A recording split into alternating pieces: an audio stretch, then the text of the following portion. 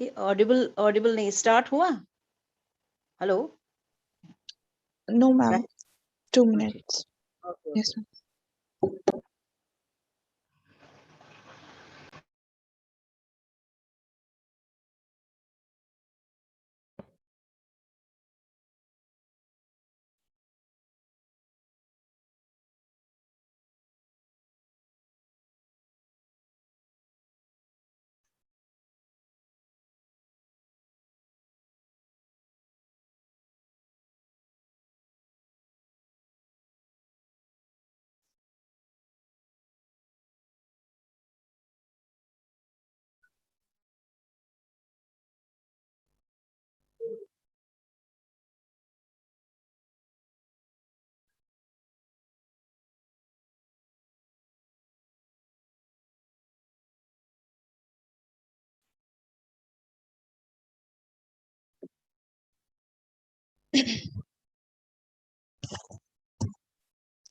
رب اشرح لي صدري ويسر لي أمري واحلل عقدة من لساني يفقهوا قولي. Allah, who enlightens what is dark, strengthen what is weak, mend what is broken, bind what is bruised, whose bounties are unbounded. Praises to him and his holy prophet, peace be upon him. I'm Mrs. Bushra Mushtaq, tutor Alamdar Memorial College of Nursing and Medical Technology, organizing secretary of this webinar. Assalamu alaikum wa rahmatullahi wa barakatuhu, and warm greetings to all dignitaries, speakers, delegates, and participants. Welcome all beautiful audience who have joined this webinar. First international webinar on nursing research methodology, organized by faculty of Alamdar Memorial College of Nursing and Medical Technology, has headed to its last day. Today, we will be having two sessions, the scientific session followed by the valedictory session.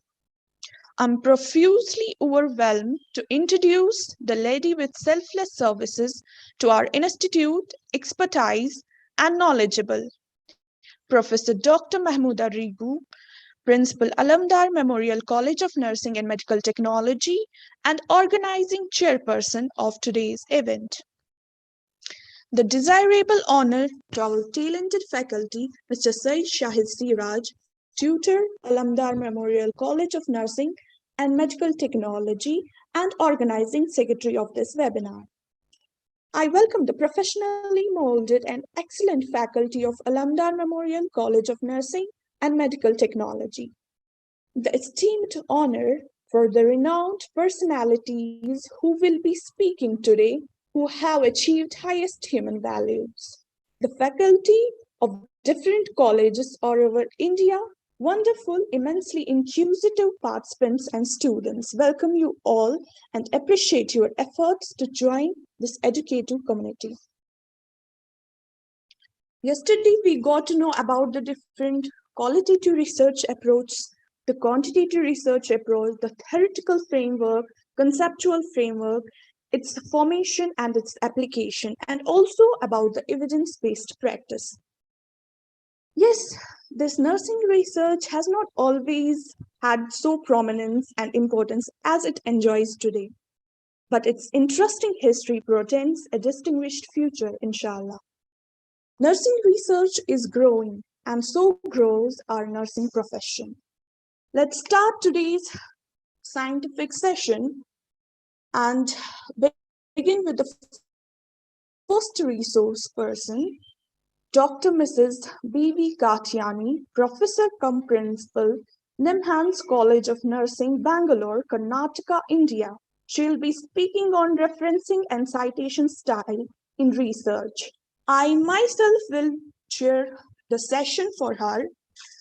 She has 28 years of teaching experience, 20 years of PG guide and PG teaching at Rajiv Gandhi University of Health Sciences, held various posts at university, academic bodies of Rajiv Gandhi University of Health Sciences and other universities.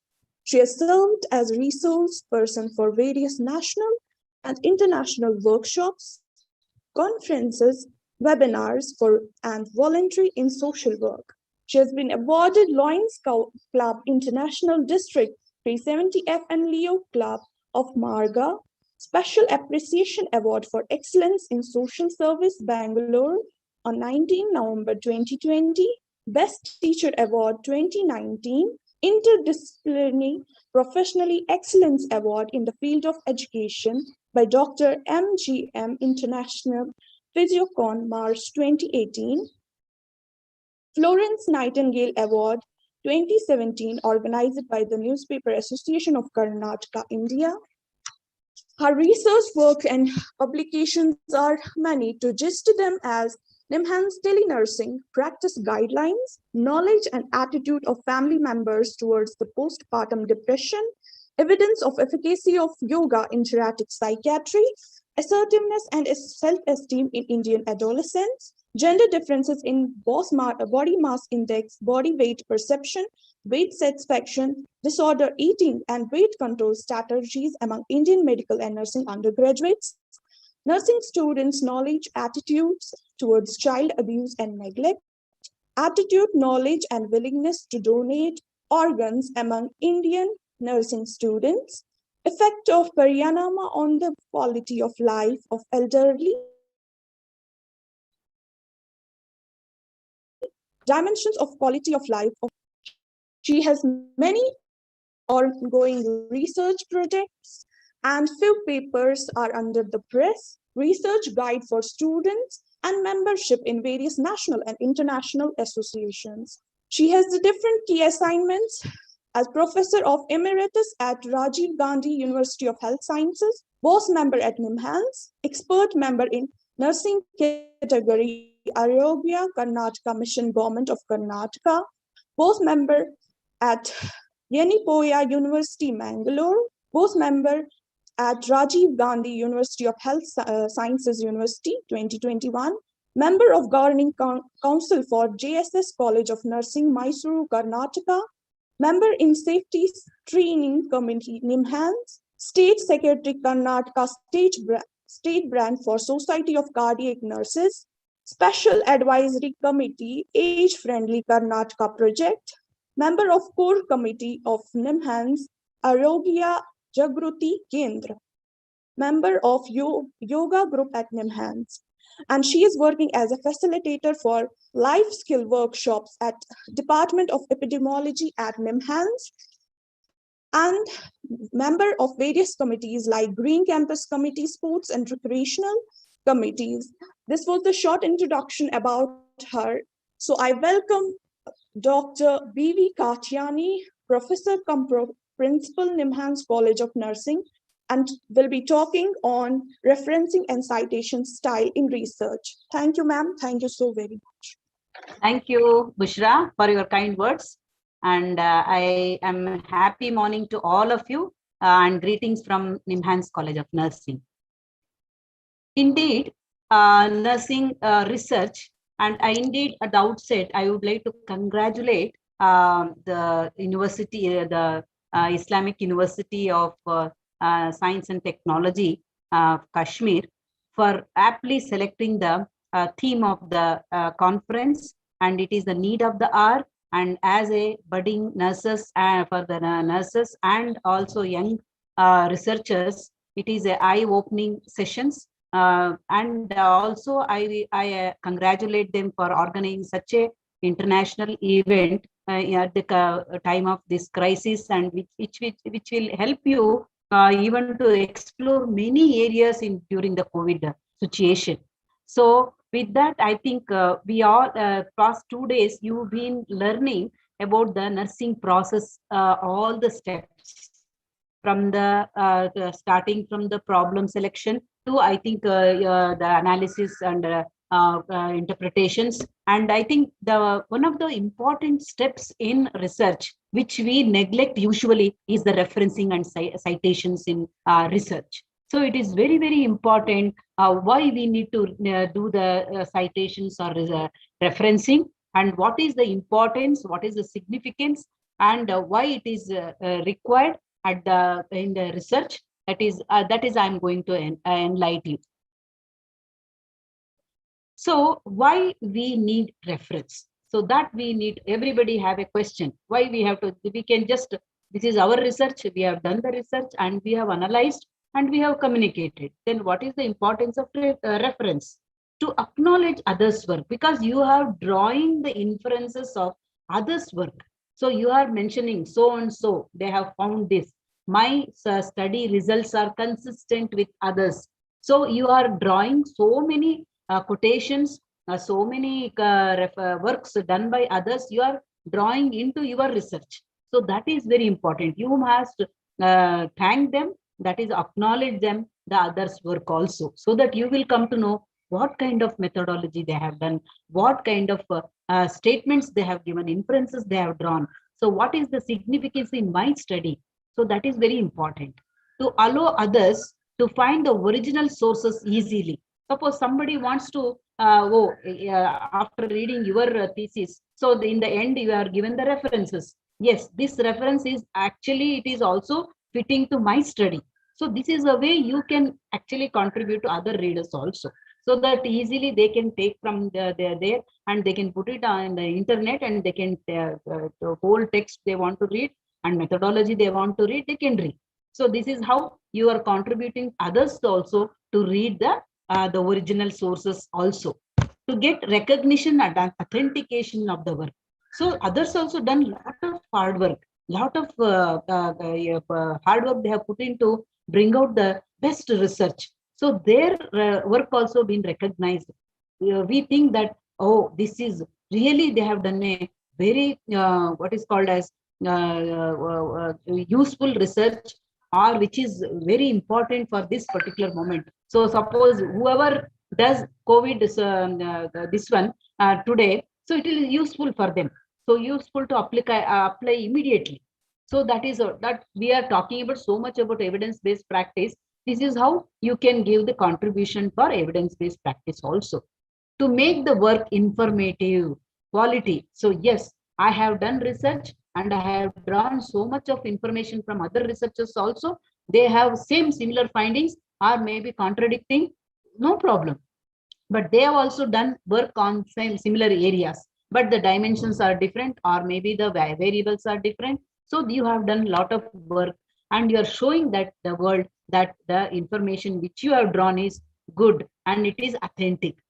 To trace the intellectual development of the ideas you present. So how you have been fitting those informations, drawing from others' research, and you are to keep it in your work or in your research or your thesis, so that you are showing how to trace also, and how intellectually you have developed from the ideas, and you have definitely, so only few ideas may be original, but many ideas we have derived from others, or we have drawn from others. So that is very important. And very importantly, today we told you about your what is called as plagiarism. So to avoid plagiarism also, this is the best way to give the references. So that is how we need to have the proper referencing style and citations. So what is this? What is the meaning of reference and citing? Many of us may be thinking, the reference is what is the difference between, are they not similar? So let us see what is reference and what is citation. So reference is the detailed description of the document from which you have obtained your information. Referencing is a way of demonstrating that you have done that reading. Very, very important. See, in the whole review of literature chapter, you are referred so many works. So that shows you have collected so much of information for which is relevant to your work. That is the meaning of that. So you have to give a complete reference. That means the which year they have published, where they have published, which volume they have published, who are the people, authors. So all these investigators, all this, and where the place they have done, which country, which hospital, where community, everything will come in the reference. That is the detailed referencing.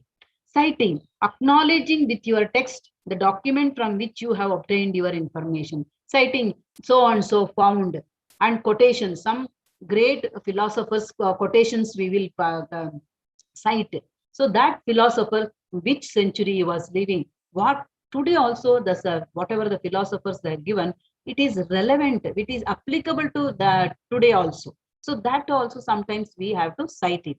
So that is the meaning of that. Then plagiarism examples. The verbatim copying from others' work without acknowledgement. We copy so many sentences, but we will not acknowledge them. That is not correct. So that is how we will find in the plagiarism. So we need to, even one sentence, when you take from their text or from the research or from their quotation, what they have stated, you must acknowledge, you must quote the citing.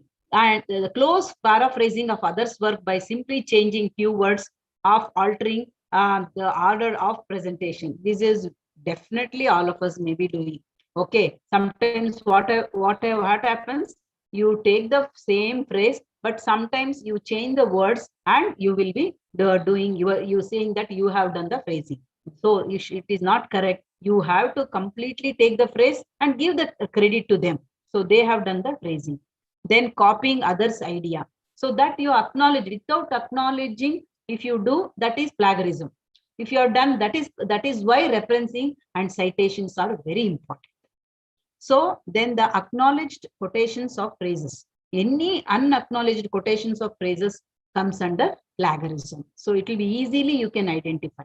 So in the plagiarism software. So what needs to be referenced? So we all have one more question. So what is madam is talking about reference and citing? Why, what should be referenced? Has it been presented formally into the public domain in some way? What is public domain means? Whether they have published in a reputed journals or they have presented in a conference. Suppose I am presenting in the conference. This materials I can publish. So I have done. So this can be copyright I can do. So these are the slides for referencing citing.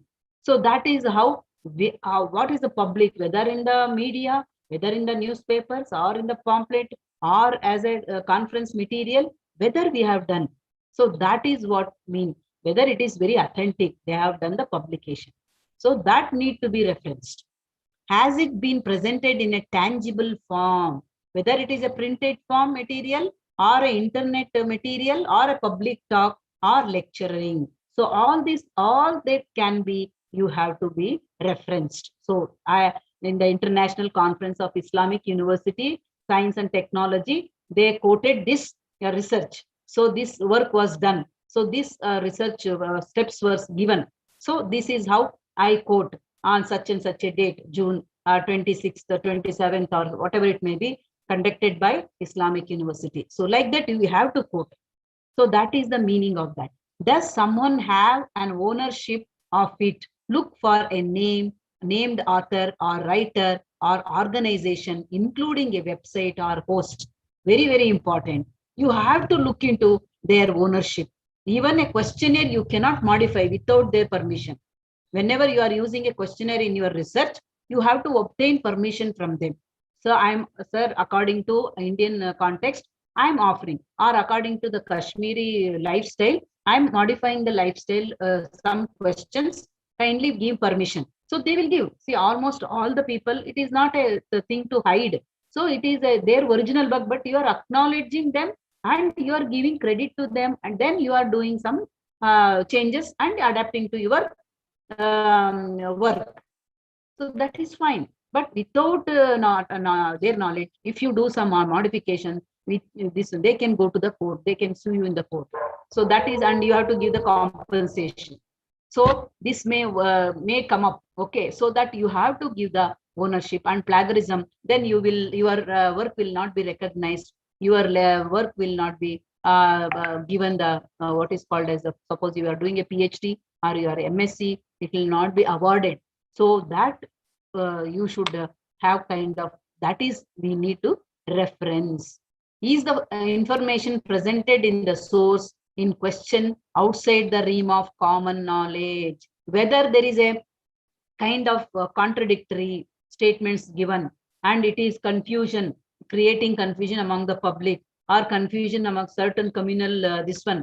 So you must have seen any community, if they write some kind of against their ethics or against their principles, then definitely they will raise a question. So that is the meaning of that. Whether that common knowledge, whatever we have, whether they have stated properly, there was some problem with that statements, then we should look into properly, then we have to give the reference. That is the meaning of that. Then when to be referenced. So we have seen what to be referenced and what is the reference. Then now we'll see what is when to be referenced. To give the source of tables, even a table. Suppose you are giving a information regarding statistics of birth, death, or antenatal mortality, postnatal mortality in Kashmir. You cannot just draw a table and give your own statistics.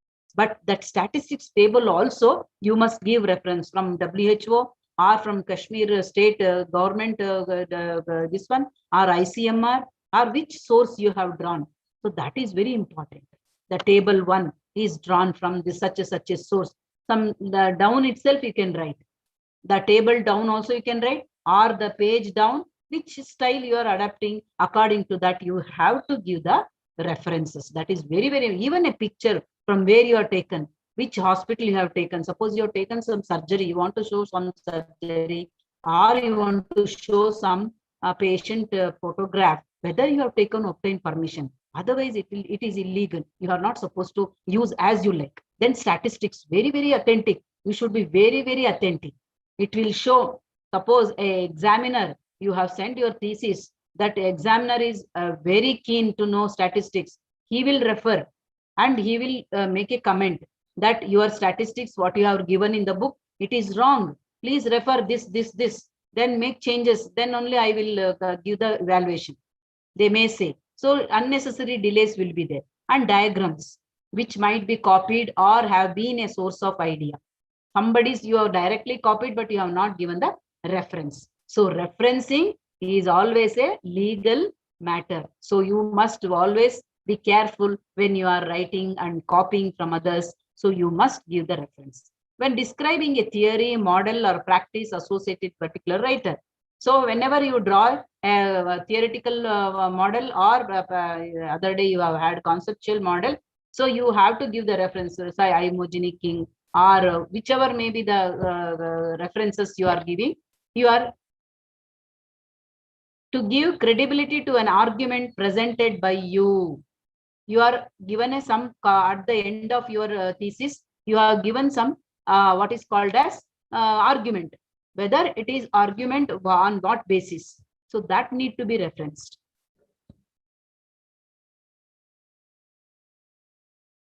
Referencing citation styles, some commonly used styles manuals are Publication Manual of American Psychological Association, APA style.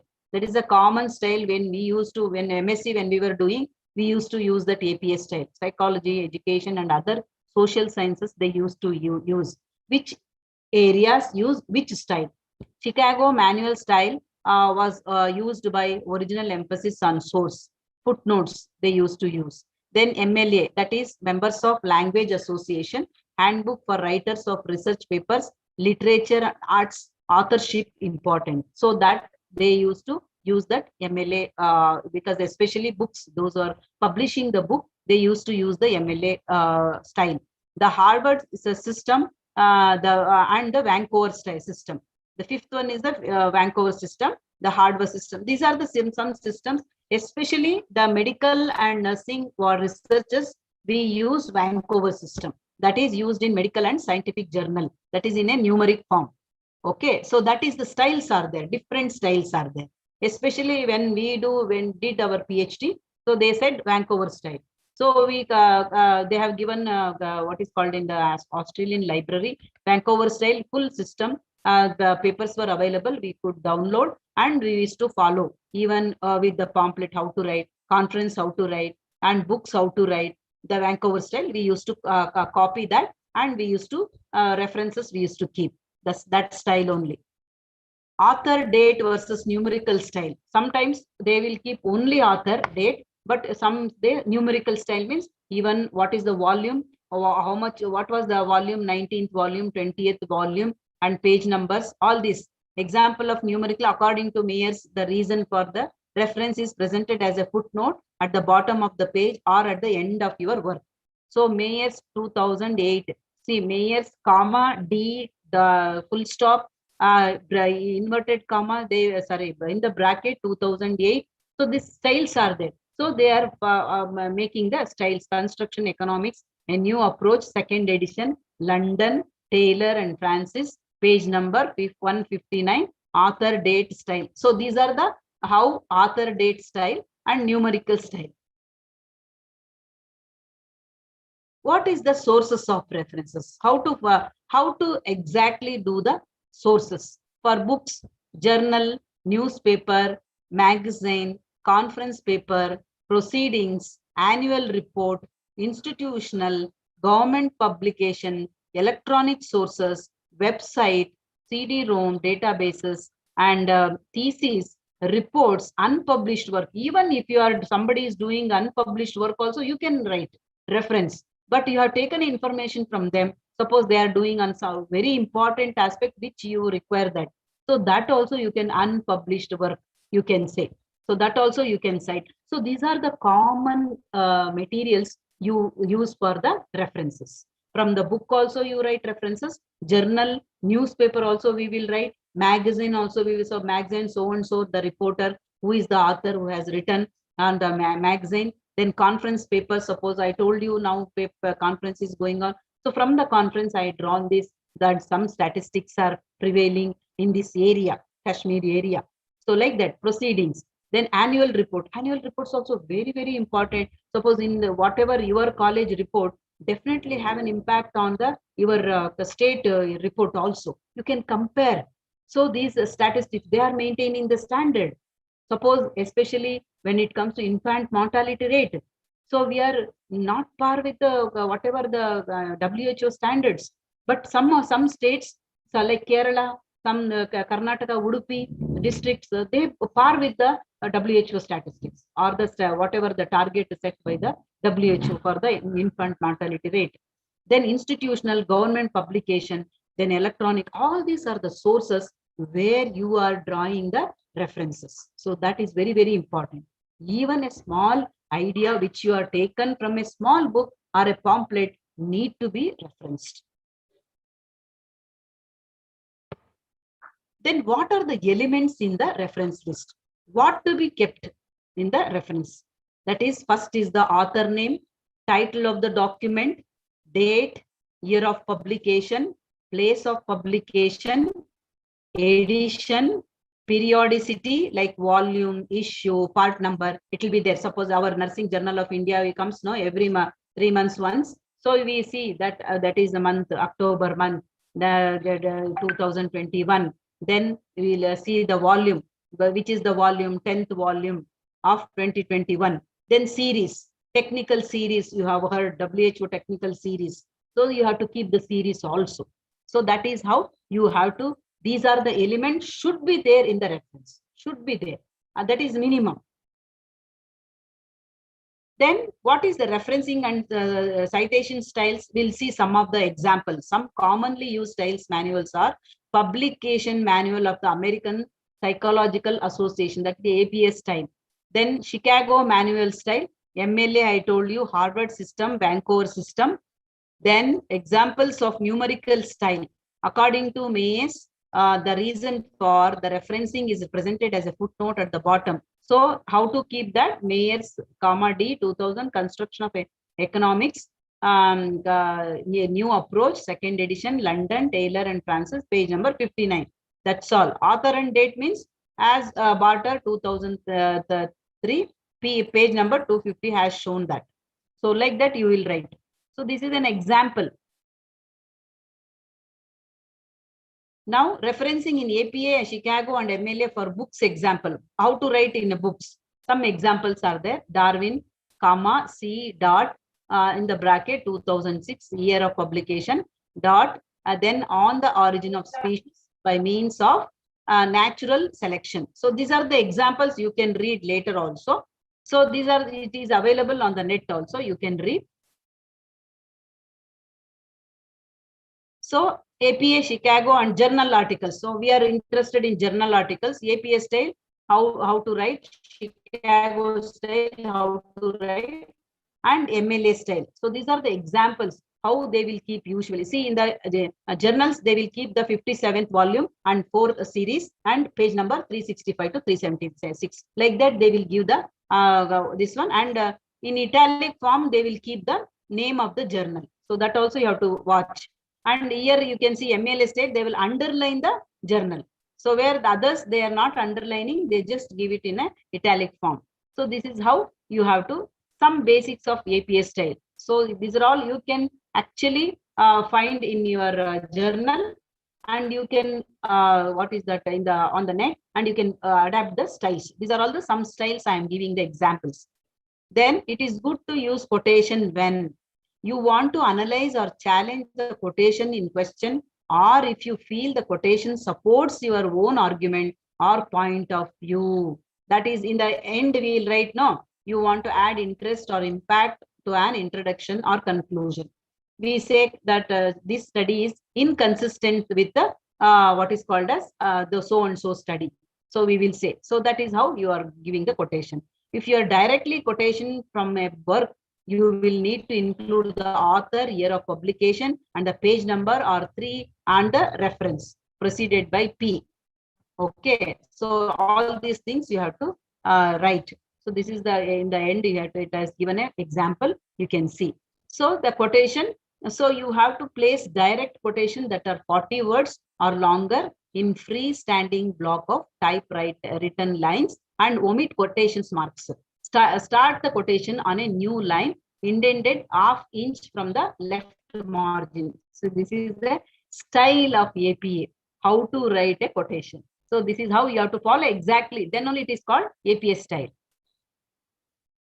Then if you use, yes,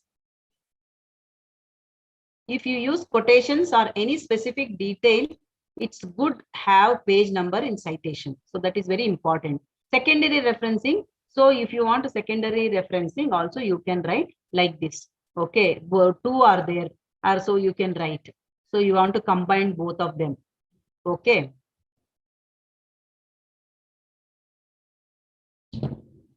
Suppose 5 authors are there. How to write for the list all the authors? The first time you cite the source. Suppose you like that, and the last person you have to add and Harlow 1993.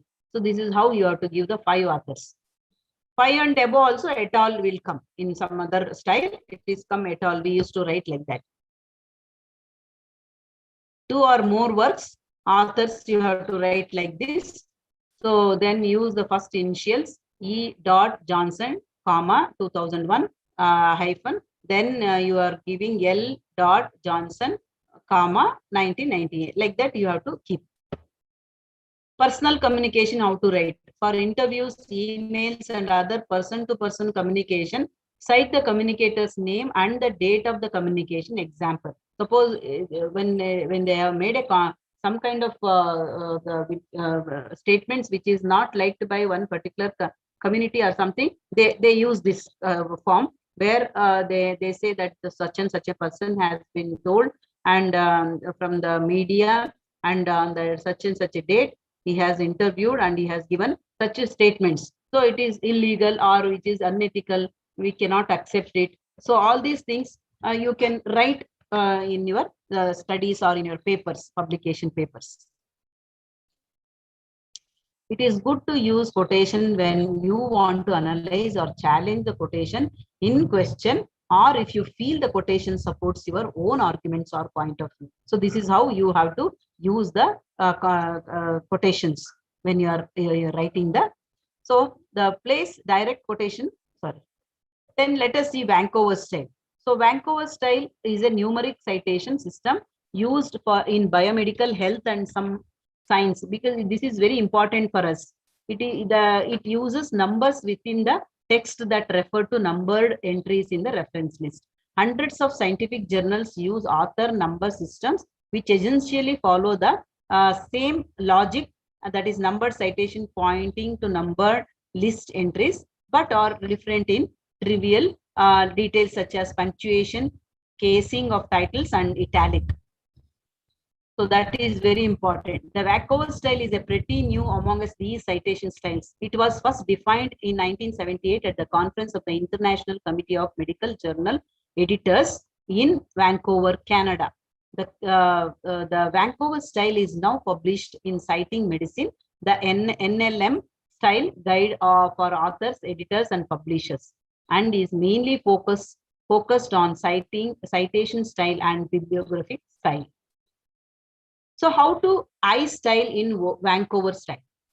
How do I cite in Vancouver style? These are the main conversation conventions when using the Vancouver style of your paper. Numeric references are used in the text, mostly numbers in the brackets. The same citation number is used whenever the same source is cited in the text.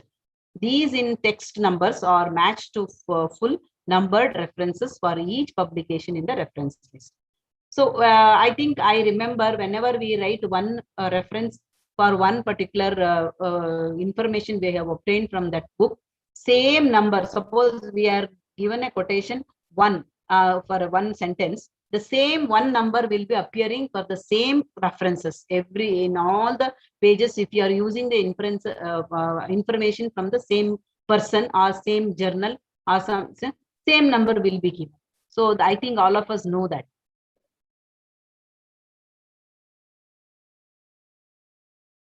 So in the book also, you have to give so how they are giving in the Vancouver style. These are some of the examples I have given. Even in the net, it is available. Please go through whenever your research or this one is done, and you have to have the journal, how to write journal in the Vancouver style. So these are the examples which I have given. So, and APA style, so some examples. It is in the tabular form. You can see one author, two author, no author, then corporate author. So all these examples and how to give the citation. Citation is the number and the whatever you are giving. So I have given in the end citation, how to give the citation. Then edited book, article or chapter in an edited book. So all these are how to give in a book published. So all this you can call, you can even below the chart I have given you how the website where you can see the further references and how to give the references.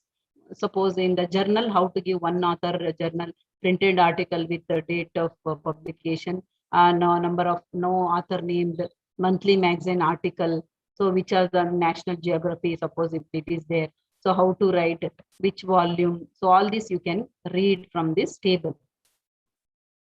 These are all the examples I have given, how to write journal, how to write book, and how to write this is the e-book. Suppose you have taken the e-book from the net. So how to draw this one, www.onlineoriginals.com. So like that you have to keep. So that is how you have to have number of examples are there. So referencing tools, there are tools also. There are tools where you can even softwares are there. You can download.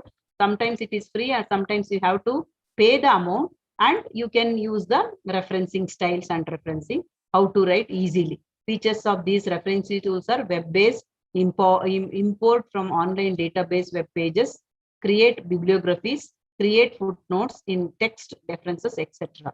So you can have your own creation of bibliographies.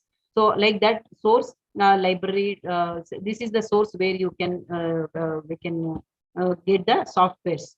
Referencing tools or softwares, if you put, it will come in the this one. So this is very important, even though we neglect sometimes when you are putting the dot, comma, or hyphen, or giving the numericals. So we may take it very easily, but for a person who has done a original work, it is very important. You are insulting him. If you are not providing proper citation or referencing, then you are giving a wrong information, and you are not giving due acknowledge to the person who has done a original work. So always you have to give a respect and the gratitude for a person, because you have drawn some ideas from that person, and you have to have a kind of source where you have used should be acknowledged. So that is the meaning of referencing, that is the meaning of quotation. They are very, very important. They are all legal.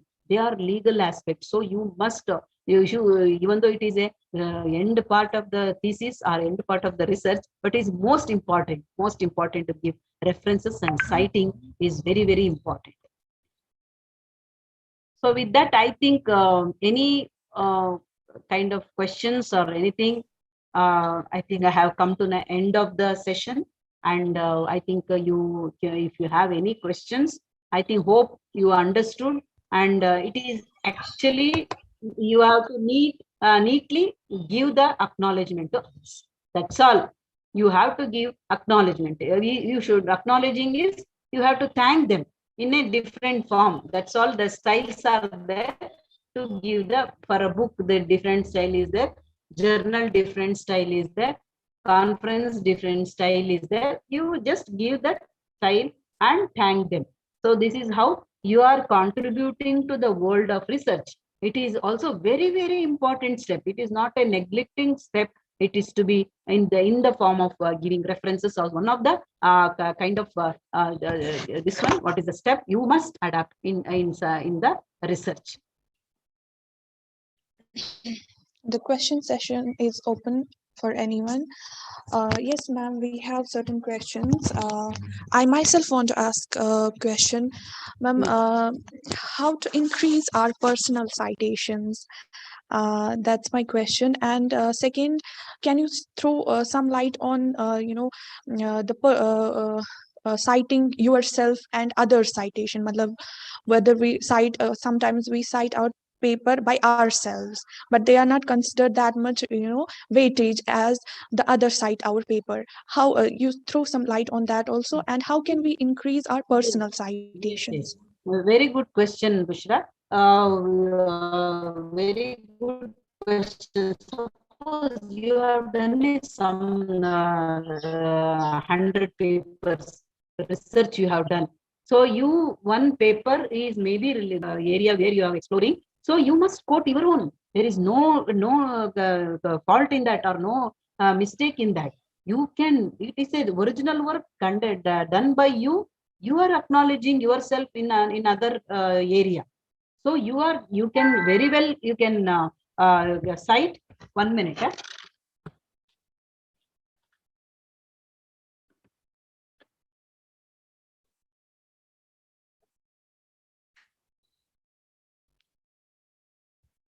The electric switch I have not put. Okay. So if whenever you have done in one area, or you have written a book, you want to quote the same thing in your one research area, or research paper, or in your thesis, or in your MSc, or maybe PhD, or future whatever projects, definitely you can quote. And apart from the references, what you are quoting, reference ideas you are drawing from others, all other writings are your own original. And what I am telling you, as long as possible, please develop your own writing, so that you can reduce the references. Just writing, you need not, every sentence of others you need not copy, so that you can also improve your writing. Write in a simple language, so no problem. If you have a problem with English language, you write in simple sentences. There are theses handwritten.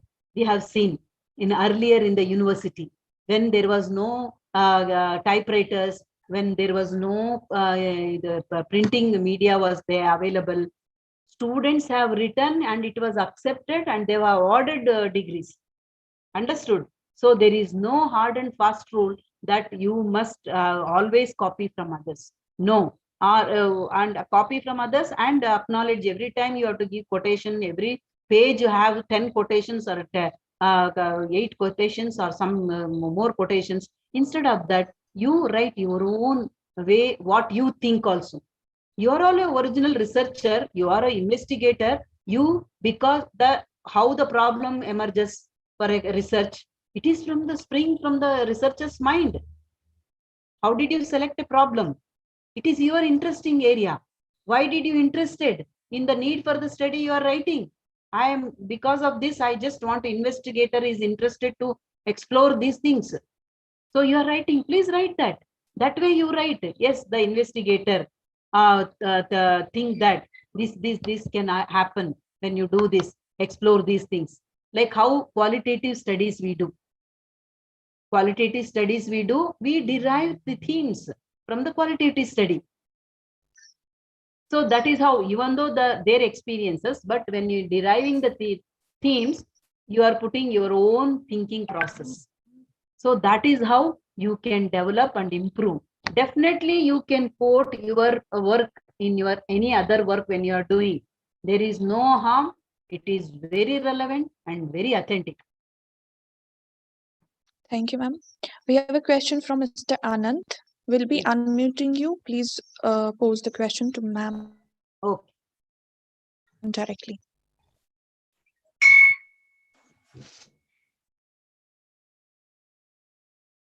Madam, good morning. Good morning. Yeah, madam, nice to see you. Madam, actually, just I have one. Actually, you have said in the references you should have unpublished. Yes, yes.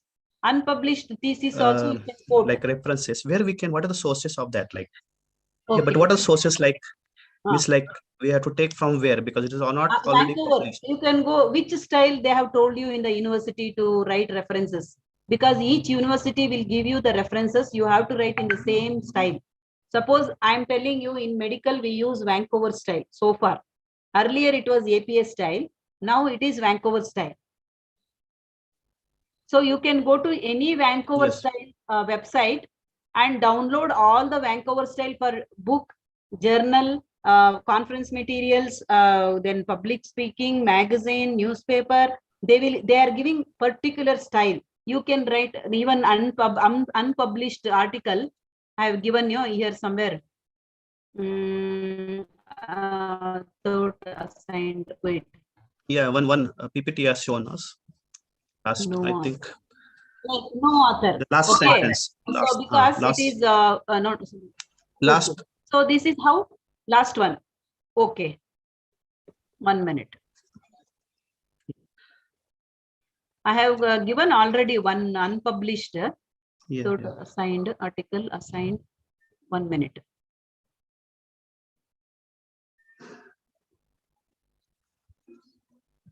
Earlier, I think I have given somewhere.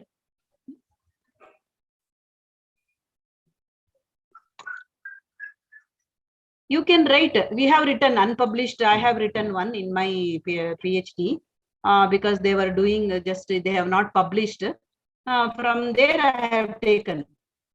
So you have to same way style, whichever style you are Yes, adapting. ma'am. No problem. They will. I'll just go through that. No problem. Yes, Thank yes, you.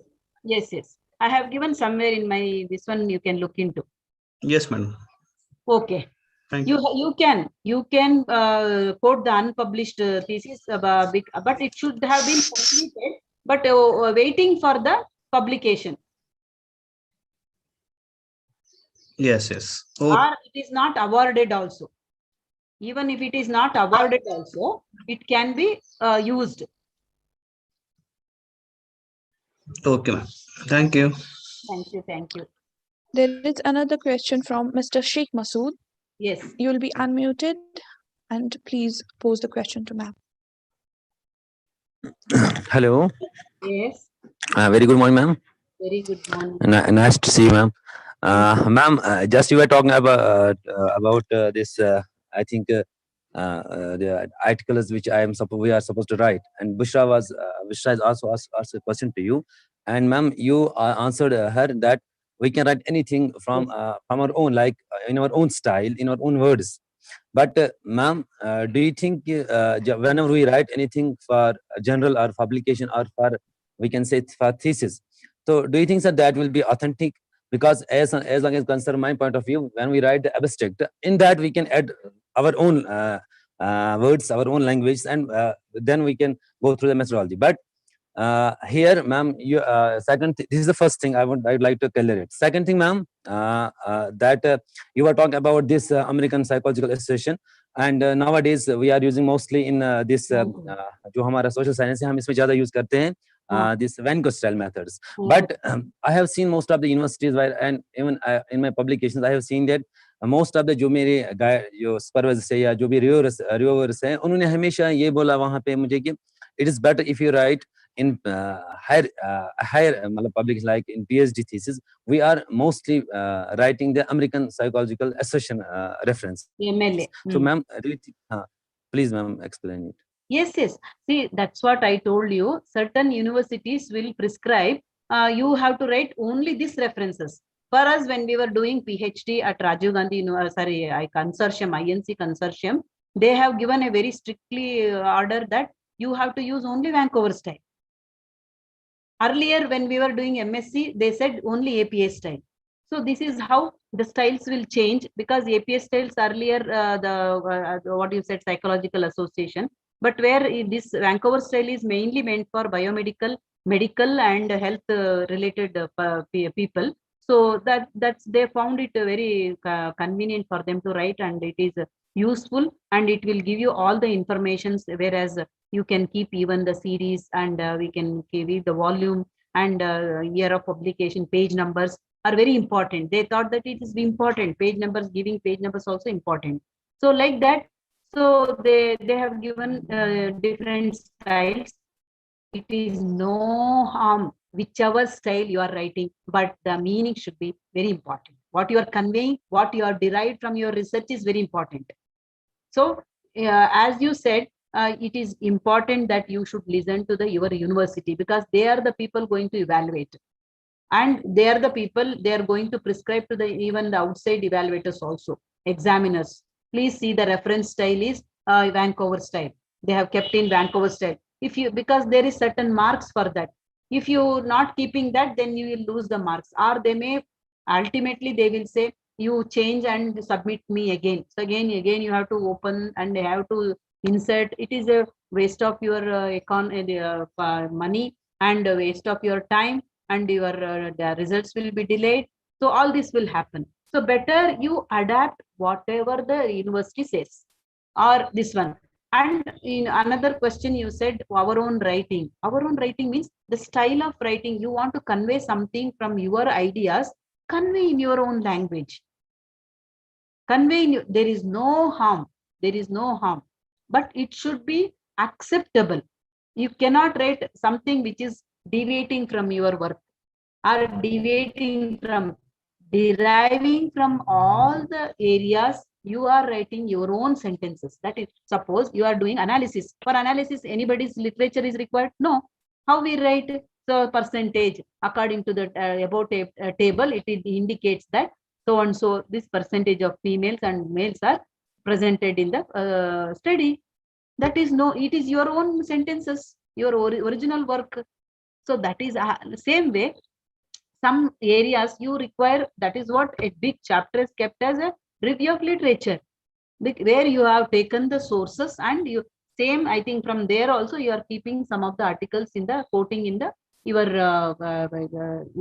first chapter, second chapter, the methodology chapter also. Suppose definition of a design, you are not defined, you are deriving from other book, so you are quoting the book definition. There is no harm in that. Hope you got my point. Hello. Hello. Yes, ma'am. Yes, ma'am. Thank you, ma'am. There is another question from Mr. Furkan Qureshi. You will be unmuted and you can pose the question directly. And kindly raise your hands if you have any question. Yeah, good morning, ma'am. Ma'am, I was having a question, like if we write something which already someone else has already wrote in the previous, like if I'm doing research right now, and someone has wrote down some different article in the previous years, like in 2000 or 2002, and I didn't know that he has already written that. So if I write down my ideas over there and they coincide with that person, So does that indicate a symbol of a plagiarism? No. No, he is writing in his thesis. How can it is a problem with your thesis? Yeah, if I'm only copying some part of its solution from that article. No, but you are giving the reference, no? So it will not That's be considered, what I right? told you. What is the usefulness of this one? What is called in the beginning, what to reference. Okay. So that I have given you that even though the person has used, so you are giving that person is giving you the information about how he has given, he has taken the references and what information he has drawn. So that is maybe relevant to in your work. You can also use it. Ma'am, one more thing. If the relevancy is very important.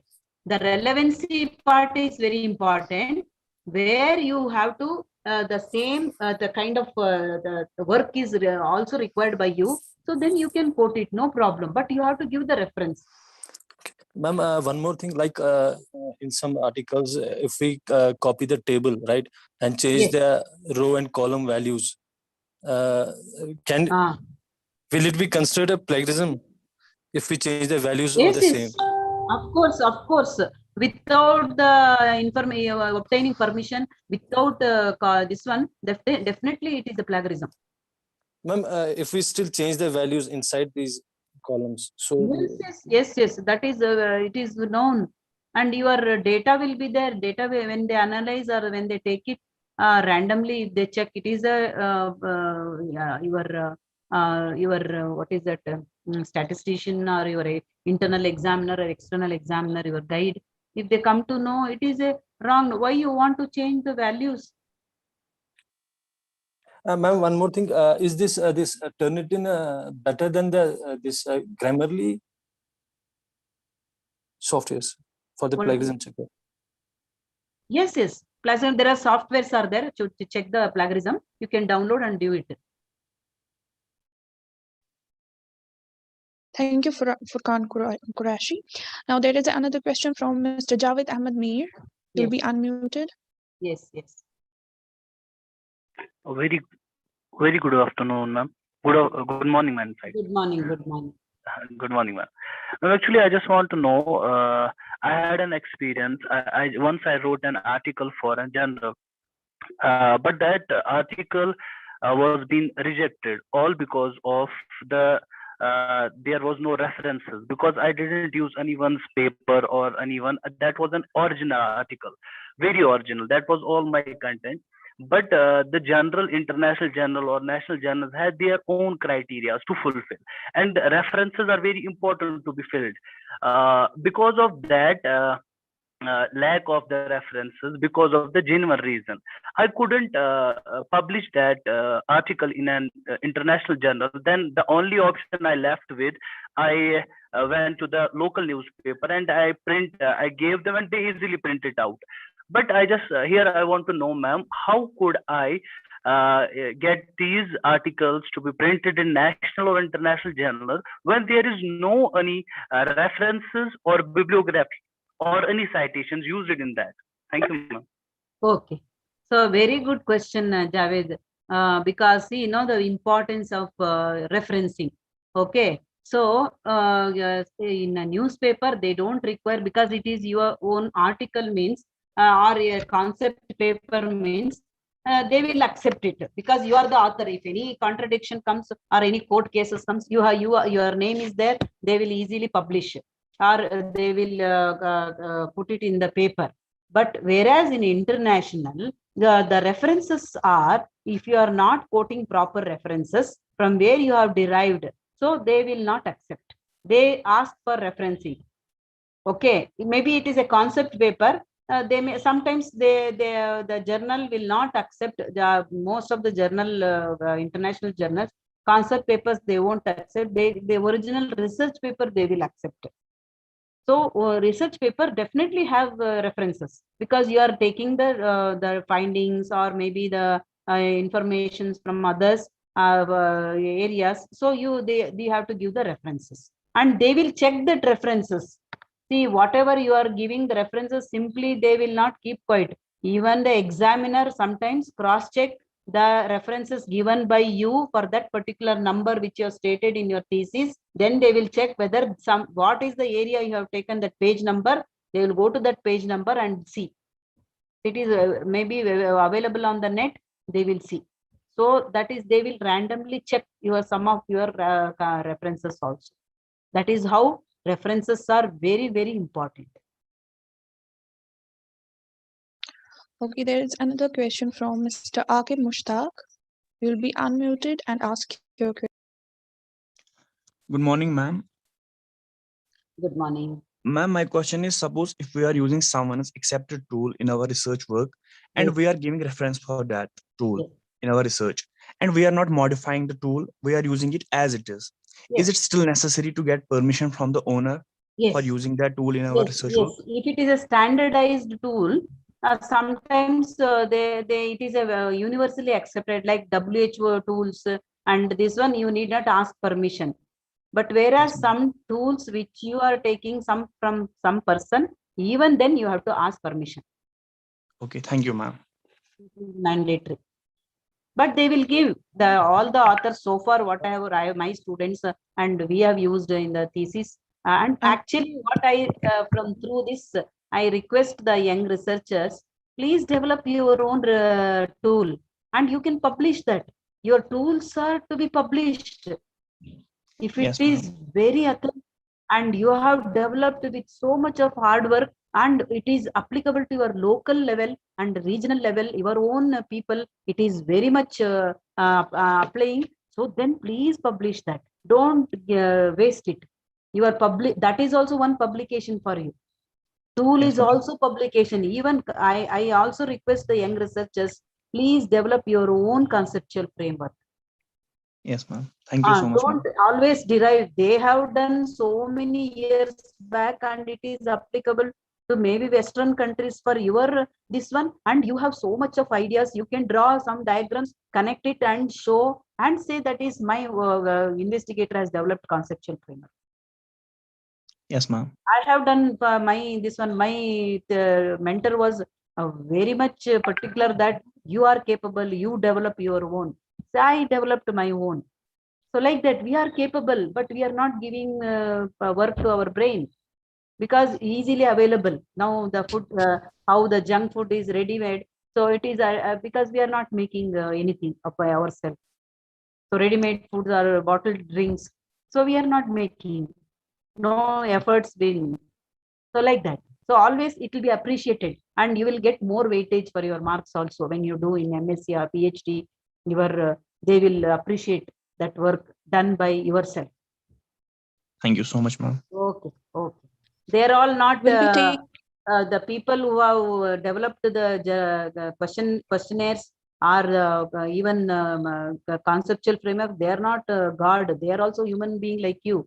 They applied. Yes, they applied that particular moment. They applied the knowledge and they have developed that particular area. Yes. Thank you so much, ma'am. Yes, yes. We'll be taking only two questions now. Firstly, from Ms. Asmat Parveen. Yes. Ma'am, please ask question. Thank you, Bushra ji. Good morning, ma'am. Good morning. It's really immense pleasure to have you here over. And my question is, if as experts we receive a thesis, dissertation is for this from these MSCs especially for evaluation, right, ma'am? And my question is here, isn't it important for a researcher or the supervisor to send these theses with plagiarism certificate? How much plagiarism is there? Isn't it necessary? Yes, yes. Some of the universities is mandatory now. Yes. It is mandatory that unless the plagiarism certificate is attached, it will not be accepted. For the as per UGC, it's very important. Yes, yes. Not only that, Rajiv Gandhi University and even INC consortium, we have to keep the plagiarism certificate.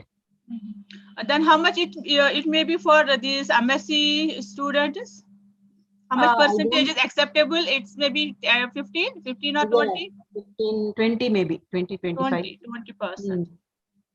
Thank you, ma'am. It was really a immense this presentation Yeah, and this very is the platform. See, we can it was really you are sitting in comprehensible. Kashmir and way I am you sitting in made us Bangalore. understand. We can see each other.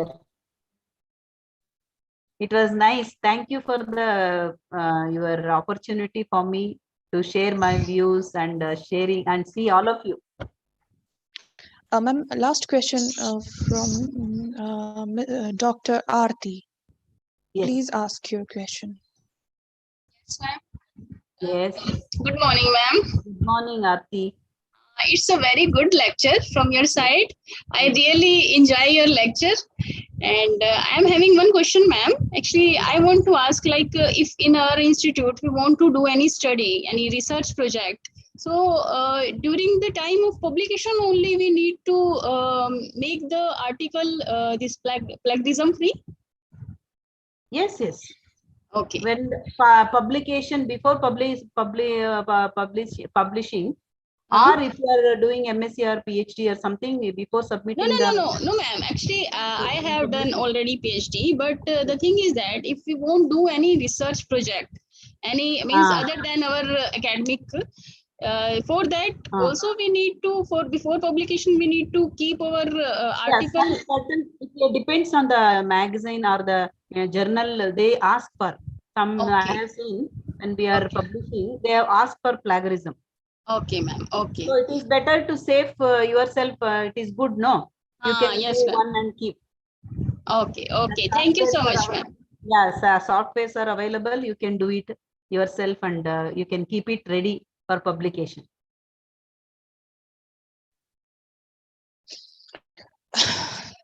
Thank you, ma'am. That was end of this session. Thank you, Dr. Mrs. B.V. Katiani, for your wonderful, informative lecture. Thank you for your opportunity. I thank all the organizers and the Islamic University, the members of the faculty, and it was a wonderful sessions you have organized, and it was an opportunity for me to see all of you also and interact with you. It was good questions from the researchers, and I am seeing new budding researchers enthusiasm and inquisitiveness of asking questions. It is good always clarifying your doubts so that you can progress more and more. So wishing the university and all the members best of luck and for future endeavors. Thank you. Thank you, ma'am. Continuing with our scientific session, I'll be calling our second resource person, Professor Dr. Pitty Cole, Director, School of Health Sciences, IGNOU, New Delhi, India. She'll be talking on the topic population, sample and sampling techniques. Ms. Nilofer Jan, Assistant Professor, Alamdar Memorial College of Nursing and Medical Technology, will be chairing the session. Over to Ms. Nilofer Jan.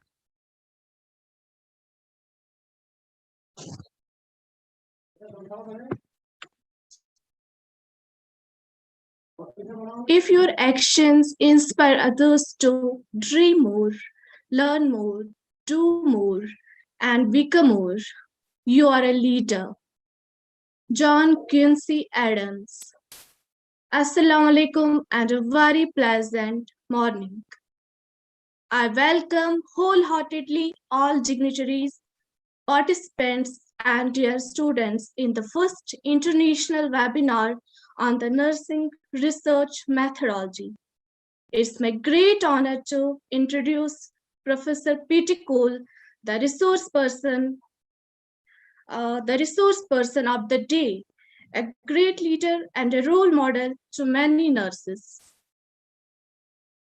Madam is presently working as a director of the School of the Health Sciences, Indira Gandhi National Open University, New Delhi. Speaking about her academic qualification, Madam has been awarded PhD degree in nursing from the Department of Educational Studies, Jamia Millia Islamia in 2004. She is an eminent and great professional with more than 39 years of teaching experience in conventional open and distance learning universities. Madam has many honors and accolades to her name, I would like to take an opportunity to mention a few. She has been awarded Presidential Award, National Florence Nightingale Award in year 2017, awarded as the Certificate of Appreciation for contributing as an expert in ACIT Leelavati Awards 2020 in field of women empowerment. In addition to this, she has been received many awards of appreciation.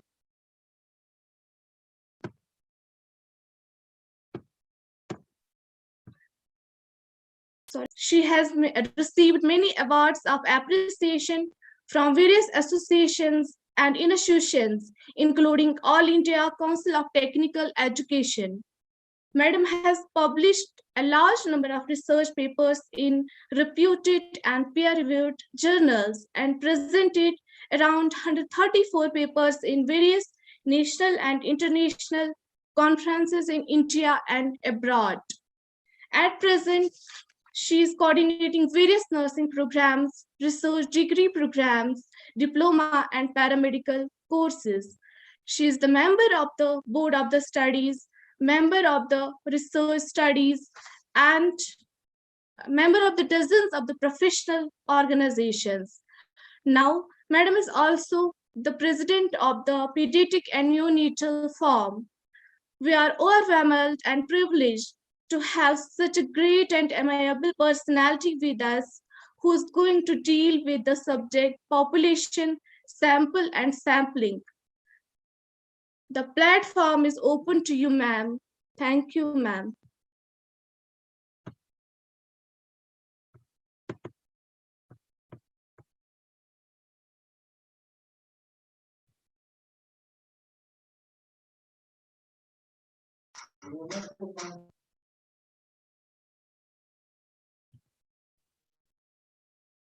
Thank you, ma'am. Ma'am, please unmute yourself. Oh, sorry. Good morning to everyone, each one of you. I'm really pleased to be with you all this morning, and I'm thankful to the Islamic University of Science and Technology, College of Nursing, for giving me an opportunity to be with you and exchange some views about certain areas of research. I think I have requested you to share my slides. Can you share the slides, Bushra? I've sent you today morning, I sent you the slides. Bushra can share my slides? Okay, ma'am. Few minutes. Today morning, I had sent you the latest slides. Kindly share.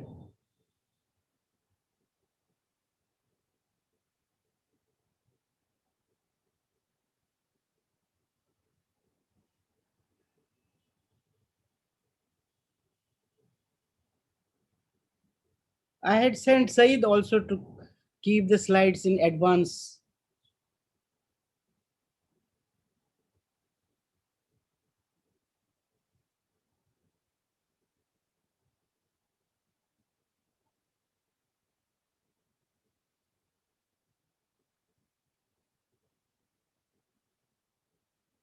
Are you able to do that?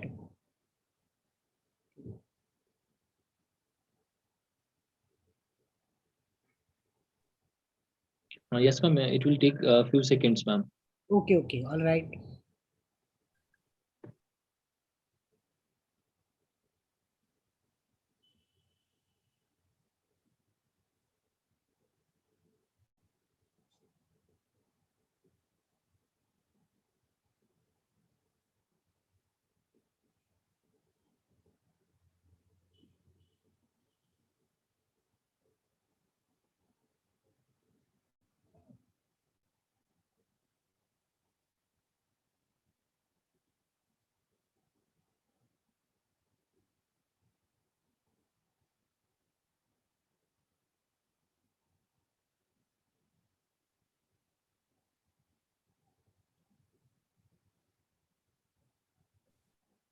Ma'am, please continue. Sorry for inconvenience. Okay, no problem. I think this is half. You can have this full screen. The words are hidden. The words are hidden. Huh? Oh, words are not all. Words are not there. But ma'am, it's all right for audience. Audience, it's visible. No, but you. Yes, ma'am, it's all right for audience. It is slideshow.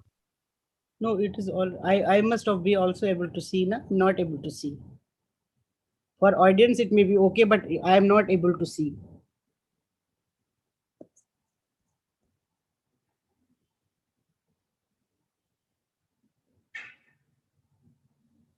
No, you are. Nilofer ma'am, please slideshow from No, the beginning. You go back, please. Can you, because here I am not able to change the slide. Okay, ma'am. You will be changing. Yes, ma'am.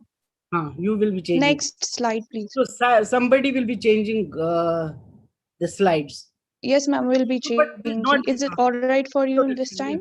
But I am not able to I am not able to see all the words. I should see the all. I'm not able to see all the screen. Bushra ma'am, please You don't. Okay, do not slideshow it, please. Nilofer ma'am, stop slideshow it. Let it be like this. Let it be like this. The Okay. first slide, introduction. Okay. Go to this. Go to the first slide.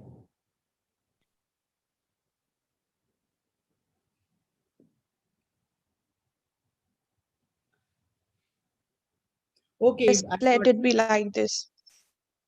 But it basically it is not audible. It is not visible. Okay, I think all of you must have you do the full slideshow, because otherwise I will not be able to see it. Maybe it is visible to you, it's not visible to me. Half of the words are visible to me. Can you turn the slide presentation on the left side? Can you turn the slide presentation on the left side? Okay, ma'am, wait. I would have shared the screen, but the problem is that I have not opened it. Whole thing will be then. Ma'am, you can open your PPT from your own laptop. Here, it's okay for us. So then I have to go back, and I have a new gadget which is very difficult to handle.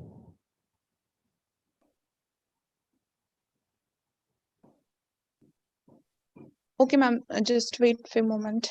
Just turn the slideshow to the left side. You can't do it.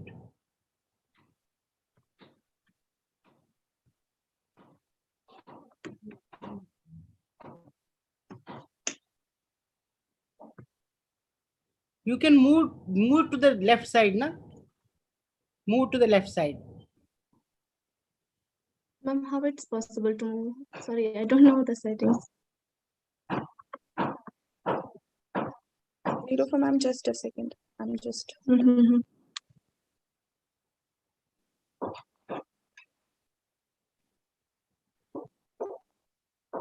ma'am, you can zoom the screen. If you will not go for slideshow, please zoom the screen. It will be visible. Is there any option to zoom the screen? I think on the lower side of the screen, you can see.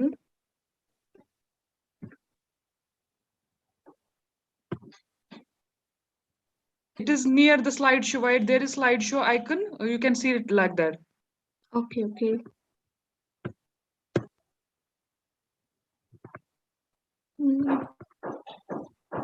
No, ma'am. Lower side of your screen, ma'am. At the bottom of the screen. At the bottom of the screen where there is slideshow icon, there is written 72%.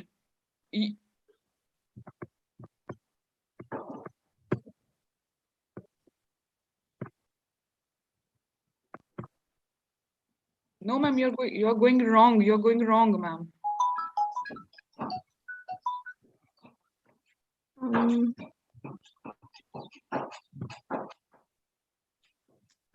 I cannot get that. Sorry. What is that?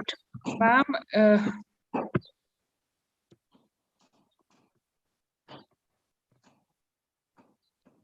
it's exactly towards your right side, lower at the bottom of the screen. Yes, exactly. You're going there where it is written, there is a slideshow icon. You can see the scale there. Ma'am, let me try for a moment. I will try to open the presentation of ma'am. Please help.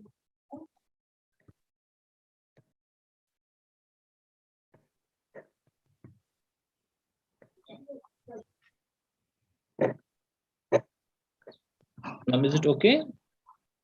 You show the next slide.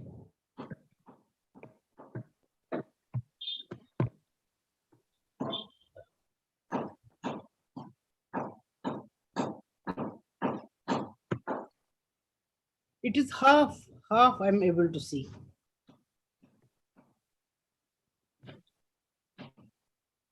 Sorry to interrupt, ma'am. Is your you can zoom out your screen? Maybe your screen is zoomed in. That's why you are getting half of the slides, ma'am. But it is visible. It is clearly visible to audience, ma'am. Okay. How can I do it? What is the option of doing it? It doesn't show any option. Ma'am, please bear with us for a minute. I'll be doing it myself.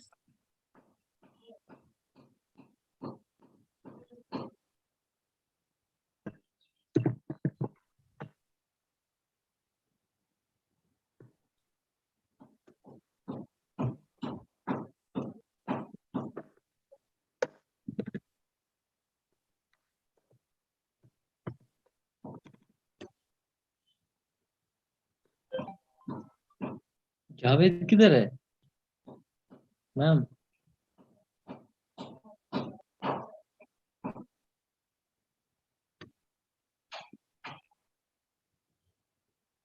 क्या हुआ, technology इतने छोटे बच्चे हैं.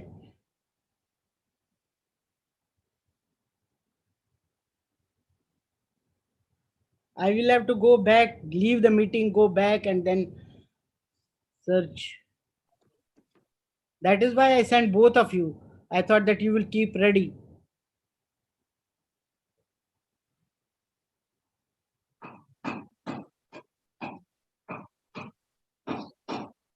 No, ma'am, just a moment. Actually, we are able to see PPT very clearly. Okay. But maybe you are not able to see your screen fully. Half of the screen I am able to see. Yes, that's what. You can put the picture upside and then you can use the screen. Ma'am, can you double tap on your screen so that you will be zoomed out? Double tap? Double tap, yes, ma'am. I've done. Ma'am, is there any changes you have observed? No, Islamic University आधी दिख रही है. V तक दिख रही है university.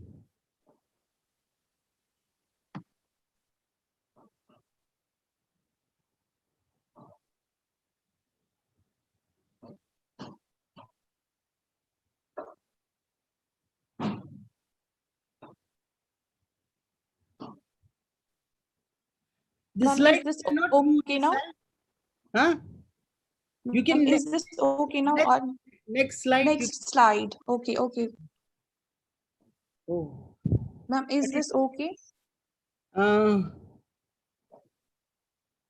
But it is very this thing.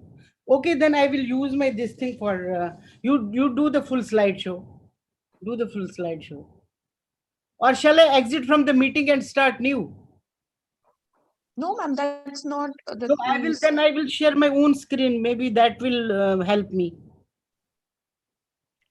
Ma'am, is it visible now, ma'am? We have actually maximized the slide. Just a minute. Ma'am, without leaving meeting, you can open your another gadget and share a PPT from that.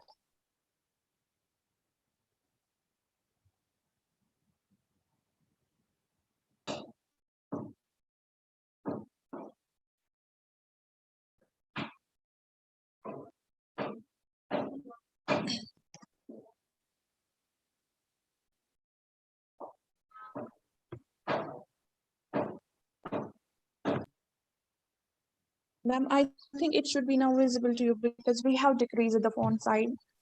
It may have come on your gadget as well.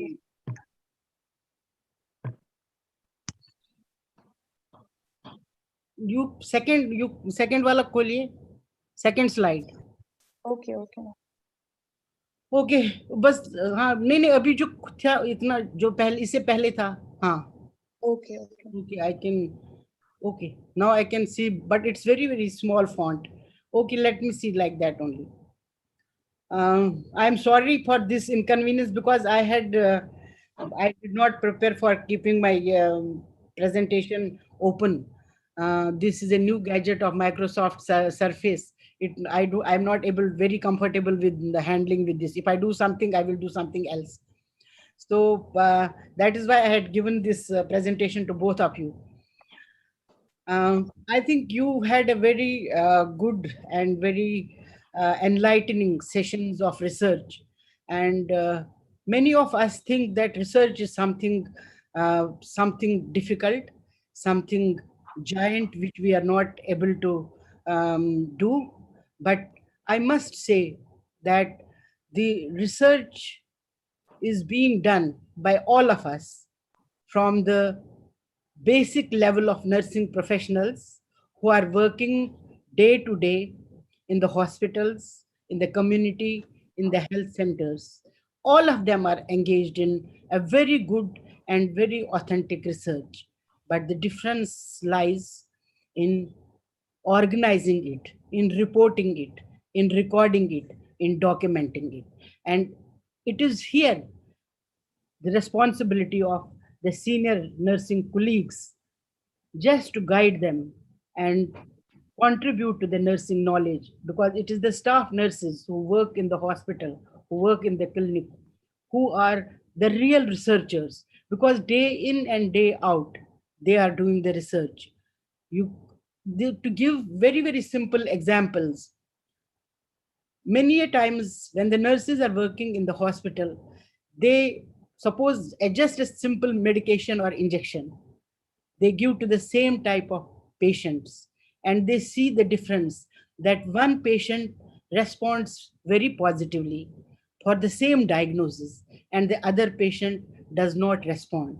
And she thinks in her own mind that what is the reason why this type of response is there from one patient to the another patient. So that becomes a big research question. And if she is an alert nurse, she can find out, she can go to the patient, she can go to other patient also and find out what are the reasons. And that is the answer to the question. That gives the answer to her question, that why a person responds to a particular treatment strategy differently than the other patient who has same diagnosis. The other example could be the day in and day out, they are admitting the patients. And if they just keep a watch on admissions of the patient, that will give them an insight that what are the different types of patients who are being admitted, what is their diagnosis, from what background they have come, what is their problem, and who are the patients who have more problem and who are the patients who have less problem. So that is a big research question which she day in and day out answers and discusses, but she doesn't document it because she has not been told how to document it and how to tell to others. And even we talk about the discharge, she discharges many patients and tells about, I think previous slide has to be kept only. I have not gone to the second slide. She discharges the patients, but the thing is that she sees that what is the stay of post-operative stay of a particular patient with some diagnosis and some operation. He has been for 4 days, 3 days, he has been discharged within after 3 days of operation or 4 days of operation or 2 days of operation. But the other person has been discharged after 5 days of operation. So that is the research question which she needs to answer herself to find out why it happens, what was the reason. So it's very, very simple. Only thing is that it has to be scientifically ascertained. That is how the research, we say in simple words, it's an organized and systematic way of finding an answer to the question, which is very, very simple because every nurse is doing the research. But what do we mean by system? What we have to think of? The scientific research is systematic. It follows a very important pattern and the steps scientific process. It is controlled. It has to be done in the controlled situations. It's empirical. The empiricity is very, very important because many a times we say we give subjective type of answers to many questions. Many of the research questions we write subjective answers, but we even though we use all our senses to see, observe, measure, but still we give the subjective answers. That doesn't show the empiricity of any research.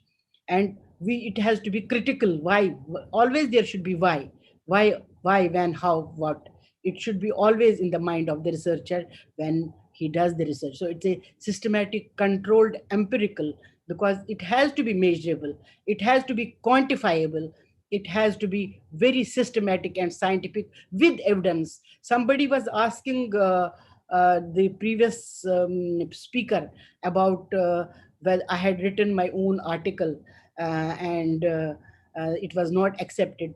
Never do that, because even if you write your own article, there may be your own thoughts, but you have to see the text, you have to see the context.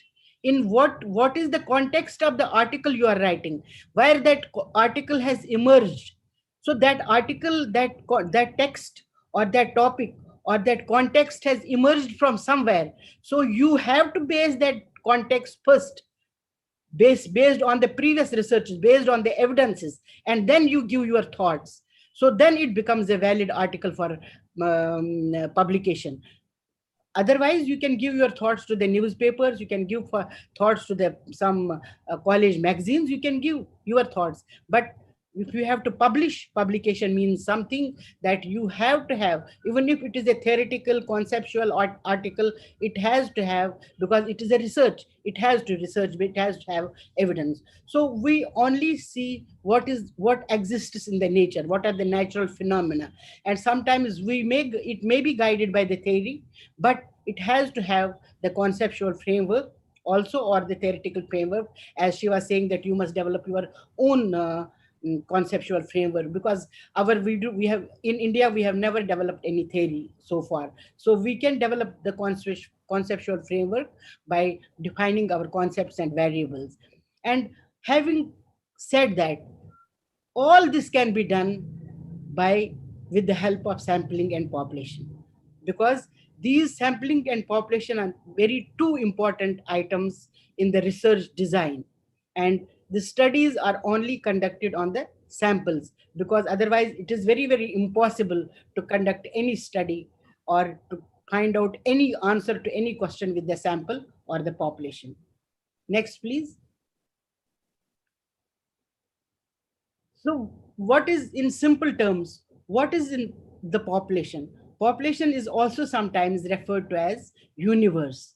That means everything in the earth, the entire aggregation of the cases that meet a designated set of criteria. So the universe, is very difficult to study the universe. Then we must also understand, as a young researcher, most of you may be the advanced researchers, the beginning researchers must also clarify that it's not only the human beings which are the population. The population could be blood samples, it could be records, it could be animals, it could be infrastructure, it could be equipments, it could be any treatment methodologies, it could be teaching technologies, anything could be the population and the sample. Then the population is divided into two types of populations. One is target population and another is accessible population. What do we mean by target population? We said that whole universe cannot be studied. It's very difficult. So we take the target population, which is aggregate of cases that conforms to the designated criteria, and the researcher can do that. That is the target population, which comes out from the main universe. Next, please. Then comes the accessible population. This is the, because accessible population, we must always understand that accessible population is meant for generalization. The accessible population generalizes the target population. That is the main difference between the accessible population and the target population. So we say the aggregate of cases about which the researcher it's not would like, he generalizes to the target population. The accessible population is also called as a subset of the target population that reflects specific characteristics, and those characteristics could be any, not only the age, gender, diagnosis, that could be any other characteristics which exists in the natural phenomena which is under the study. Next one. So whenever any person is identifying the population for a particular study or even the sample for a particular study, you must always consider the cost considerations. Cost consideration is very, very important, whether it is cost effective or it is expensive. So the cost effectiveness has to be taken into consideration, because sometimes we say we will do 200, 300, 400. No, it's not that, because you have to think that the 200 will also give you the same result as 400. So if you do, instead of 200, if you do 400, that would not be cost effective. So the cost considerations are very, very important. You have to think of practical concerns. What is the outcome that is this sample is going to give you in terms of the outcome of the research, answer to the research question? Then whether the people will be able to participate or not, because whether the willingness of the people is very, very important. And then design. You know, when you select the design, you have to see which type of design can be used for what type of study. These are very, very important, crucial characteristics whenever you decide any population for any topic that depends upon the topic. So these considerations are very, very important. Now, let's come to the sample. Next, please. Can I have the next slide? Then we, in simple terms, we normally say that population, the sample is a subset of population. As we said, that the accessible population is a subset of target population. So it is a subset, or it is a proportion of the population which has been selected by the researcher to represent the population of interest. So that means it is a very thoughtful and voluntary process by which a researcher selects a proportion of the population which has to represent the whole population. So if we define it in the definition terms, we say that sample refers to a fraction or portion of the element in a universe which is drawn out deliberately in a planned representative manner for studying interested characteristics of a larger group or population. Because whenever you want to study the characteristic, that depends upon the researcher, what type of characteristics, what type of topic, what type of area, what type of discipline, or what type of problem he selects. And within that problem, what are the different variables, the concepts, or the characteristics which he wants to study? That is the sample. And then in that case, the sampling is very important to be the representative sample. Next one. So whenever we are discussing about the sampling technique or population, we must be aware about what are the different terminologies. What do we mean by everybody uses element hai, then sampling frame hai, or sampling bias hai, but we really sometimes fail to understand what actually that is. So if we know these terms, we will be able to do the sampling process in a very, very concise and also in an insightful manner. So let us see what is element. Element is nothing, it is a single member of the population, one subject, which we call as it is a subject or the participant or the respondent in case of the qualitative studies. The sampling element, as we have already told, could be animal, it could be person, it could be object, it could be event, or it could be a group, anything, but it is a single subject. So element is a single subject. Then we say sampling frame. Sampling frame is a comprehensive list of all the sampling elements in the target population. So whenever you want to select a sample and you have to cater to the accessible population, so you make list of all those people, all those persons or all those objects who fulfill your criteria, who are included in your study design. So you make a comprehensive list of them. That is the sampling. You make a sampling frame. Next. Then sometimes there are these mainly of related to the statistics. Sometimes we use are these static or what is the parameter. So whenever you are getting information, when we get the information, when we collect the information from a sample, we use the word static.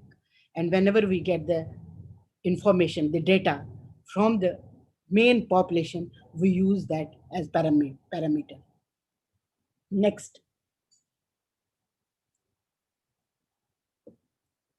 Then next one is the sampling error. What is sampling error? Because many a times we will be doing the sampling error, because whenever suppose there are 10,000 in your population and you want to select only 1,000. So there are chances that you may use sampling, there may be sampling error. So what is the sampling error? It is the difference between the data which you obtain. Suppose you do random sampling of 1,000 population out of 10,000 population. So there may be sometimes the error that whatever findings you would get from 1,000 would be different from the findings which you would get from 10,000 as a whole, or 5,000, 6,000 and all that. So the difference between the data obtained from a random sample and the data that you would have obtained if entire population was measured. So there is always a bias. There could always this is not a bias. This is different from the bias. The error, it would be natural, because you never know, even if we are doing random sampling where there are chances of representation of each and every portion of the population, but still then there could be some error that if you study whole population, the results could be different than the results which you have obtained from the sample. Then sometimes we use this word as standard error, and then we keep that error as the constant. Next one. Then is the sampling bias. So you must always differentiate between sampling error and sampling bias.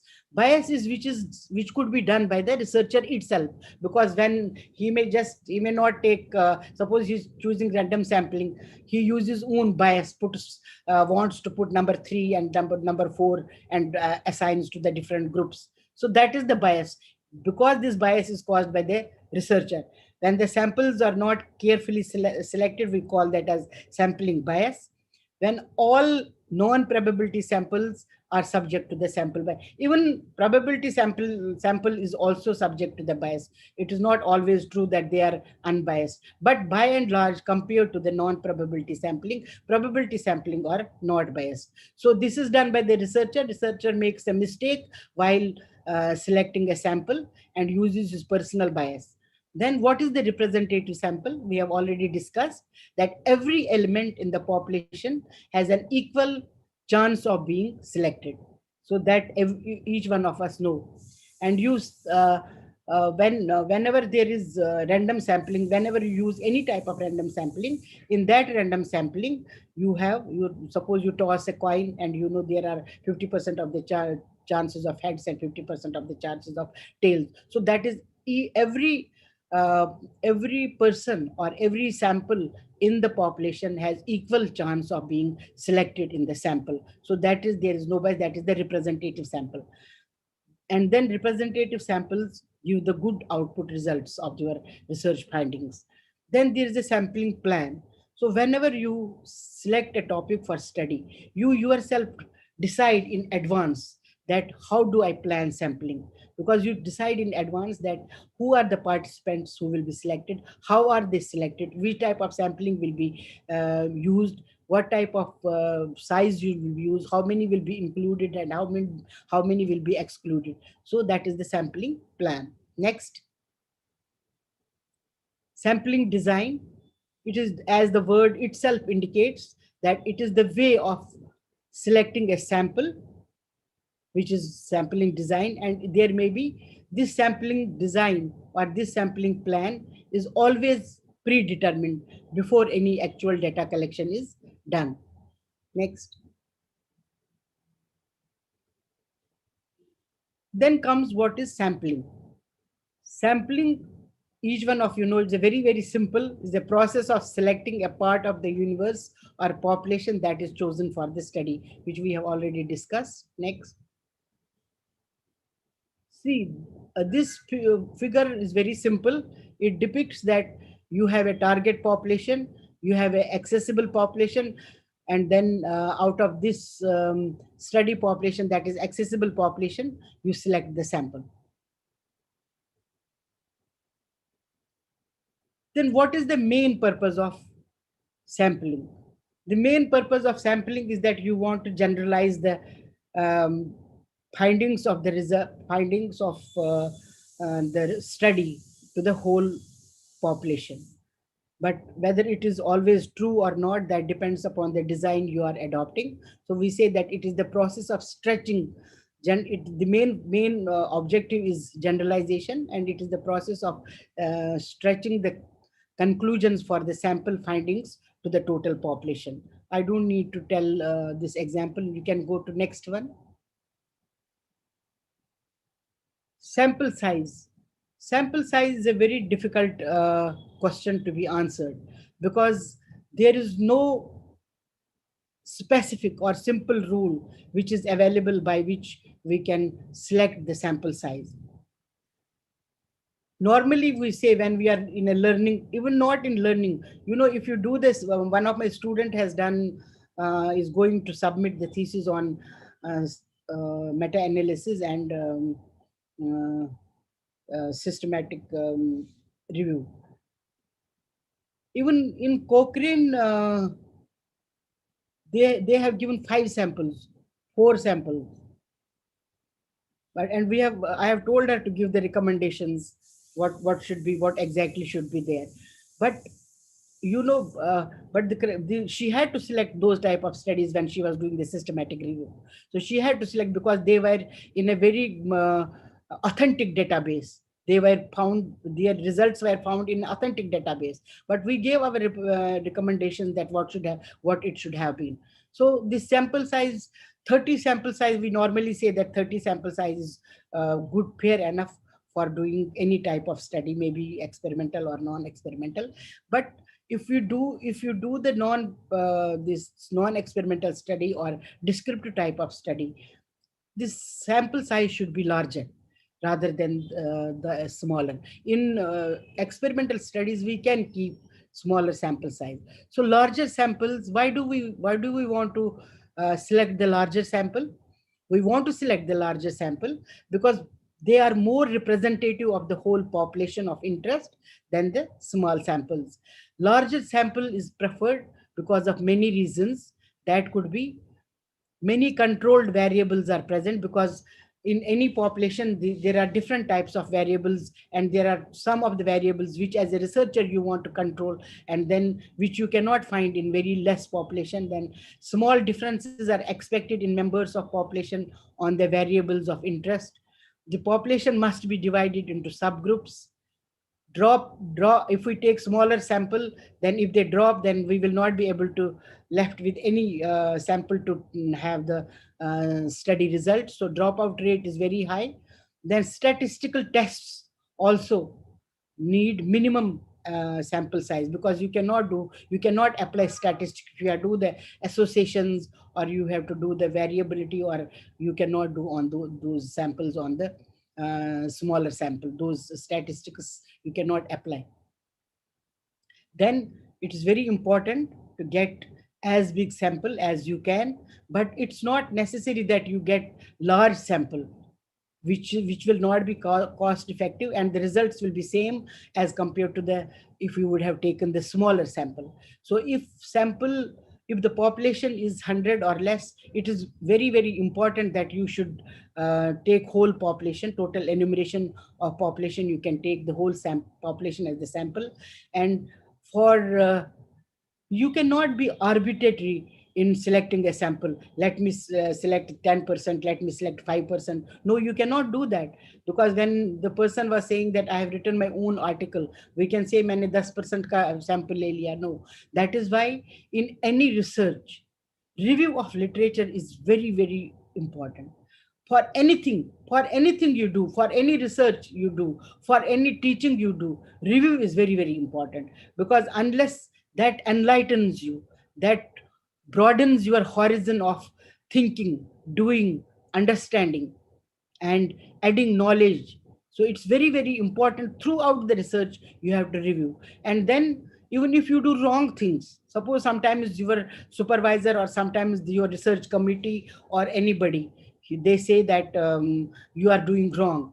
But if you have reviewed the literature and if you have evidences with you, you can very well defend and you can justify. We had one of our students, she had to present her she had to take ethical clearance. She had to take ethical clearance from her institutional for a very important institutional committee where many universities were involved and many medical colleges were involved. So she was a nursing scholar. She had to take ethical clearance. And what happened, she had IGNOU has finalized, she was doing under my supervision. So IGNOU has finalized her proposal, and all in that proposal, her sample, her study approach, study design, and this approach of the study, research approach, which we say, that all was decided. But one day when she presented that in that their committee, which consists of the different universities and 2 or 3 medical colleges and their own hospital heads who were the chairperson of the research committee, they rejected her proposal. Then she came to me, then madam, they have rejected. I said, why did they reject? Tell me. She said they told me that this study is a cross-sectional study. Then this and on the basis of this they have rejected my study. I said, I will talk to your chairperson. This is not whatever study you are doing. It's not a cross-sectional. It is not a cross-sectional study. And any type of researchers who can come and discuss with me, I can explain them that this is not a cross-sectional design. But that is not enough. If I tell the supervisor that researcher is this thing, then I told her, take whole polit or all other researchers and take the content, what is cross-sectional design and what is the design you have chosen, and what are the instances in which you are using this design. And when second time she went to the ethical committee, hospital ethical committee again, and I told her to read and read and read and read. And she went through the literature, and I said, take those scripts out, and then you have to, because you have to convince the committee, otherwise they will not listen to me or you. So I talked to the chairperson. I said, sir, please, you see that you can go through what it is. Then she told first that my research guide has told, no, it's not a cross-sectional study. My research guide has totally rejected your cross-sectional design. The design is that what I had, that was one shot design, and then quasi-experimental design or something like that. Then she read all those. I said, don't take only nursing researchers, take the social research also, scientific research also. Then she read that, because those people, they do not know exact methodology. They have not studied any exact methodology. So I said, you read that. And then she only read those 2-3 excerpts, and then they were convinced that yes, we were wrong in saying that this is a this thing. So therefore, you have to support your everything in research. You have to support your everything with, you cannot say your thing, it is like this, it is like that. No, you, whatever you have found, that is why आप discussion क्यों लिखते हो? Because जो आपने किया है वो किसी से support है, that is supported. So this all gives you, when you review the literature and then you show that अगर आपने 10% sample ले लिया, you can say that 10 studies are there which have taken the 10% sample, 10% of the population as the sample. So review the literature and see how many samples they have selected. Many sample size calculations required to be conversant with the study, because there are many statistical formula, many, maybe prevalence studies के लिए अलग है, scientific studies के लिए अलग है, experimental studies के लिए, there are many studies. Those can be used depending upon the insight of the researcher himself. When he enters deep into the research, he decides about what is that he wants to, what is the size he wants to take, and that size, the sample size, has to be based on the evidences. Next one. When we mainly in experimental studies, we use power analysis. Power means if the sample is too much representative, 80%, 90% representative of the sample, that is the power of the study. So this procedure can be used to determine the needed sample size for a research study. It's very mostly important in the experimental studies where you use this. And the power of statistical test is its ability to detect statistical significance in a study when it is present. When power is low, the likelihood of making type 2 error is very high. So we will not discuss here. You must have already studied type 1 and type 2 error.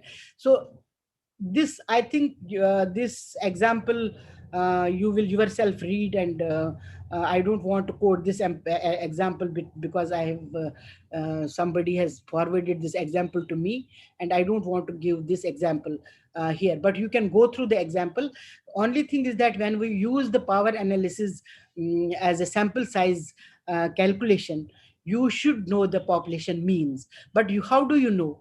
You have to either depend upon the same type of researches which have already done, which somebody has already done the similar study on similar type of sample with the similar characteristics, and what are their population means, the sample, what is their what are their means. So then based on that, the formula, which is the power analysis formula, can be applied. Or the other way is that you conduct this pilot study on 10%, and when you find the findings, then based on those findings you can calculate the sample. Next, I will not use this. So this is the sometimes there are other type of formula used, but this I don't use this type of formula. Next one, please. So then I will simply go to this sampling technique. Technique is just a method you are adopting to recruit the sample for a particular study. Next. So whenever you are selecting a sample, the two important things which you want to take into consideration is that who are those study subjects or study participants whom you want to include in your study, or whom you don't want to include your study. But it's not that inclusion and exclusion criteria are two different criteria. In both inclusion as well as the exclusion criteria, the main characteristics which you want to study in a particular research, they are same for both criteria.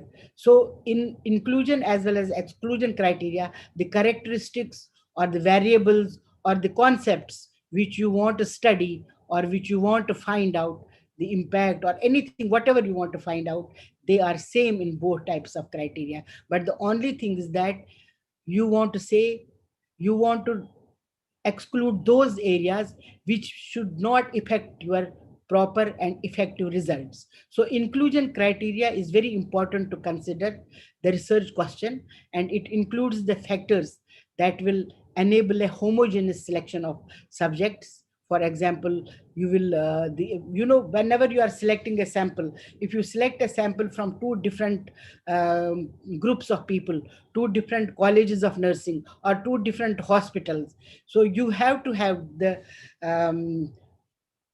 homogeneity factor to be taken into consideration. It's very, very important. If you do not have homogeneous sample, your study findings will be very, very false. So it's very important you include the criteria and take care that the sample is homogeneous. It's not only the age, it is the other, these are all demographic variables. It's the diagnosis, it's the type of setting, it is the type of background of the people which matters. So you have to have the homogeneous sample. And in exclusion criteria, all those variables are there, but only thing is that you want to exclude some of them. And what is that? It is applied to the subjects who generally meet the inclusion criteria but must be excluded because they cannot complete the study or possess unique characteristics that may confound the results. So that is what I was saying, that they may, certain variables are there which cannot be controlled, which can affect the results of the study. So you want to you suppose you want to select a diabetic patient, want to study diabetes. So diabetes, all the diabetes will be same, they will have everything character will be same, but you want to exclude a person, a diabetic patient who does not have any other comorbidity. So you will exclude a person with diabetes who has a comorbidity, maybe heart disease, maybe blood pressure.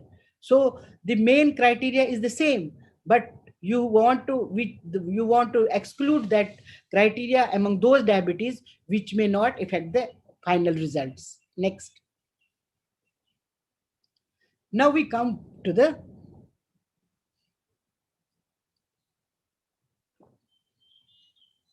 types of samples. It's a very, very simple topic. There are two types of samples. Those are probability samples and non-probability samples.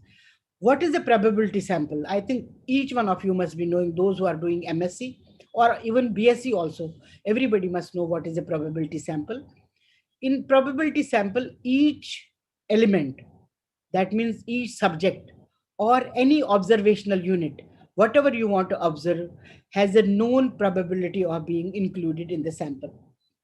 So you know that if you take a probability sample, there are 50% of chances of getting selected or 50% of chances of not getting selected. So there is an equal chance for representation of each sampling unit or element in a population or a sample. A simple example which usually we give is tossing a coin once, and there is a 50% chance that head of the coin may face up.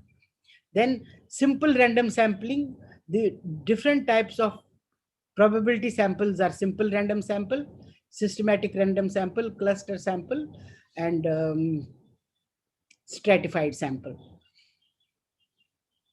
Then if we go to the non-probability sample, in this, the researcher subjectively determines which element or unit or the items may make up the sample.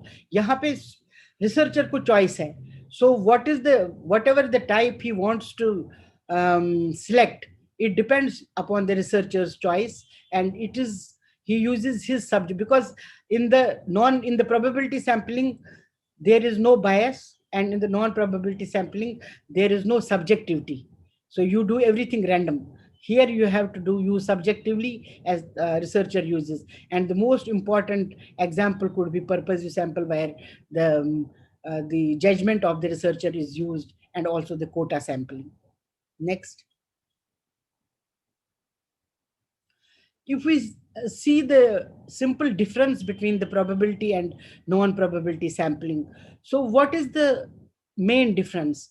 In probability sampling, it allows the use of statistics and even statistical hypothesis, use of to test the hypothesis. Even though in descriptive type of non-experimental studies, also in descriptive type studies, there are we generate the hypothesis, but those may be in some of the exploratory type of research or the evaluative type of research, where you can generate the hypothesis but and apply the testing. Then it can estimate population parameters. Population parameters are not of interest in the non-probability sampling. Bias, we have already discussed that there is no bias in this. If it is there, it is very, very minimum. Adequacy of the sample cannot be known. You do not know whether in non-probability type of sampling, we never know whether we have selected an adequate, whether we have used an adequate method or where we have used the adequate sample for this conducting the study. It must have random selection of the units, but this one is cheaper, easier, and quicker to carry out. Next. Let's go to the types of probability sampling. I think this simple random sampling has by mistake come down. Types of probability sampling is the first very simple type of probability sample is simple random sampling. So what is this simple random sampling? As the name indicates, in this simple random sampling, there is an possibility of every item in the universe to be represented or to be selected.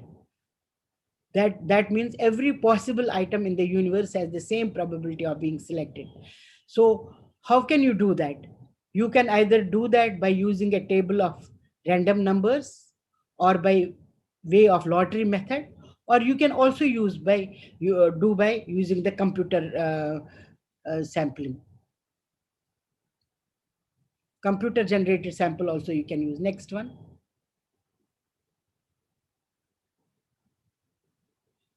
So if we define it, we have already defined simple random sampling, where we have said that it has every element in the population has the equal chance of being represented or selected in the sample. Then in the systematic random sampling, what is systematic random sampling?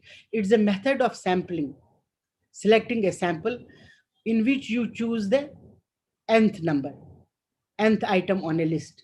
This is selecting one in every fixed number, and that could be either you may select third or fifth or seventh or 10th or 100th, which depends on the size of the universe. So this is also not arbitrarily selected. This nth or this fixed number, that is 7th, 10th or nth, that doesn't come by arbitrary.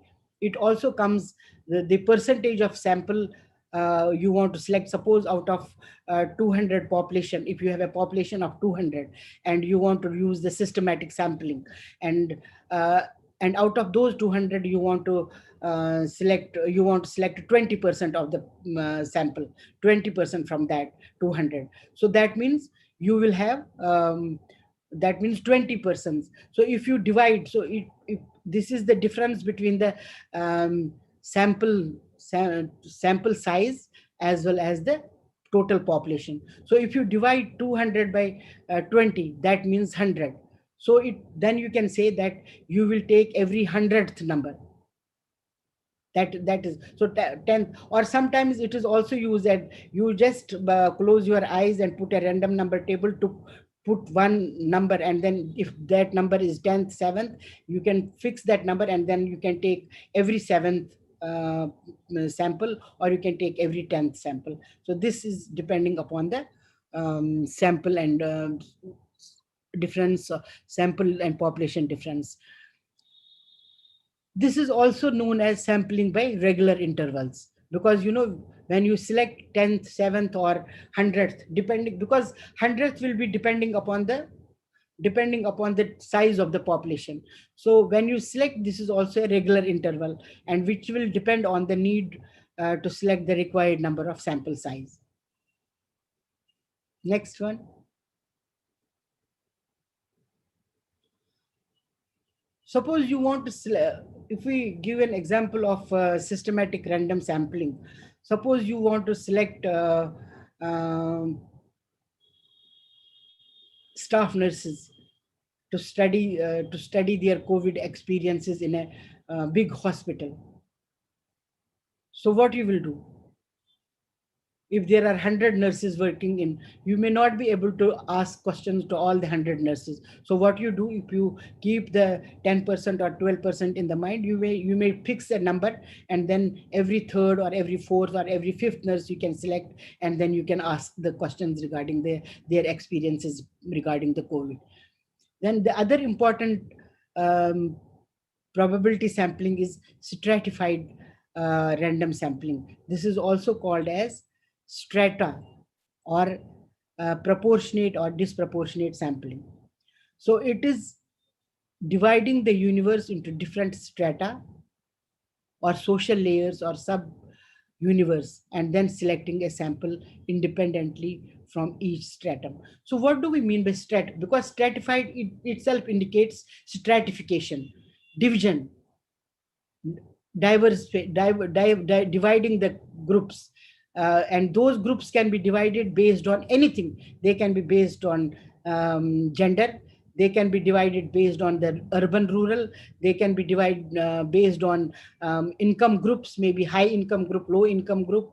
They can be divided into studies classes, class 1, class 2, class 3, or they can be started as undergraduate students, postgraduate students, or graduate students. So any type, or they can also be socio-economic groups, not only the income, occupation, also what type of occupation. So nth number of variables, they can be divided in nth number of variables which are of interest to the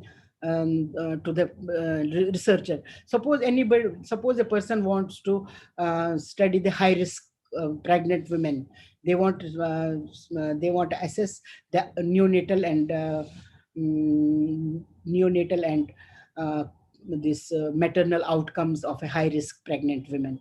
So there are so many high risk factors.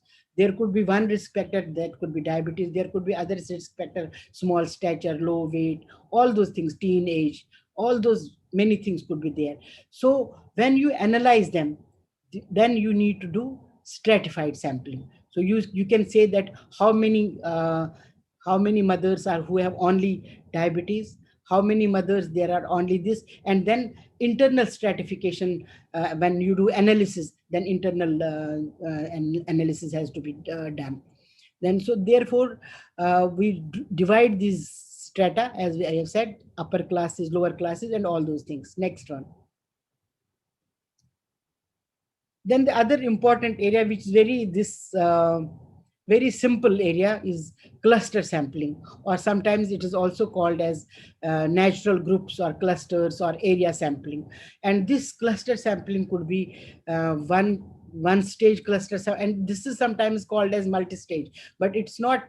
We should not confuse cluster sampling with the multi-stage, because cluster sample can be one stage, cluster sample can be two stage, and cluster sample can be multi-stage. So if you want to study the staff nurses in a hospital or nursing supervisors in a hospital, so you select a hospital among, suppose in Delhi or in Kashmir, there are 4 hospitals. So you want to study the nursing supervisors or nursing superintendents about regarding their opinion about working of staff nurses during COVID. So in Srinagar, so you will select the hospital randomly, and then in that particular hospital you will select the nursing supervisors, or if you want to select the nursing superintendent in order to get this data from regarding whatever study you have selected. So that could be only one stage sampling. Similarly, if you again want to select the staff nurses, suppose you want to study the staff nurses, so you select the hospital at one stage, then you select the ward in the other stage, second one, and then under the ward you select the nurses, and under the nurses also you select randomly some nurses, some sample. So there are 3 stages, 4 stages. You are selecting the hospital, or you are selecting the district or the place. Then you are selecting the hospitals randomly. Then you are selecting the wards. There you are numbering the wards, selecting the wards, and out of the wards you are selecting the staff nurses, or among those staff nurses again you are selecting the random sample. So this becomes a multi-stage sample. So you form the clusters. Similarly, if you want to study primary health center, suppose you want to study the community health officers, how do they function? So you can select a state, or you can select a district. Then you can also select out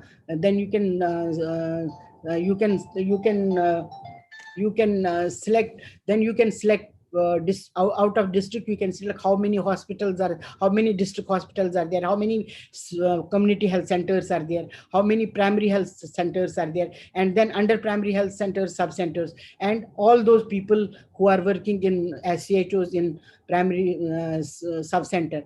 Then you select them. So it also becomes the clusters. One cluster was district hospital, another was community health center, another cluster was primary health center, another cluster is sub-center, and out of that sub-center, as many states or blocks you want to choose. So you select the community health officers and see their efficacy of working under the Ayushman Bharat. So that becomes a cluster sampling. So if we talk about cluster sampling, it's a method of using groups or clusters of items in the universe to select as sampling units, as in the case of selecting, here is a hamlet. I've given the hamlet of population in a tribal health status study. The multi-stage random sampling involves district, villages, houses are all selected from the micro level to micro level. Next one. Then we come to the another method of sampling, that is probability sampling.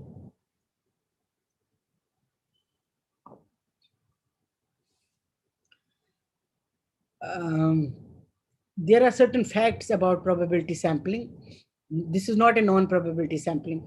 There are certain facts. The first potential problem is bias. It can be there. It's not always there. Bias can occur easily and may be related to researchers' preference.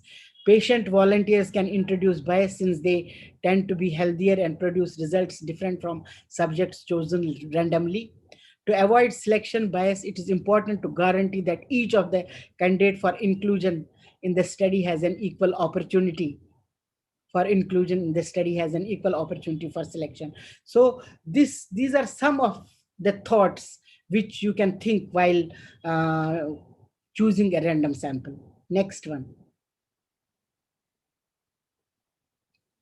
Then in this random sampling, randomization is important, very, very important, because when you are doing random sampling technique, when you are using the probability sampling technique, randomization is very, very important for 2 reasons. First, it provides a sample which is not biased, and second, it meets the requirement for the statistical validity, because when you choose the sample randomly, then your whatever statistical test you apply, it is a very valid test. So several methods exist that can be used randomly, random selection of the sample. But I just want to say here, whenever you are doing the experimental study, you are using the quasi-experimental study or true experimental study. So you are using randomization, you are doing random sampling, you are using control, and you are also using the this control group. So the randomization and random assignment, these are 2 different terminologies. Randomization means that, random assignment is that when you assign the subjects to the control group or the study group randomly, that is random assignment. But randomization is that when you select the sample by using the any type of random sampling technique. Next. How do you draw this simple random sample? What are the ways in which you can draw the simple? All of you know, because we have said that there are different methods. You can have the lottery method, you can have the random numbers, and you can also use the computer generated random numbers and the computer generated sample. So here what you can do, if you are using a lottery method, you can put all the names from your population in a basket or a hat and then select a subset. Use computer programs and also a random table of random numbers. All of you must be knowing about random numbers, because there are many rows and columns, and then if you want to select a sample from the table of random numbers, then you have to close your eyes and put your finger blindly on one spot, and then you can take either in any direction, in the right direction, left direction, upper direction, and down direction. You can select the subsequent sample after selecting randomly one. Then each unit in the population is identified, and each unit has an equal chance of being in the sample, and which minimizes bias and simplifies the analysis of results. The selection of each unit is independent of the selection of every other unit. So the selection of one is not dependent on the other. Next.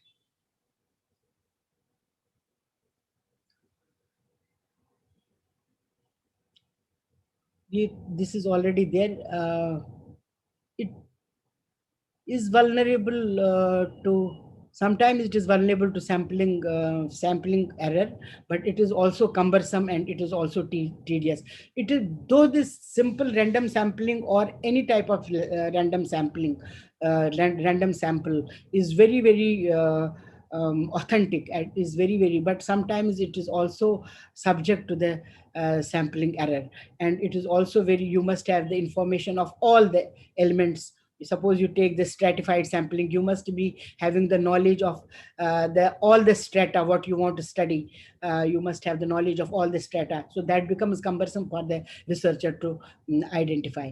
So the simple random sampling is always having an equal probability of being selection, but it is but always there is this cannot cross match with the simple random sampling. So simple random sampling is the easiest form of probability sampling. Next. How to identify the cluster sample? First identify each hospital and OPD, because I have already discussed this, but let me repeat it. First, identify each hospital or OPD that meets your inclusion criteria. Next, use one of the selection methods to randomly select a portion of those facilities. Include facilities or subjects from each of the randomly selected facility. Each of the facility and each of the subject have an equal when we were talking about the nursing supervisors, they were having the equal chance of being selected. Or when we talked about the community health officers, so everyone had every primary health center, every sub center had the equal chance of getting selected. So each of the facility and each of the subject have an equal opportunity to be chosen. There is no bias. The groups are defined so as to maintain the heterogeneity of the population, because at different levels you have different setups. Goal is to establish clusters that are representative of the population, but it may sometimes be difficult to achieve. Next one. We would quickly go about the advantages and disadvantages of the probability sampling, because this is the best type of sampling which we can do, but it is having some disadvantages also. If we talk about the advantages, if we talk about simple random sampling, the little knowledge of population is needed in simple random sampling, and it is mostly unbiased, and you can easily analyze this. The disadvantage could be the complete listing of population is needed, and it is time consuming. Next.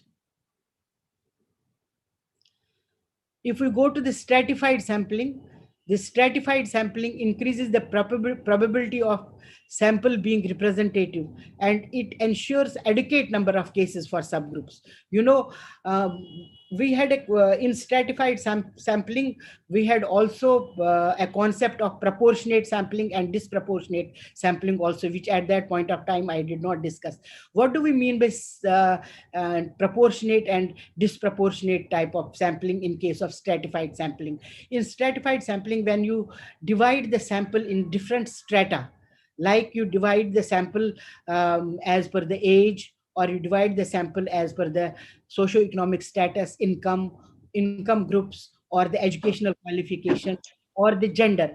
If you divide them in those strata, if you want, and you have to have some yardstick that how many people you want to put in the age group of this, and how many you want to put male and female, how many you want to put high income and low income. So what in that case, what we do in proportionate type of stratified sampling, we do that we see what is their representation in the main population. Suppose there is a population where there are 10% of males, or suppose there is a population where there are 20% of low income group.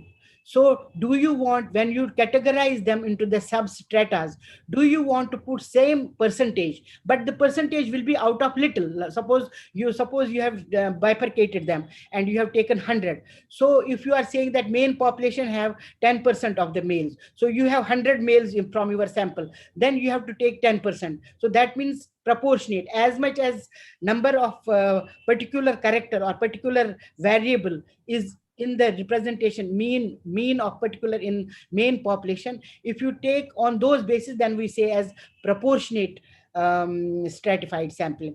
And disproportionate stratified sampling means when you use your own, you do random sampling, but you take percentage out of your own, which is not the which percentage does not exist in the, you decide. Sometimes we decide 10%, we'll take 10% in this, 10% in this, 10% in that, or 5% in this. So that is disproportionate. We should not say that we are disproportionately sampling. It is with respect to the population, the number, or the proportion of particular character, the proportion of particular strata which exists in the main population. If we take the stratified sample based on that, if we make representation of all these strata based on the number which there is exists in the main population, then we call it proportionate. Otherwise, if we decide that we may take 5%, 10%, 4% here, 2% here, then it is a disproportionate one. So here I was saying it increases the then I think previous one, it increases the probability of sample being representative, ensures adequate number of cases per subgroups. This stratified sampling is considered to be the best method of random sampling technique. So if we talk about the disadvantage, it requires, because you will have to accurately make assessments, requires accurate knowledge of the population. So you must know that this population will have these many males, these many females. So that is only possible when we do the census. So that that can be only done if you have the data of census. Then it may be costly to prepare stratified list. Statistics is more complicated inside, because you have to do multiple type of you have to do internal matching, you have to, if you do the peer test, t-tests, or you do regression analysis, or whatever analysis you do, you have to do within the groups, you have to do without the groups, and you have to do within the stratas. So that means it has a this complicated statistics. Next one. And what are the advantages of the cluster sampling? Cluster sample is considered to be very, very simple method of random sampling after the simple random sampling, because it saves your time and money. The arrangements are made within the small number of sampling units, which are characteristics of the clusters, and they represent the population. But what are the disadvantages? Larger sampling errors require assignment of each member of population uniquely to a cluster.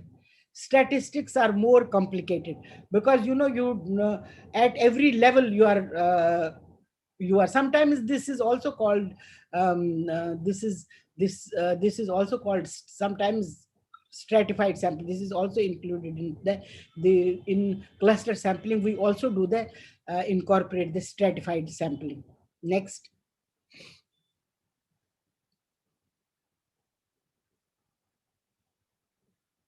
Then easy to draw sample, economical and time, possibility of bias if ordering of population is not known. After first sampling element is chosen, population members no longer have equal chance of being chosen. So naturally that if you select out of the hospital, 10 hospitals, if you select one, so every hospital has not the chance of getting selected. Next one. Then we come to the non-probability sampling method, which most of the nursing studies, we use. So it is constituting a sample chiefly because they are readily or easily available in numbers and under conditions, none of which may be of researcher's choice. So the main character of non-probability sample is that you have availability everywhere. You have the available sample. You can find anywhere, everywhere you can find the sample from when you are choosing the non-probability sample. Whether you want to have those characteristics, all those characteristics which are existing in them, that depends upon the choice of the researcher. So convenience is a basis for the selection. So though convenience sampling is one of the methods of non-probability sampling, but the hallmark of non-probability sampling is the convenience. That means you can have any type of sample, any type of non-probability sample you can have as per convenience. So that is why it is called as the convenience is a basis for this selection, but the results can sometimes be misleading. Next.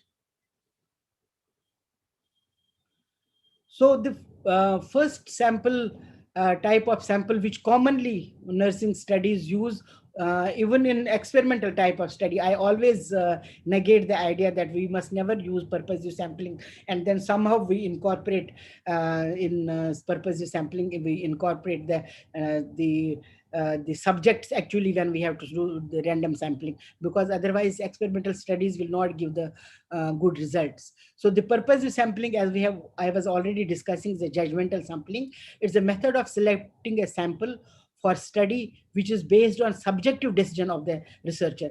That means the researcher knows that from this hospital I will get this type of patients, from this college of nursing I will get these type of patients which is of our interest. Whatever study he selects, so he knows that this type of patient, suppose she wants to study cancer patients, she wants to study the diabetic patients, so she will say that I will get from this setting. She wants to study the effectiveness of the planned teaching program, or if somebody wants to study the effectiveness of this webinar, and you will choose the various topics and then identify which was the effective one. So you will choose yourself, so that becomes your purposive sample. So decision of the researcher that the selected items of the individual are known to possess the required characteristics that are studied. So it is up to the researcher, whatever he wants to study, and he knows that where he can get, in which he wants to study the diabetes, he will see where are the diabetic patients. He wants to study the BSc nursing second year students, and he wants to study the stroke patients. So he studies them and he says that the stroke patients will be here, and then that is as per his convenience. Next, please. Then convenience sampling.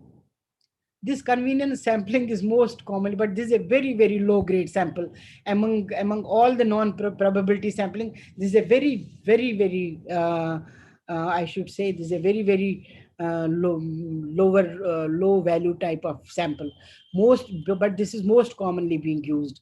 Subjects selected are used as per the accessibility, as per the convenience of the researcher, and it is also sometimes called as GRAB, convenience or opportunity sampling, accidental sample, or man in the street samples. So wherever you go, you find a sample and you take the data collect the data and then do the research. Then the technique for this is very, very easy, and it is fastly, you don't need to utilize so much of your energy and brain to select this type of sample. So this very, and it is least expensive and it cannot trouble the researcher. Researcher is very at ease to use this sampling. Convenience sample are used, time and cost of the collecting information is reduced. Drawback of the convenient sampling is that that is almost all the non-probability sampling, they lack accuracy, but not all, but this lacks more, there is more, much lack of sampling accuracy. And it should normally be that, when we do pilot study, we use the convenient sample, and for that it is very good. But when you are doing the pilot study and if you use the convenient sampling, it is very good for using the convenient sampling. Next one. Then consecutive sampling. It is a sort of a convenient sampling only, but here in convenient sampling, whosoever is available, you can take them. But here it is little bit of different. So it's a strict version of convenience sampling where every available subject is selected. So suppose you want second year students, if somebody is absent on one day, but you have to select all, whosoever is available, you will collect the data from all of them. So it's a strict version of convenience sampling where every available subject is selected. That is, the complete accessible population is selected. So whatever accessible population you have chosen, that is selected by all means. So it's the best choice, since by studying everybody available, a good representation of overall population is possible in a reasonable period of time. So we have already discussed that at least here you can get a very large sample, and you have you can even get total enumeration, whole accessible population, total enumeration population, and the results can also be better. So even though it does not allow the randomization of the original subject pool to be studied, every effort should be made to randomize at all other levels. Wherever possible, you can randomize them. Next sample. See, quota sampling. Sometimes this quota sampling is also called as stratified sampling, but here you choose the quota. So whenever whenever you use the quota sampling, so you divide a non-probability sample of 100, 500, 200, whatsoever. You divide it into various characteristics, depending upon various characteristics, whatever you study, like we do into the stratified sampling. So then in stratified sampling, you have to follow the random technique. But here you have the predetermined quota. You want to see that how much I want to study from, how many I want to study from urban, how many I want to study from rural, how many, I suppose in a population there are 20% male and 50% female, how many males I want to select. So they fix a quota, they fix a number, and then that number is selected out of the main representative sample. So if we talk about this quota sampling, this is used to ensure equal representation of subjects in each layer of the stratified sample grouping. It is often confused with the stratified and cluster sampling probability sampling methodologies, because it involves the division of the sample into the different strata, into the different classes, and then fixing each number. That is why it is often confused with that. But it is not a simple random. It is not a random probability sample. It is confused with that. So the thing is that here you must. How do you fix the quota? You can only fix the quota if you have information about the if you have knowledge or information about the population at large or the accessible population. That is why it says that you must know something about the characteristic of the population ahead of time. So accessible, you must know the population, that if you want to study how many males and how many females, how many rural and how many urban, and how many high income and how many low income. So you must have the good knowledge of the population, and you must know that there is, sometimes you feel there are no, suppose you are studying a nursing class. So maybe there is no male student in that class. then you have to go to that particular college and find out whether any male nurses are studying there or not. So that means it needs the pre-information about the strata, so that the sampling can be done, so that the quota can be allotted to the each strata. But what is the problem? Even when we know that a quota sample is representative of the particular characteristic for which quotas have been set, we have no way of knowing if sample is representative in terms of any other characteristic.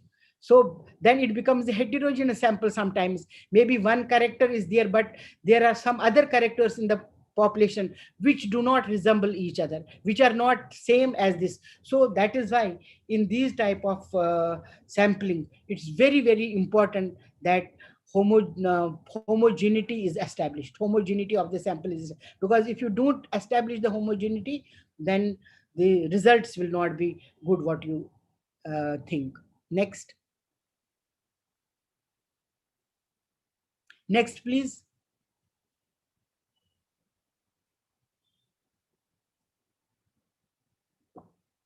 Do you want me to see this? So there is an explanation about this which is not that important. The primary difference between the methodologies is that with the stratified and cluster sampling, the classes are mutually exclusive and are isolated prior to sampling. So they are not, they are different. They are not, they mutually exclusive. They are not, one is not dependent on the other. They are independent characteristics. The probability of being selected is known, and members of the population selected to be sampled are not arbitrarily disqualified from being included in the results, because we do the random sampling, we do randomization. But in quota sampling, what happens, the classes cannot be isolated prior to sampling, and respondents are categorized into the classes as the survey proceeds. Because when you have done the study and you find out there are characteristics, you divide them and then you assign the quota. Next.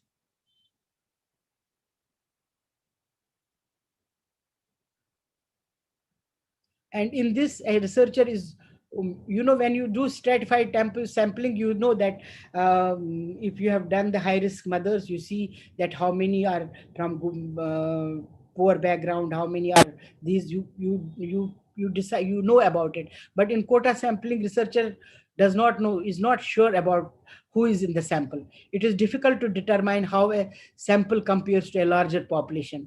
So mostly this sample is not in non-probability sample. The quota sampling has not been very widely. It's very, very rarely used. And I have come across very less studies where this is used. So the issue is that who respondents refer to, friends refer to other people, and then they say that us population mein itne hai, is class mein males hai ya female hai. So this is not this is not a very not a very convenient way of doing the using. When you use the non-probability sampling, quota sampling should be the last option for this thing, because it is all depending upon the presumptions. Next one. Snowball sampling is another one, because it is also not that type of this thing, but it's a very important one from the point of view of, because when you want to study the thing of which you do not have knowledge, so in that case you are compelled to do the snowball sampling. And this could be done at the individual level, 2 levels, 3 levels, 4 levels. So what does that mean? What does the individual level, 2 level, 3 level? You understand what is snowball? Suppose you want to assess some market trends of anything. Suppose you want to assess the, you want to know that how many nurses are migrated. One of my students did the international migration of nurses. She did a study of international migration of nurses.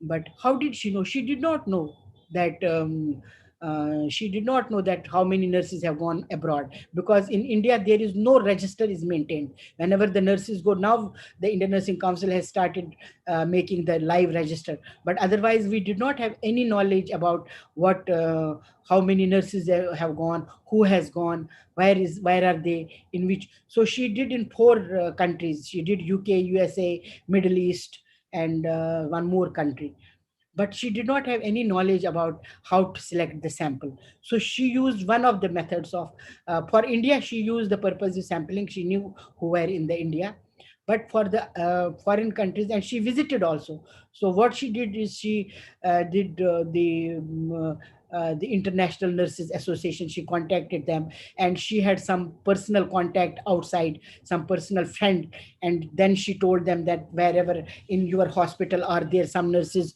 who have migrated from India. So in whenever you do not have any information about the population which you want to study, the phenomena, the characteristics, or the concepts which you want to study in a population, when they are out of your knowledge, when nothing exists about them. So in that case, it's very important that you do the snowball sampling. You identify a person, and then you tell that person, collect the data from that person, and tell that person, do you have same person, same like the characters which you have, do you know somebody? And the one person gives the information about one more person. So that is at individual level. And sometimes you have 2 people, they give you information about 4 people. Sometimes you have 3 people, they give about 6 people. And so it varies also. It can be individual level, individual gives to individual, and that individual gives to more, or it can be 2 individuals which give about information about 4, or 4 gives about 8, or 8 gives about 16. So till the time the researcher selects the sample, the total sample which she has estimated, then she does the snowball. Because snowballing is a method of selecting a sample for study which is based on information of similar constituent from first or earlier person. So first person you have to select, you have to find out, or any person in the sample, or others till an adequate number of sample is reached. This strategy is used only when the researcher has very scanty or little idea about magnitude of the universe or population of study, or its other relevant details. So that is, we discuss the same way. Next. I have come across also with the replicate, but I have not seen any study which is using, so I will not be able to discuss much about it. The replicated or interpenetrating sampling.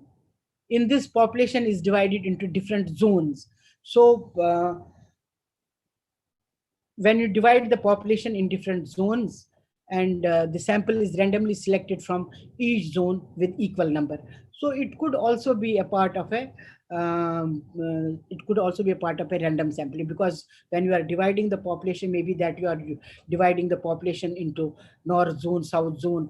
Sometimes one of the students did in municipality. They did in municipality. The ANMs. She worked on the ANMs.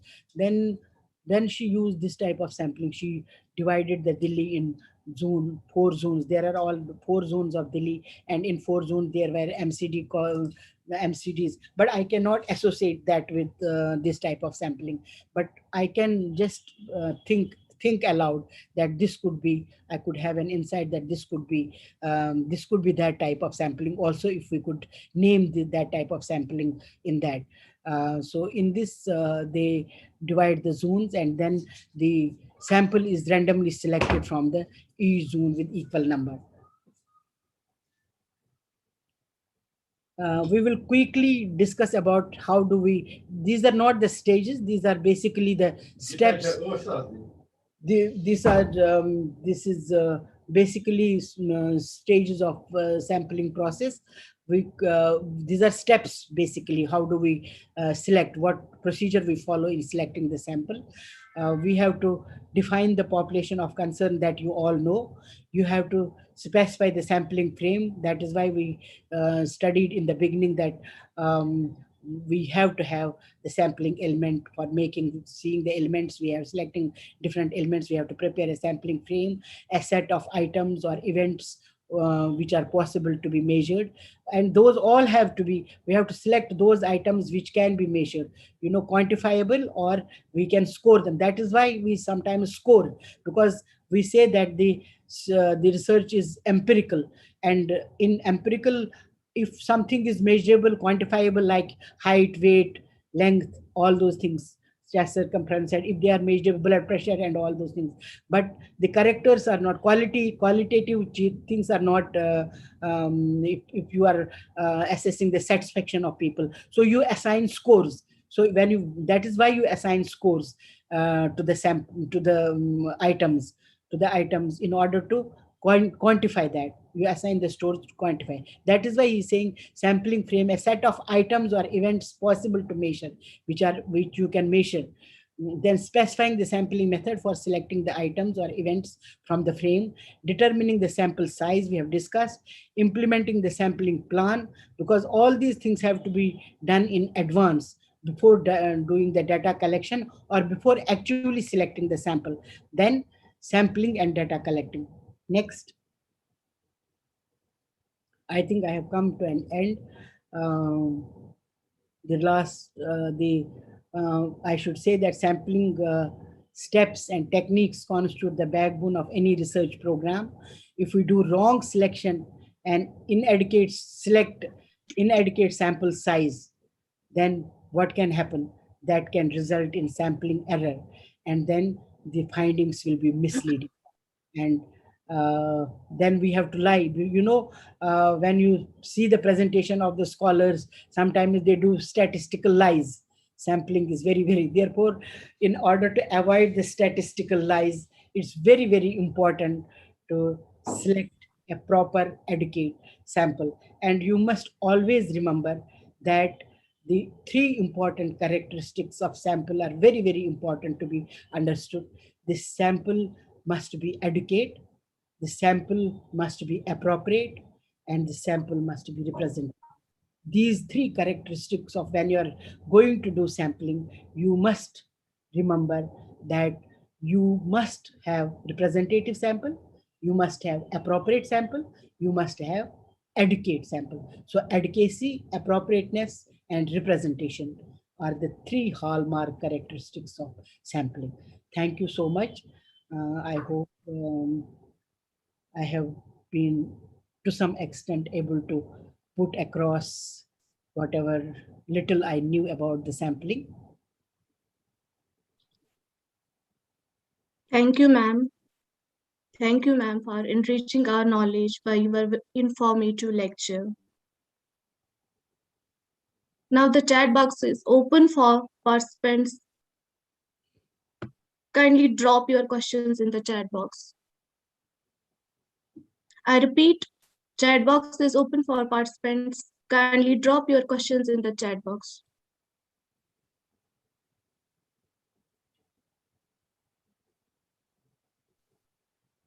Yes, Saima Habib raised hand. So please ask your question. A very good morning, ma'am. Yes.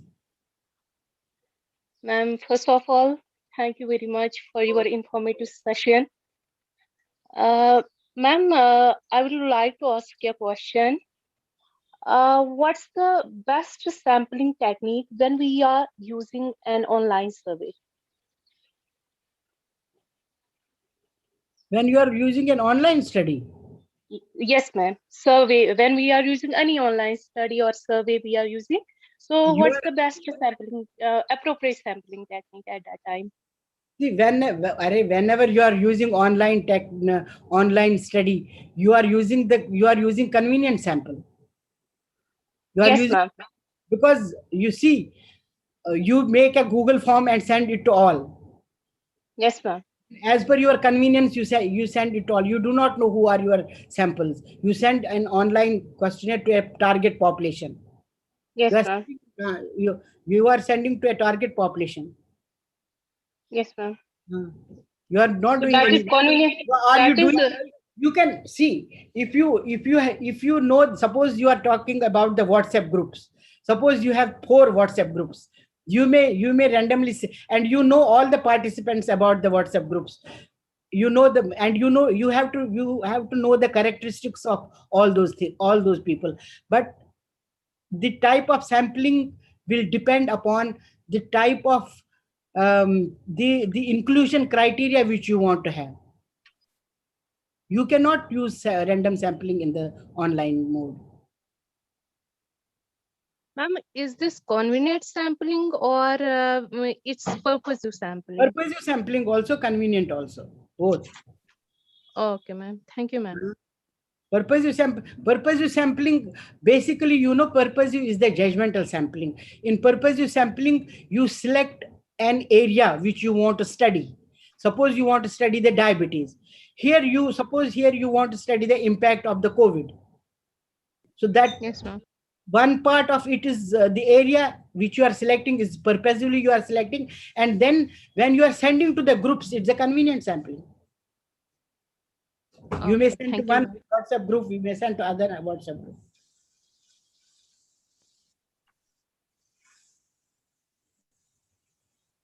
And mainly उसमें क्या हम करते हैं, we make a Google form and supply it to all. Sometimes it can be also total enumeration if you have a large group.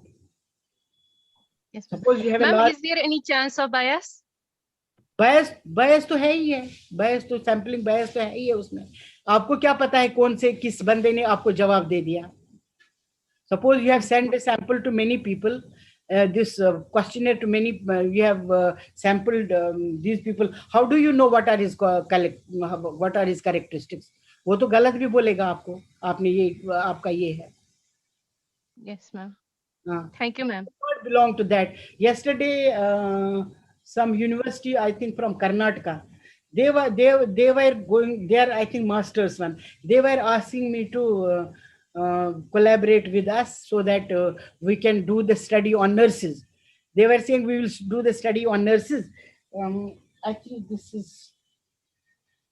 I think this is going slow down. Just a minute. This is charging slow.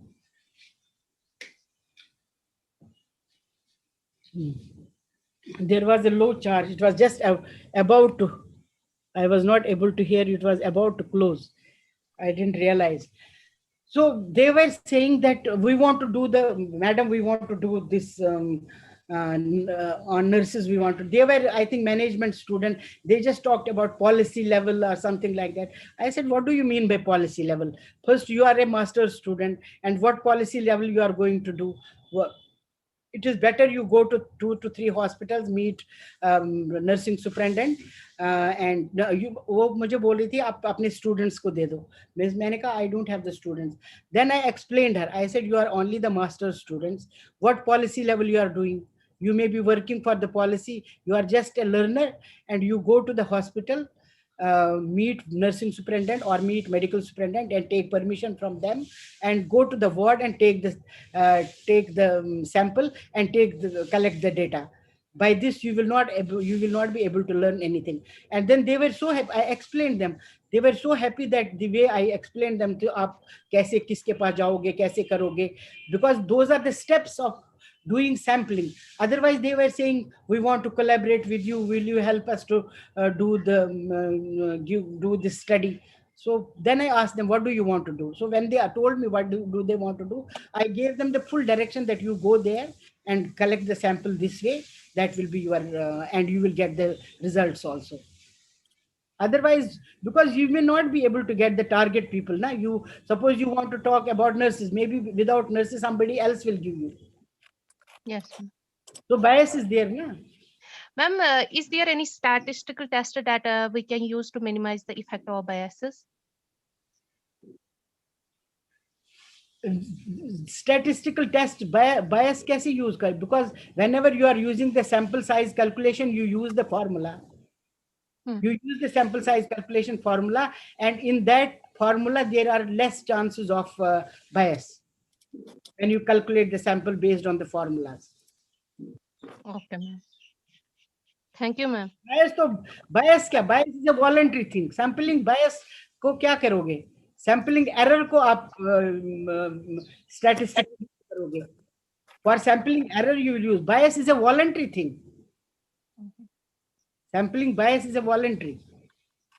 And when you collect the sample, random sample where you want to have the bias, there also the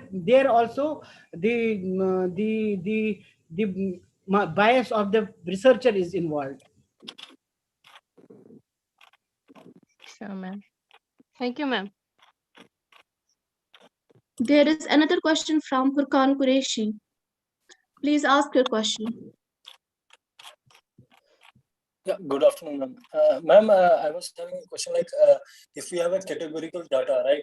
And if it is without order or with order, then can we use it for the qualitative data analysis? Like we can use ANOVA or regression models to make our data in a good format.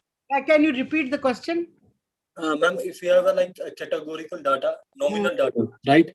So in that, if we have with order and without order, the data. Whenever you are making, when are you making the nominal data or categorical data, you have, whenever you are establishing the relationships, that time you can use.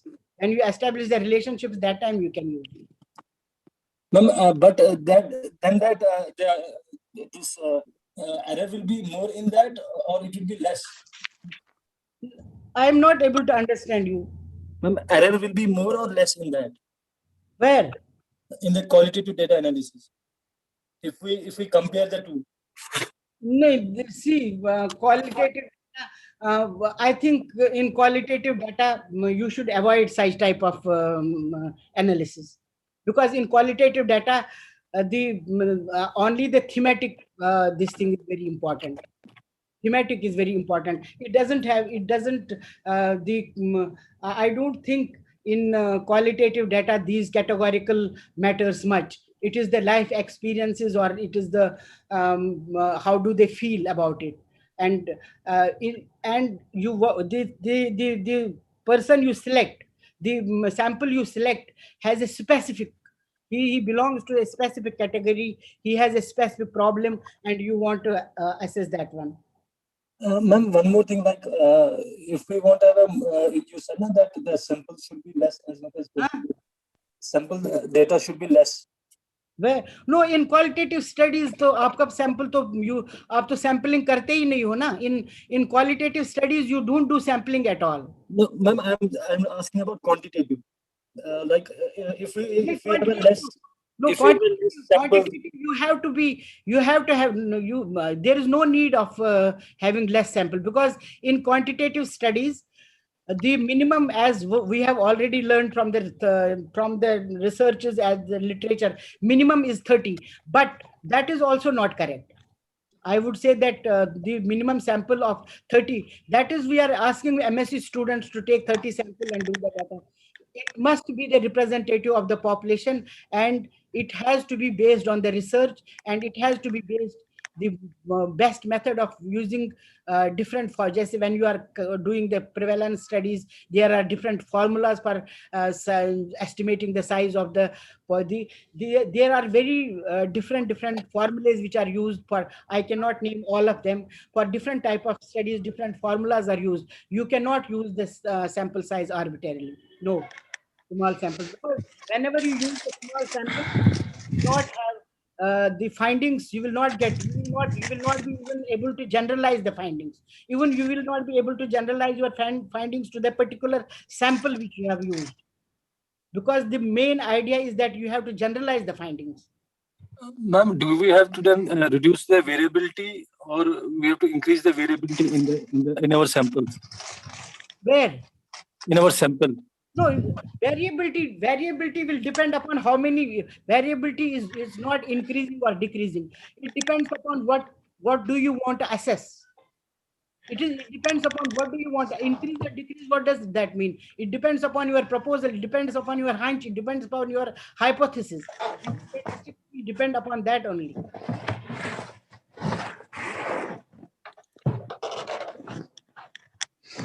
Thank you, ma'am. I am not very expert in statistics. There is another question from Sheikh Masood. Over to you, ma'am. Yes.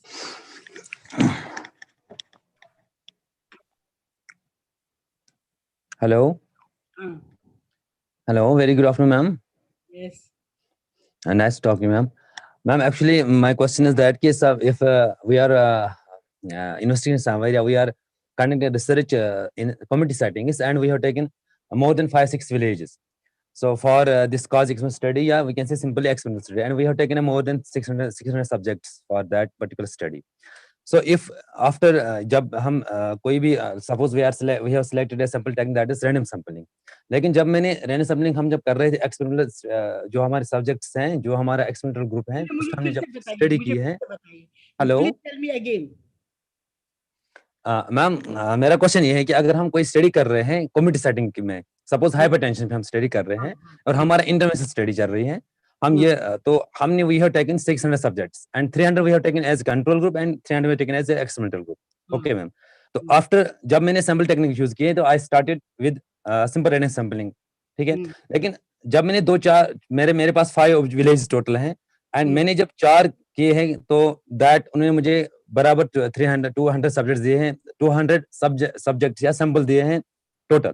तो अब मेरा जो एक village pending है उसे मुझे 100 लेना है, लेकिन 100 मुझे क्लियर नहीं हो रहा है. क्या मैं उस वक्त दूसरा विलेज सिलेक्ट कर सकता हूँ या मुझे सैंपल टेक्निक यूज करें? नंबर 1. नंबर 2, क्या मैं एक स्टडी में 2 टेक्निक्स यूज कर सकता हूँ sample techniques? Yes. In one study you can use multiple. Yes, you can at various levels you can use multiple sampling techniques. Okay. In a study you can use multiple sampling techniques. Because I have gone recently through this. At one level you will select something purposively. At the other level, among that you will select randomly. At the other level you can see total enumeration. You can see you can use 4 types of samples in one study. Thank you, ma'am.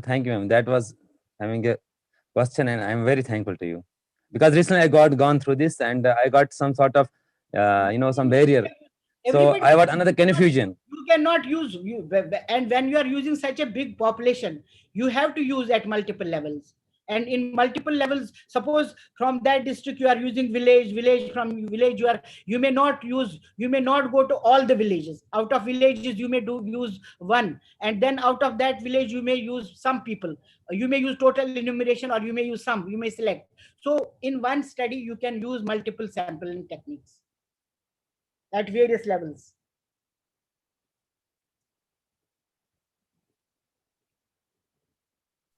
आवाज नहीं आ रही आपकी. Over to Nilofer, ma'am. Thank you, ma'am, for being with us, and we are very grateful. Ma'am, ma'am, there is another question from Asmat, ma'am. Please. Asmat. हाँ बताइए Asmat.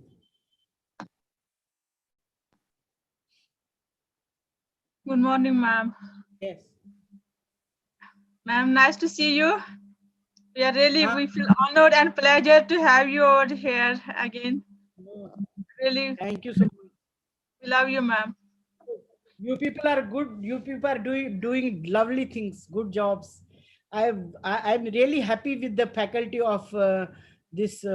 I don't know what is the name of the college. Alamdar College of Nursing, ma'am. Constable College of Islamic University. Alamdar. Yes. Because I could not spell it, therefore I did not say in them. I am really very happy to see all the faculty, young faculty, and very, very knowledgeable and very good. I think we must learn. I must also learn from them. Thank you, ma'am. Thank you so much for encouraging us. Ma'am, my question is regarding you. Ma'am, my question is, as you earlier, this was my first question. I asked these organizers, I requested from beginning, please take me for questions. But somehow some participants have already questioned it regarding this sampling technique. Like, for example, if we take studies like descriptive, is it that we can take, for example, we are preparing master students for a year. Then second year, we are telling them to go for data collection and take samples like that. is it fair that we can take them, we will guide them to take sample as per their convenience, and sampling size they don't determine. As you told, the determination of sampling is very important for this calculation of size, how many patients we will take. For example, if we take descriptive study on diabetes patients, it's well-defined population for Kashmir or for a country as well. So, so samples, this determination is very important there. So how is it fair for master students? We will just tell them to take sample as convenience, like maybe for 100 only. Right on it. You convenience as per, see, there are two questions. There are two questions in this. Convenience, convenience means the convenience of the student. That means we conduct a study in a particular way. Convenient sampling is not that as per his convenience. It is convenient sampling is as per the availability of the subjects. Right. You use convenient sampling as per the convenience as per the availability of the subjects. That is why it is called as convenient sampling. It is not that it is the convenience of this. That is why you are using. It is not the convenience of the researcher. Okay. Not the convenience. Researcher's convenience is that the setting which he selects. Yes, ma'am. The methodology which he. But the convenient sampling is the availability. Convenient means that he doesn't do he does not, subjects are available every time. For if you do random sampling, subjects are available. So he picks and chooses the sample. In convenient sampling, he picks and chooses. He doesn't make any, whether they are representative of the population or not. But and whether different strata, whether the different characteristics or concepts or variables which are them, whether they are represented. So that is why in those things, like when we take random sampling, we think of taking different, if we are wanting to take we want to study the different categories, we want to study different strata, then we take the sample in a stratified manner and random manner. Here you want to take just the sample, the numbers you want to take, and the number should be the representative of the population. It is not that you just go, suppose not arbitrary. I can give you example of my study in my master's. I did utilization of MCA services in a master's study, MCA services in a rural area of Jammu and Kashmir, where I had taken the village which was nearer to my village. But I did not go there as per my own convenience. I did not go that way. I selected the district. I used the cluster sampling technique. I selected the district. Under the district, I selected the blocks. Under the blocks, there were how many PHCs. It is not that I went, it is never, because how do they learn? Only thing is that sample size, we should not bother for the sample size, but you must teach the proper technique to them. Convenient samples are also used whenever there is feasibility. It is feasibility. You should not say as per convenience. Feasibility of the student, feasibility of the population available, feasibility. Suppose feasibility was there that I had vacation and I went to my hometown. So, but the sampling method which I adopted was cluster sampling. I took district, I took blocks, I took under the blocks primary health centers, and under the primary health centers, how many villages were there. I took those villages, and under those villages, when I listed them, I took one village, and in that one village, I did total enumeration of population. So exactly, it should not be student can do anything. Suppose student community में जाएगा, कोई किसी भी patient को लेगा. No. If the student goes to the community and wants to do a descriptive study, no, you have to follow, because the design, it will depend upon the design. The sampling technique will depend upon the design of the study. Yeah, exactly. As it depends also the prevalence sampling. For granted. So let them take if they want to take, because they are learning. In suppose they want to take second year students' opinion about something, so they must they can randomize. Yes, they can take convenient. If there are 100 students, if there are 100 students there, they can do randomization. They can do random sampling and select 30 samples, even if they are doing a descriptive study. Even if they are doing a descriptive study, it doesn't matter. But it is not that they will go, there has to be scientific. That is why I was giving importance. Why did I use that introduction first? That yes, was that's it was because that of that Cochrane is formula. empirical scientific, empirical, critical, and systematic. These Yes. are very important things and it has to be followed throughout the study. ये नहीं कि अगर उसको किसी गांव में वो किसी गांव में जाएगी वहां स्टडी करेगी नहीं. These are to be identified with some background, with some scientific basis, and then sample can be collected convenient. Because suppose I want to conduct a study in the ward. Attitude of staff nurses towards the COVID. So I will use convenient sampling only because I cannot randomize them. I will go to the ward and I will feel whosoever is on duty. Morning, evening, night, whosoever is on duty, I will collect. That is convenient sampling. Yes. It is not convenient. But if we are defining, for example, you will not find them. Na? You yes, will not find yes, them to yes. randomize For example, them. So, morning duty करेगा, उसको कहाँ एक साथ okay, ma'am. करोगे? For example, exactly, ma'am. If we have, उसको भी कर सकते हो. नहीं, if you are a good teacher, उसको भी कर सकते हो. आप देखोगे morning 10 नर्सेस ड्यूटी पे आई है, 10 नर्सेस को आप या तो सबको ले लो या 10 को 5 में randomly select. Exactly, ma'am. Exactly, ma'am. Ma'am, actually, this prevalence sampling is very important. If we have defined this population like diabetes, right, ma'am? उसमें population mean है, उसका एक बहुत अच्छा formula है. Cochrane's formula is there. Cochrane's formula is there, and we have to take accordingly, and we have to see as this review of literature.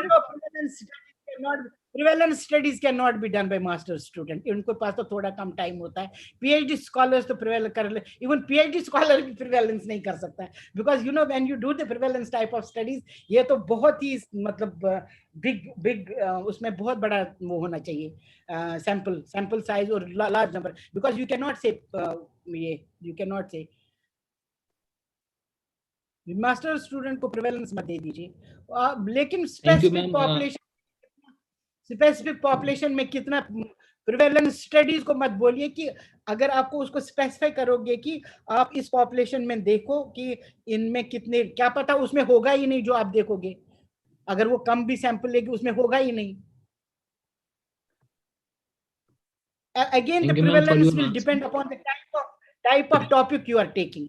And you are मतलब आपको पता होगा कि उस एरिया में ये चीज एग्जिस्ट कर रही है, so that you will find कि ये कितना प्रिवेलेंट है. Suppose you want to say कि स्ट्रेस में आप देख सकते कितना मतलब मेंटल प्रॉब्लम कितने सेकेंड ईयर स्टूडेंट्स में कितने लोगों को है या कितना, बट उसमें भी you need to have large sample. उसमें तो पता नहीं चलेगा.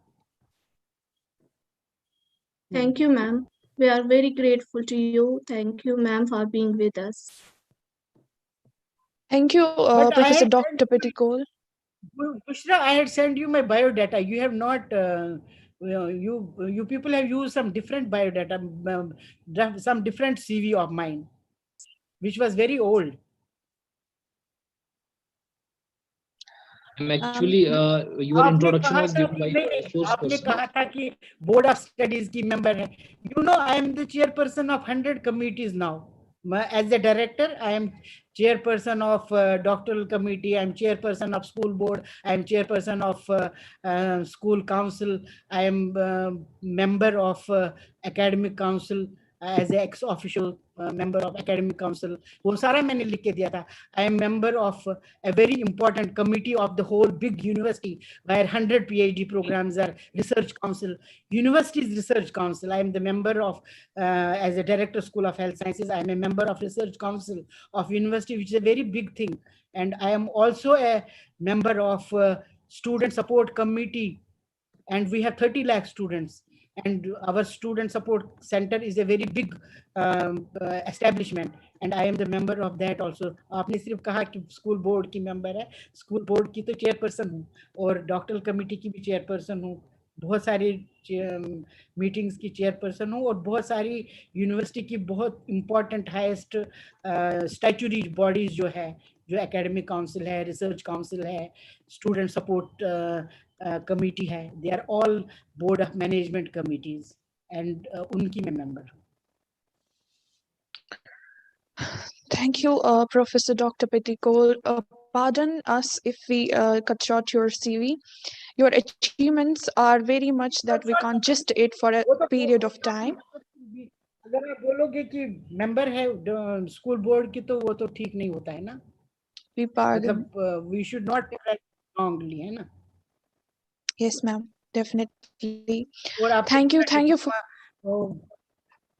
हाँ, तो आई थिंक मैंने शॉर्ट ही आधा पेज का दिया था, आधे से आधा पेज का दिया था. It was that should have been said, because you know, if you say वो paramedical, you know, I have coordinated 6 paramedical degree programs, 6 postgraduate diploma programs, 6 online programs paramedical वालों के, being as a director, not as a faculty, 2 times, because this is the second time I'm being a director.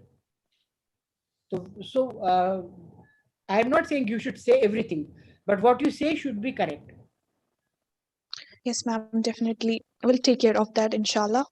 Thank you so much for your beautiful presentation and presenting the sampling techniques very beautifully. Thank you so much for giving your precious time. We are very much privileged. Where is your madam? Principal Ma'am, madam. she is also present here. I want to make some announcements. Like, if you have any question, please raise your hands after the session. As to notice the chat box is not possible.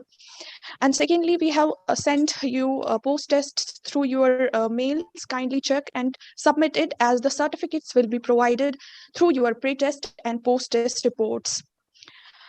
Now, I'm very much privileged to call the third resource person for today's event. We are very much thankful for her to give precious time, as it is midnight in United States of America. Professor Ruth R. Robert, Chief Nursing Education and Academia, Nursing Education Department, United States of America. She'll be talking on 2 consecutive topics. Her first topic is developing and implementing data collection tools and techniques.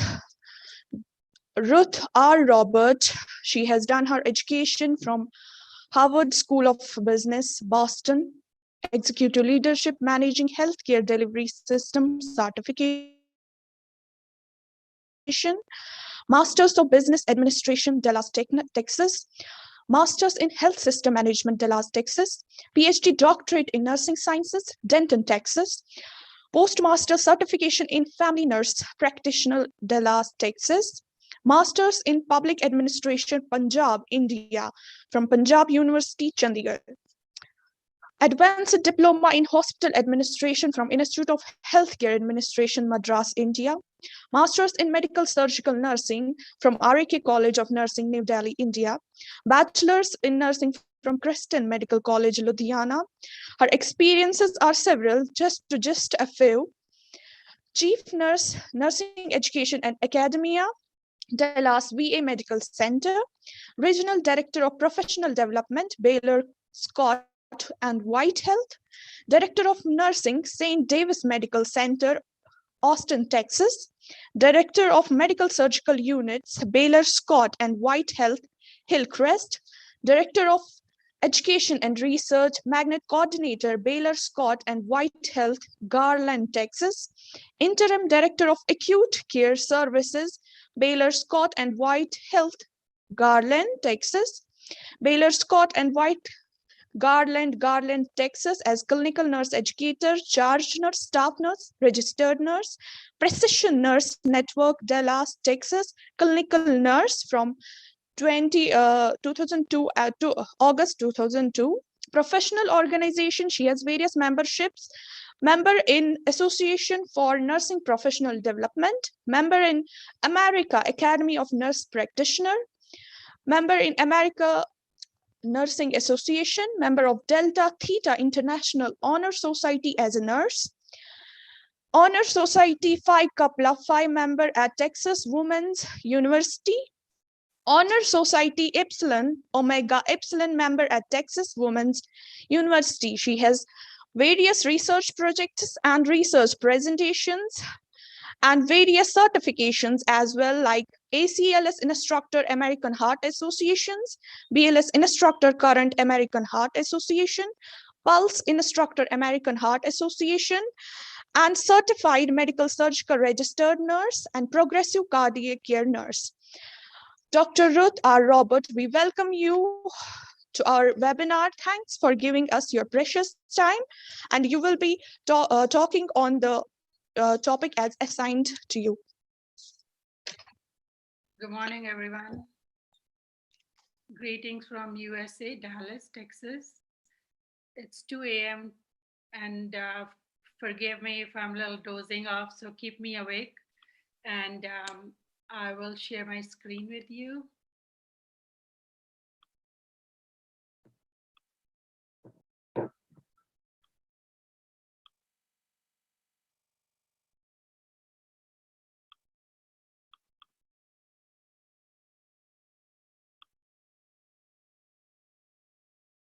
So we are going to start. So the topic for today is how we can really focus on developing and implementing the data collection tools and techniques. And before we go into that, I just want to say thank you so much for everyone who is on this call, and also those who have organized this sessions, because this is very important that research should not be at the DNP prepared, it should be at the grassroots level, the bedside nurses, how they can understand why. And once they know the why, they also want to look at where is the gap and how is there any knowledge gap, and how they can, through the literature review, look into different aspects of PICO questions to create their problem statement.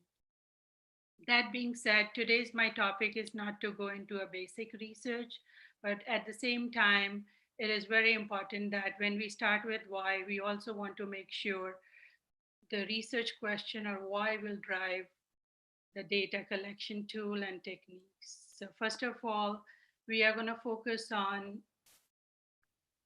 anytime we need to do a data collection, we should have a plan.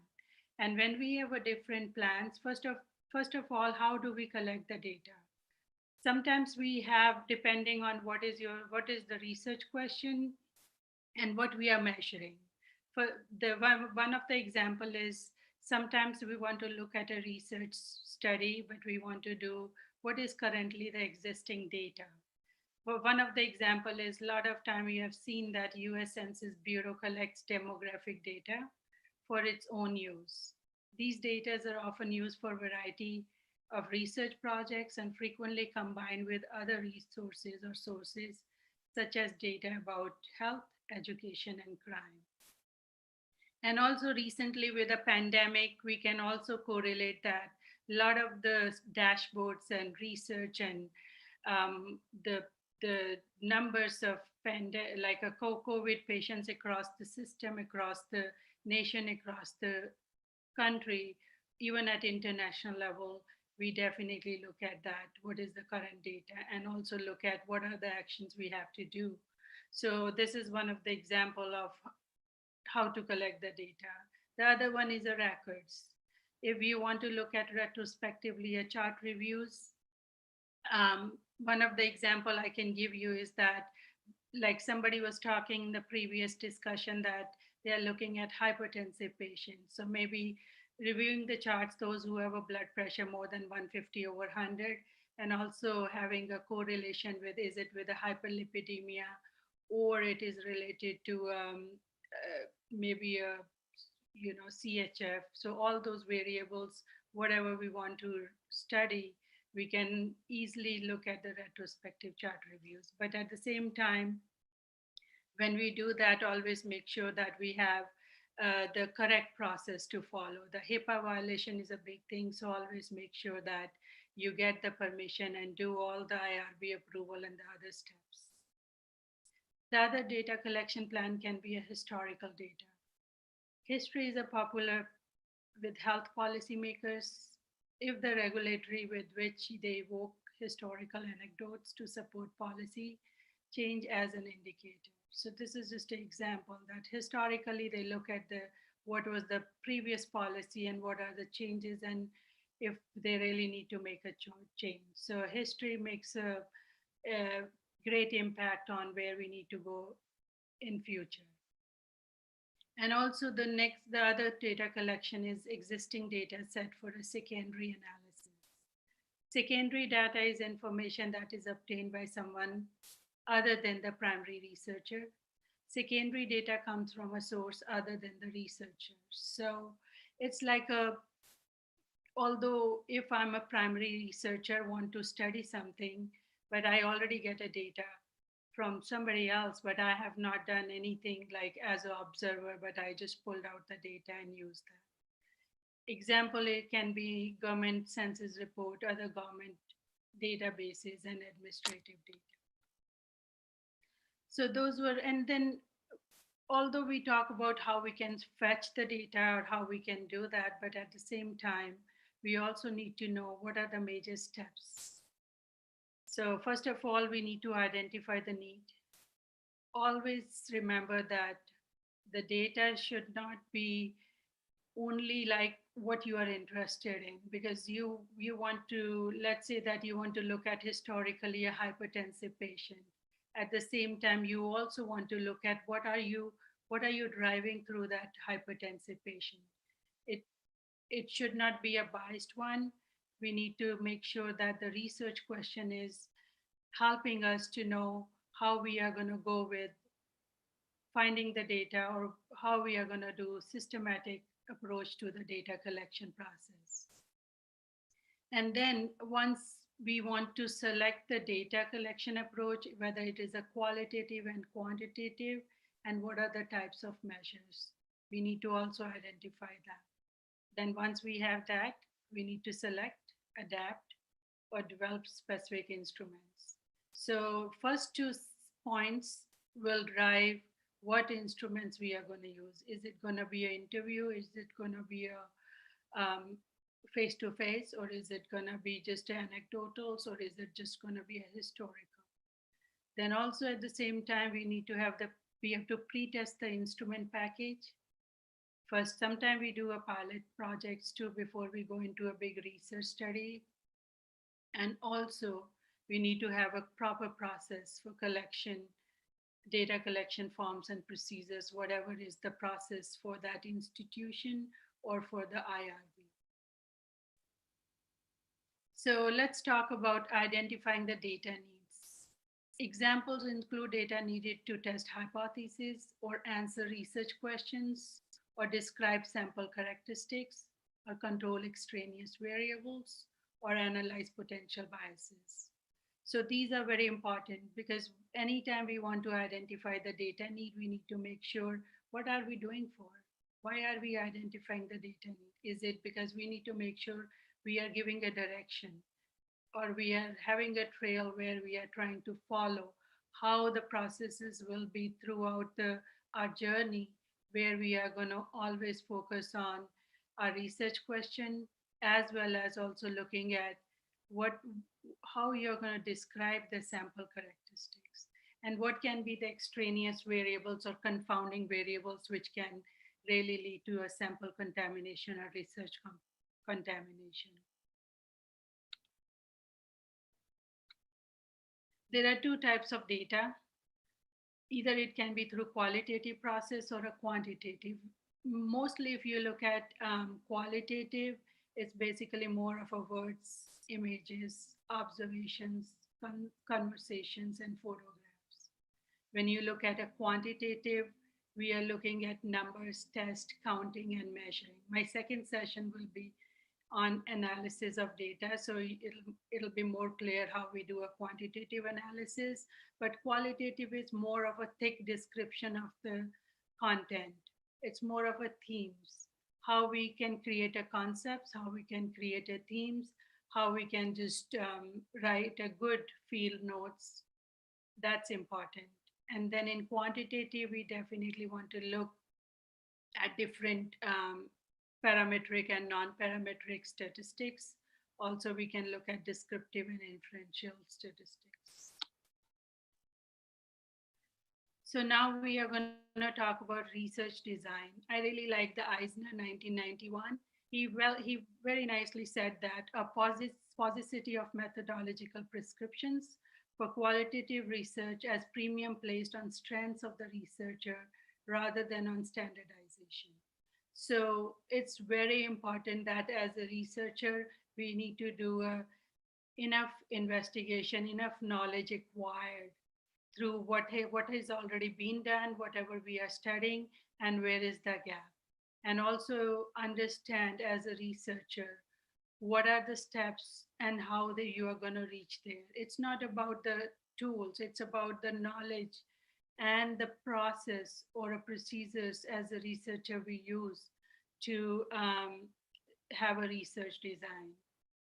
If you look at Lincoln and Cuba in 1985, they're very nicely outlined the research design, and they really focused on these determinants, like first of all, focus for the inquiry. What are we inquiring? What is our research question? And also fit of the research paradigm to the research focus. Do we have enough lit review? Do we have paradigm articles which really support that there is a need for this research study? Then where and from whom data will be collected. This is very important. We need to make sure that when we are planning to collect the data, we need to know where and from whom. Is it a patient? Is it a community? Is it a family or a support group, caregivers? So it's very important to make sure that we are very clear on whom and where. The next one is what the successive phases of inquiry will be. How you are going to have different phases, pre and then during and then post. And also we want to make sure what additional instrumentation may be used. It may be an interview technique, or it can be maybe you can change it to a focus group. Whatever is the need for that study based on your PICO question, we need to be making sure that we always, when we look for a research design, we do our due diligence in understanding those aspects. Also, it's important that we need to plan data collection and recording modes. Always, I have learned when I was doing my PhD, it's always used to more than two audio recording system, and having 2 places or 3 places where you are going to keep your transcripts or your interview, so that if you lose one, you have the other one. So always we want to make sure that we have all those planning done before we start executing that. And also plan which data analysis procedures will be used. Is it ANOVA? Is it a t-test? Is it a chi-square? Or you want to do just a descriptive research? So that is very important. It is not during the research we do it, but these are the things which we need to really jot down before we even execute that. Also plan the logistic of data collection, including scheduling and budgeting. Sometimes we forget about budgeting and we focus on budgeting only during the grant, but definitely I totally support that. We need to make sure that your schedule, budgeting, timeline is very clear even before we initiated any kind of a research design. The last part is plan the technique that will be used to determine the trustworthiness. It's very unbiased. Look at how we can control the confounding variable so that we can able to understand what we are assessing or what we are analyzing and what kind of a hypothesis. Is it a null hypothesis or alternative hypothesis, and is it a reliable result? So all those things are very important when we are looking for research design. So if you will ask me what is the best collection strategy out of all those, one size does not fit all. There is no one best way. The decision depends on what you need to know. Is it a number or stories? Numbers will be more of a quantitative, stories will be more of a qualitative research. Lived experience, or it is just a phenomenological, or if you want to create a model, it's a grounded theory, then you will use more of a qualitative. But if you are going to see a relationship, how the hypertension is related to CHF, or you are doing a diabetes and blood hemoglobin A1C, it's more of a correlational. So maybe you're going to go into a numbers. Then the next is where the data reside. Is it in environment, files, or people? So it is very important to make sure that what are we reading, what are we assessing, and what we need. And also resources and time availability. What are the resources we have? And what is your timeline? Do you have a time to narrow down your focus so that the results are more focused on what you are studying? It's not the complexity of data to be collected. What is the complexity of the data? Is it simple? Is it complex? What level we are going to do, level 1 or up to level 12, what level we are going to do the complexity of the data. And also frequency of data collection, how often we are going to collect the data. And also what are the intended forms of data analysis. So let's go into a rules for collecting data. Use multiple data collection methods, use available data, but need to know how the measures were defined, how the data was collected and cleaned, the extent of missing data, how accuracy of the data was ensured. These are the things we need to make sure we are going to do some due diligence and do our homework. So let's talk about rules for collecting data. If we collect the original data, be sensitive to the burden on others. Is there a pre-test, or sometimes is it a pre-test, post-test, and post-test? Also establish procedures and follow them. What are the protocols? Maintain accurate records of definitions and coding, and also verify accuracy of coding and data input. Now let's talk about rules for collecting data. When to use structured approach. When you have to address extensive questions, then we need to have a structured approach. When you have a large sample or population, then you need a structured approach. And also during what needs to be measured, and also need to show results numerically. If you want to show the results with numbers, definitely we need to have a structured approach. Also need to make comparison across different sites or interventions if we want to compare. To continue with structured approach, all data collected in the same way, especially important for multi-site and cluster evaluation so we can compare, and important when we need to make comparisons with alternate interventions. Let's talk about semi-structured approach. It's a systematic and follow general procedures, but data are not collected in exactly the same way every time. It's more open and fluid. It does not follow a rigid script, may ask for more details. People can tell what they want in their own way. When to use a semi-structured approach. Conducting a more of exploratory work, seeking understanding themes or issues, when we need a narrative or stories, want in-depth, rich backstage information, or seek to understand results of data that are unexpected. Now we are going to talk about characteristics of a good measures. Is the measure relevant? Is the measure credible? Is the measure valid? Is the measure reliable? How to remember that is RCVR. Let's talk about relevancy. When we say relevant, does the measure captures what matters? Does measure what is needed instead of what is easy? And as I said before, it's very important to go back and forth. What is your question? What is your research question? And also compare with where you are with your data. Is it connecting the dots between your research question and also the relevancy of the data? Let's talk about credibility. Is the measure believable? Will it be viewed as a reasonable and appropriate way to capture the information sought?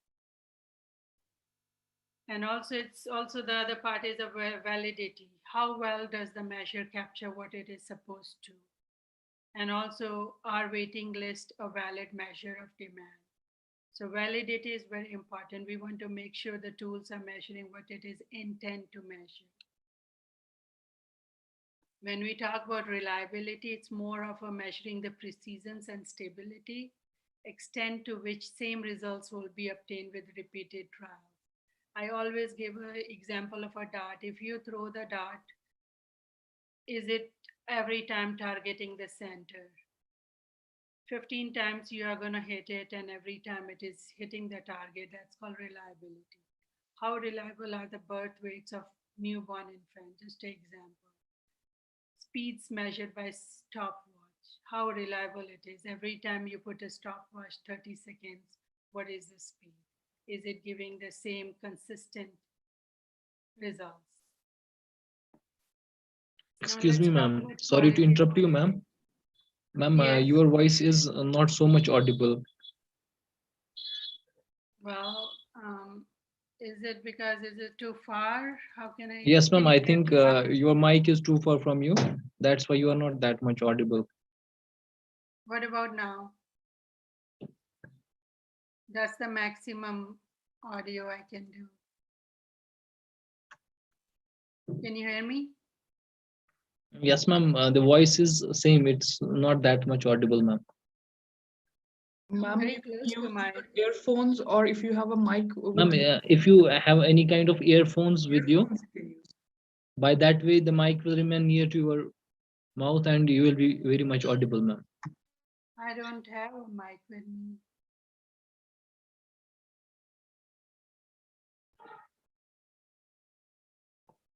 Should I continue or? Yes, ma'am. You can continue. Ma'am. Sorry to interrupt. I'm sorry. I think it's just I do not have a mic, but it's all full. My sound system is all the way up. Okay, let me see if I can speak loudly. Let's talk about qualitative approach. Qualitative approach, data that deals with description, data that can be observed or self-reported, but not always precisely measured, less structured, easier to develop, can provide a rich data, detailed and widely applicable, is challenging to analyze, is labor intensive to collect, usually generates longer report. So what that means is qualitative is more of a thick description. Whenever we do interviews, we want to make sure that the sample size for the qualitative research is more of a when the saturation is reached. When you are interviewing 15 subjects, and after the 15th subject, there is no more new information is coming through the interview technique, then probably that's the saturation. When you get a thick description about the content or questions. And it is because transcript is longer for a qualitative research. So I always suggest that use NVivo or SPS text or a word cloud, just to get a thick description about what you are getting from your interviewees. Let's talk about a quantitative approach. Quantitative approach, the data is more of a numbers. It can be measured like age, cost, length, height, area, volume, weight, speed, time, and temperature. It's very hard to develop, easier to analyze. You just put it in SPS, use a parametric or non-parametric, it's very easy to analyze in comparison to a qualitative. So in summary, how do we know that qualitative and quantitative part of the data collection or technique? For the quantitative, what we want to conduct a statistical analysis, want to be precise, know what you want to measure, want to cover a large group. For the qualitative, it's more of a narrative or in-depth information. Although the subject may be like, or a sample size will be 30, but it's more of a thick description and themes And then also, when you look at the quantitative, maybe you have 300 or 400 sample size. Although the sample size is large, but we have some tools and some parametric and non-parametric statistics, so it's easy. You just click on those and it just comes out with a confidence level, probability, or level of significance. And also in qualitative, what we want is do not need to quantify the results because it's more of a quality. We can create a theory. We can understand the lived experience of patients or caregivers related to Alzheimer's. These are just examples. Let's talk about obtrusive and unobtrusive methods. Obtrusive method is data collection method that directly obtains information from those being evaluated, like interviews, surveys, and focus groups. Unobtrusive are data collection methods that do not collect information directly from the evaluators, like document analysis, Google Earth, observation at a distance, or other elements. How to decide on data collection approach? It all depends on what you're measuring, what is the situation, what is your research question, what you're interested in, what is your passion, what, as a bedside nurse or as a professor or an educator, what are you measuring? And also each technique is more appropriate in some situation than others. So also identify the technique which can match what you are trying to measure. And always remember that no matter what kind of a technique we are going to use, there is a challenge with the subject to bias. And always remember that what are the things, what are the initiatives, what are the steps you will take to limit that biasness. And one of the method how we can do a limitation of the biasness is triangulation, which can increase the accuracy of data.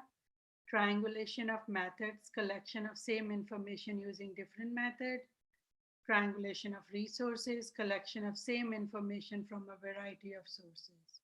Or a triangulation of evaluators, collection of same information from more than one evaluator.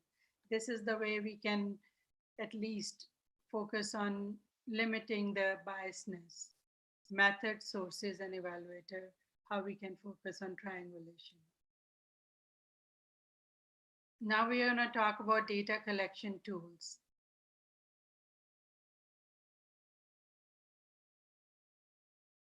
So if you look at on my screen, participatory methods, records and secondary data, observation, survey and interviews, focus groups, diaries, journals, self-reported checklist, expert judgment, Delphi technique, and other tools. And we are going to focus on each one of them. Let's talk about participatory methods. It involves groups or communities heavily in data collection. Example is community meetings, mapping, transact walk, like Gamba walk. If you want to study something at the clinical level, let's go in the setting, observe, and then try to understand the pattern. Community meetings must be well organized. Some of the things we need to consider for community meeting is you need to plan ahead, organize it, agree on the purpose. You should have a goal, purpose, and you also need to establish a ground rules. Who will speak? Also time allotted for speakers, format for questions and answers. When we talk about mapping, drawing or using existing maps, useful tools to involve stakeholders, increases the understanding of the community, generates discussion, verifies secondary sources of information, perceive changes. What can be the different types of mapping? Natural resources, social health, individual or civic assets, wealth, land use, and demographics. When we talk about Gamba walk or transact walks, Evaluator walks around community observing people, surroundings, and resources. This is another way we can do participatory method. It needs a good observation skills. Walk a transect line through a map of community. Line should go through all zones of the community. If we are trying to look at the comprehensive aspect, we need to go from A to Z point to understand the entire process. Second tool is records and secondary data. Example of sources is files, records, computer databases, industry or government reports, other reports or prior evaluations, census data, household survey data, electronic mailing list and discussion groups, documents, budgets, organizational charts, policies and procedures, maps, monitoring reports, newspaper and television reports. All these are considered as a secondary data. I was looking at some of the statistics. The least part is in our nursing research is newspapers and television reports. It's more of a, we do patient retrospective chart reviews, or we have done more of a mailing a survey. Surveys and retrospective chart reviews are the most common in the healthcare field. When we use the existing data set, we want to make sure we also look at validity, reliability, accuracy, response rates, because we want to make sure there is not much of the attrition with the subjects, what we are, because the sampling size is important, and also data dictionaries and missing data rates. So this is very important when we do our records and secondary facts. What are the advantages of those and what are the challenges with records and secondary data? The advantages with records and secondary data is often less expensive and faster than collecting the original data again, because it's very ready-made. You can just get it and just use it for your research study. The challenges are there may be a coding errors or other problems. Data may not exactly do what is needed, or you may have a difficulty getting access, or you have to verify validity and reliability of data. Let's talk about observations. Observation is pretty much what we see, what is happening. It's a real time. Some of the examples are if we want to study the traffic patterns, land use patterns, layout of city and rural areas, quality of housing, condition of roads, condition of buildings, who goes to a health clinic, all our observations. Even if we want to do observation of health behavior among when we do a home calls or home visits for chronic patients, that can be another observation. When we can use observation, when we need a direct information, when we are trying to understand ongoing behavior, or if we want to have a physical evidence, we want to look at the output that can be observed first, and then also need to provide alternative when other data collection is infeasible or inappropriate. When can we use observation is whenever the other tools are not available to us. Basically, observation is done when you really want to understand the skill, like if we want to understand the CPR skills among the nurses, we can just go and stand and observe. That's a best example for understanding each and every step. Degree of structures of observation. Structured are how we can determine before the observation precisely what will be observed before. And then unstructured is select the method depending upon the situation with no preconceived ideas or plan or what to observe. And semi-structured is general idea of what to observe but no specific plan. There's another tool, Google Earth. A lot of time when we look at it, a lot of the industrial research is based on the Google Earth. These are maps and satellite images of complex or pinpointed regional searches. And if we can, this is a website, if you want to look at it, and it's pretty complex when you have to look for the maps and satellites and generalize some of the things. Now we are going to talk about what are the ways to record information from observations. Observation guide. We can use the observation guide printed form with space to record. Recording sheet or checklist, yes or no options, tallies and rating scales. Field notes, lead structure, recorded in narrative and descriptive style. So you can use either one of them. What are the guidelines for planning observations? Have more than one observer. It's always good to have an inter-rater observer reliability, two observers trying to assess the same thing, but before that they need to have some tools so that there should be consistency with the tool the two observers are going to use. And also it's important to train the observers so they observe the same thing.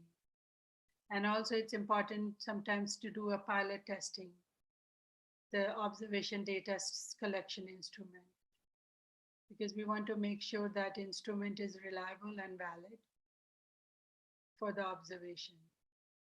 For the less structured approach, we need to have a few key questions in mind. What are the advantages and challenges with observation? The good thing is it collects a real kind of a time observation. It is a real time versus retrospective. Challenges are there is a bias because observer can be very subjective. It can be potentially unreliable. Interpretation and coding can be challenging. Sampling can be a problem, can be labor intensive, low response rates because observers pretty much you cannot observe 300 people. So it's pretty labor intensive, but we probably need to have a thick description by having observation limited to 20 to 30. Next is surveys and interviews, how we can use surveys and interviews. Surveys and interviews are excellent for asking people about their opinions, ideas, and perceptions. But it is a very less accurate for measuring a behavior because behavior is more of a intrinsic, but opinions are more of extrinsic.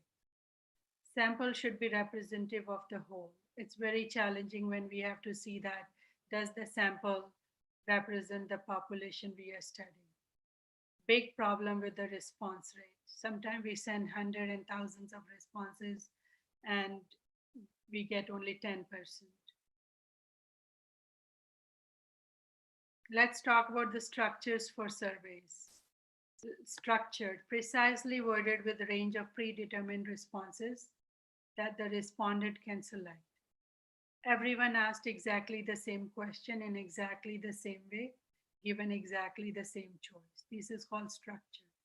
When we talk about a semi-structured, ask same general set of questions, but answers to the questions are predominantly open-ended.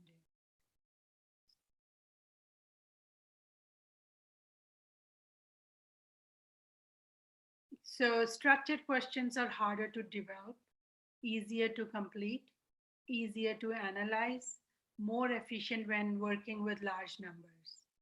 Semi-structured are easier to develop, open-ended questions, more difficult to complete, burdensome for people to complete as a self-administered questionnaire, harder to analyze but provide a rich source of data interpretation of open-ended responses subject to bias.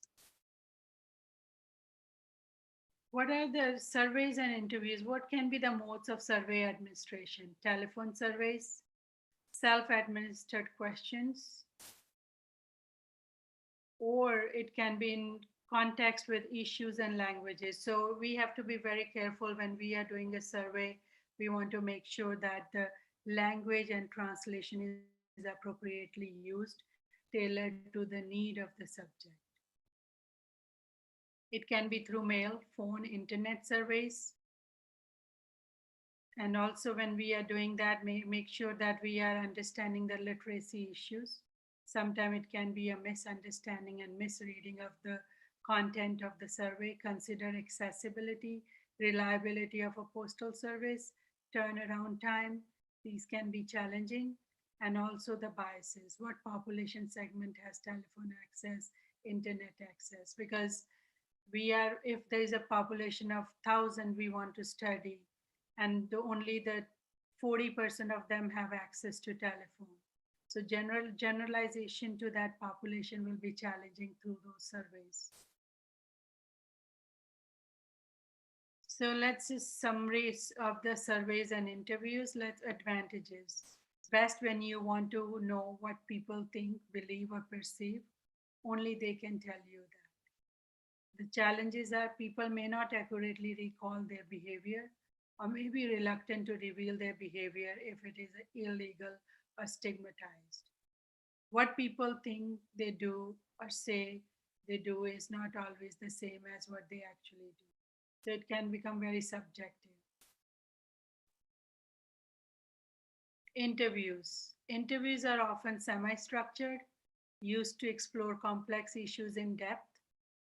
Forgiving of mistakes and unclear questions can be clarified during the interview and changed for subsequent interviews. It also can provide evaluator with intuitive sense of situation. Interviews face-to-face is really the best method because we can just write anecdotes, clarify, and also we can understand some of the questions which if it is not clear, we can even make it more structured, simple for the next interview. What can be the challenges of interviews? It can be expensive, labor intensive, and time consuming. And sometimes selective hearing on the part of the interviewer may miss information that does not conform to pre-existing beliefs. And also sometimes it's a cultural sensitivity, gender issues. Let's talk about focus groups. This is a type of a qualitative research where small homogeneous group of people are brought together to informally discuss specific topic under the guidance of a moderator. Purpose: to identify issues and themes, not just interesting information and not counts. One of the example I can give is like for my qualitative study, for my PhD, it was a grounded theory where I try to understand the behavior of nurses or a gut feeling among nurses in activation of rapid response team.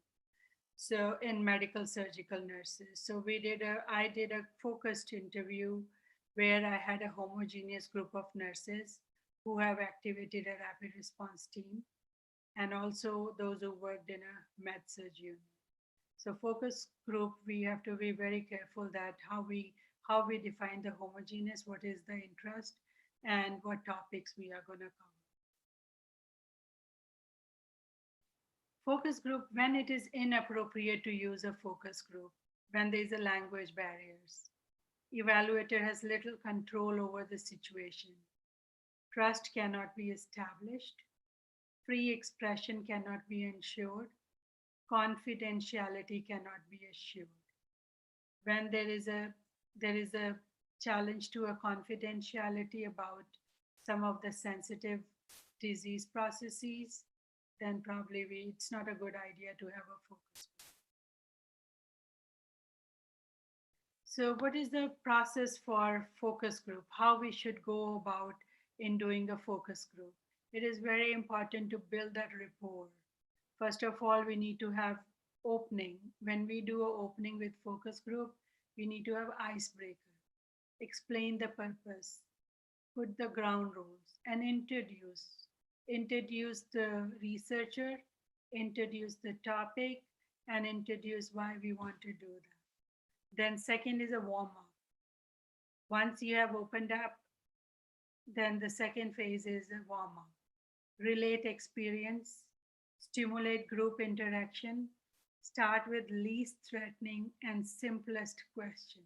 Always go from simple to complex. Once it is a warm-up, then we need to go to a main body. What is the content? Move to more threatening or sensitive and complex questions. Elicit deep responses. Connect emergent data to complex, broad participations. Once we have done the main body, the most sensitive information is collected, then we need to have a closure. And with closure type questions, summarize and refine, present theories, invite final comments or insight, and thank participants. This is the way the focus group need to be, have a process. What are the advantages and challenges?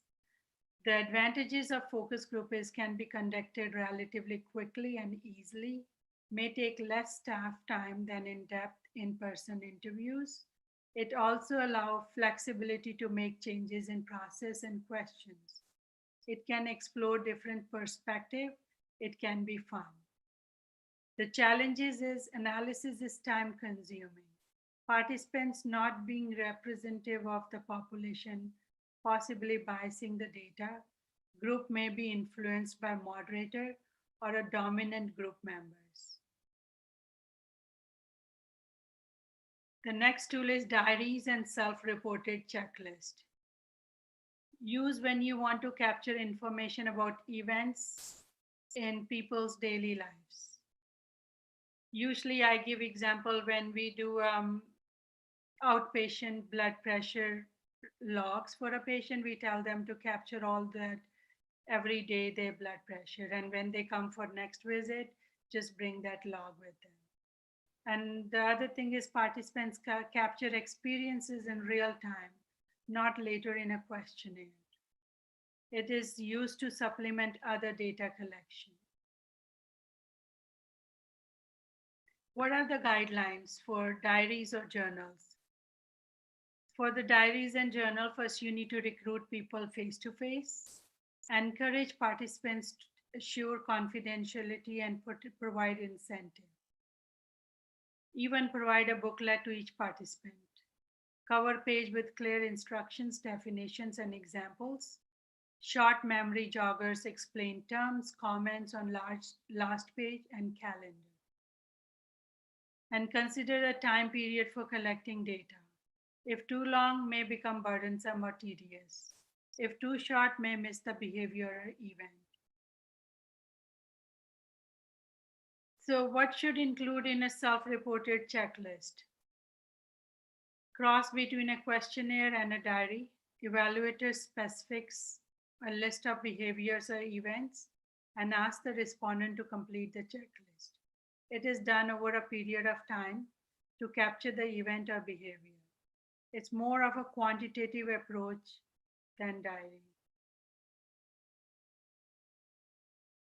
What are the advantages and challenges? Advantages are can capture in-depth, detailed data that might be otherwise forgotten, can collect data on how people use this time, and also can collect sensitive information and supplement interviews, provide richer data. The challenges can be require some literacy, may change behavior, require commitment and self-discipline. Data may be incomplete or inaccurate, and poor handwriting, difficult to understand phrases. The next one is expert judgment. Expert judgment is used one-on-one or as a panel, government task force, advisory groups. It can be structured or unstructured. Issue is selecting experts and how we make sure that there's an inter-rater reliability between those experts. So how do we select the experts?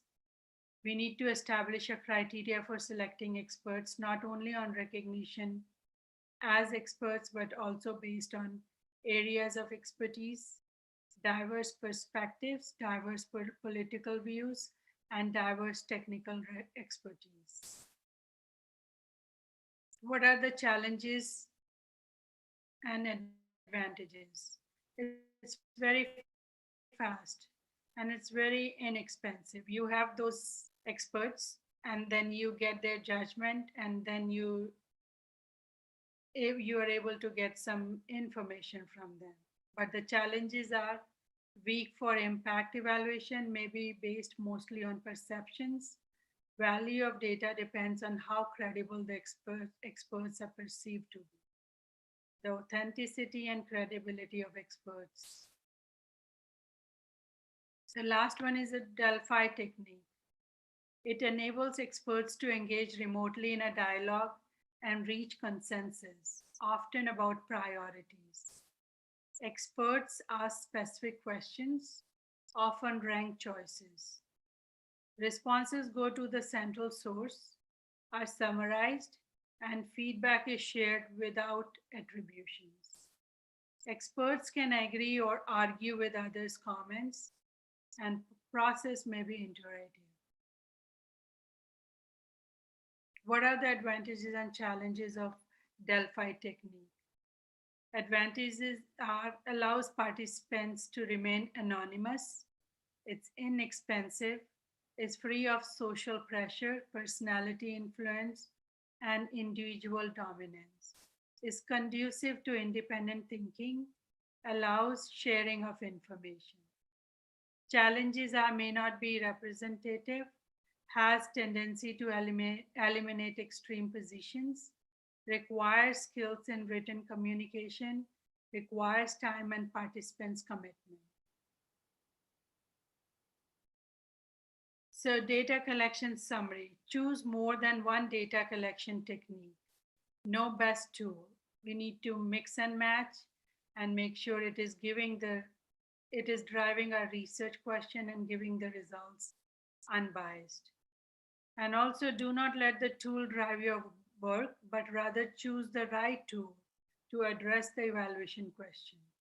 So it's not about the tools driving your work, but also making sure you are choosing the right tool. The other measurement tools can be psychometric, like scales, tapes, stopwatches, health testing tool, aptitude, achievement test. So that's basically about summarizes the different data interpretation and collection techniques.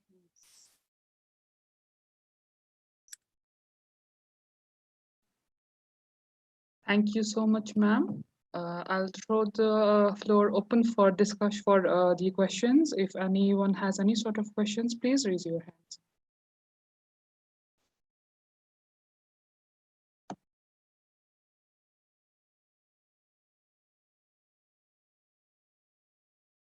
Can you hear me?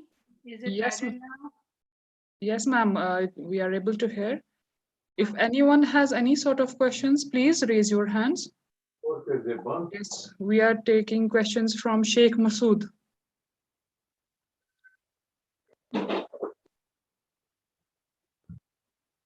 Please raise your hand so that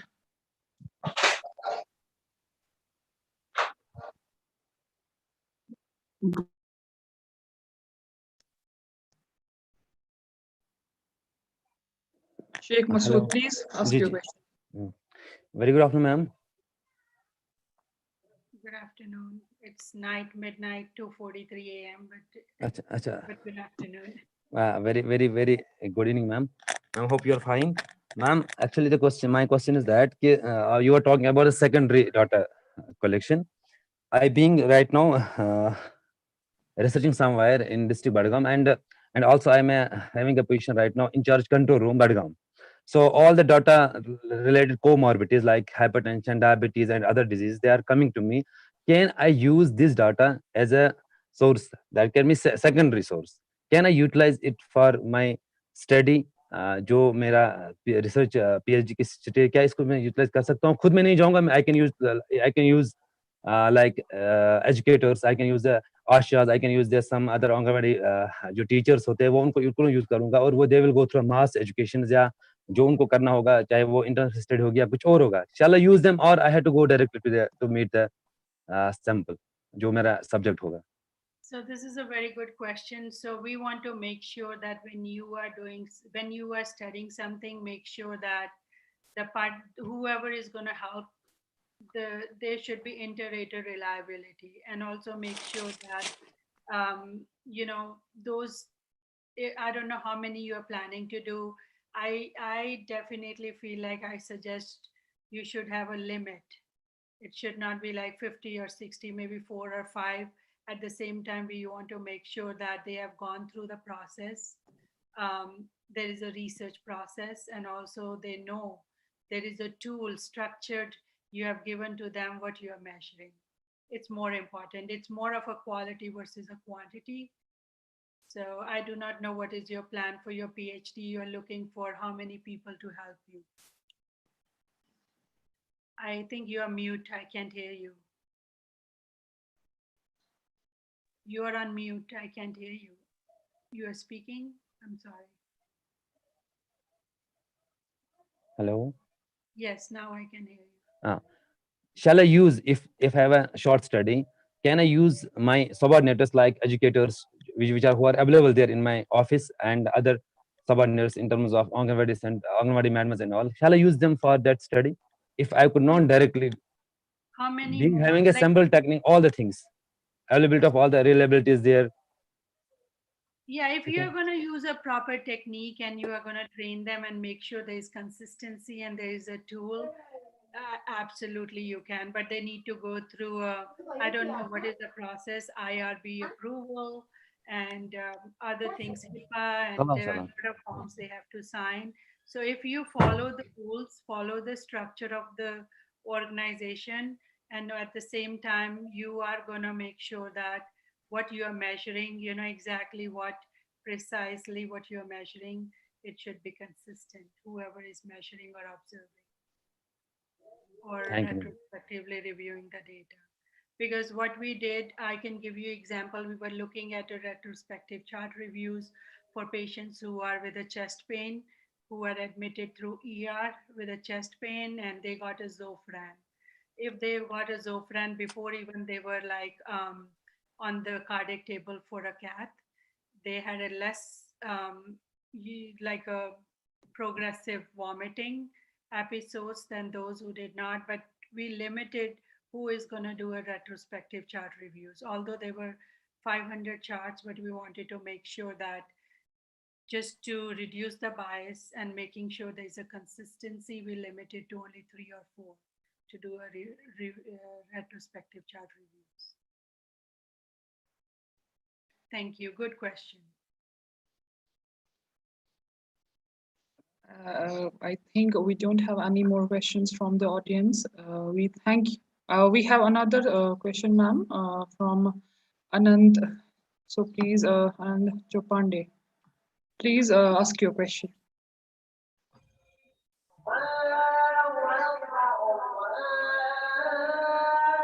Hello, good morning, ma'am. Good morning. Ma'am, I have one question regarding, as you said, there is a secondary data. In that, suppose if we get it from the newspaper, so is it authentic if we take suppose 10, 15 papers, and on that we have taken some data, so that is second data, but is it authentic? It will be. It depends on what you are measuring. What are you studying? Newspapers, it is more of a historical research. When we do historical research, probably we can just go back, but it just depends on, give me more, explain more, like what are you looking for in the newspaper?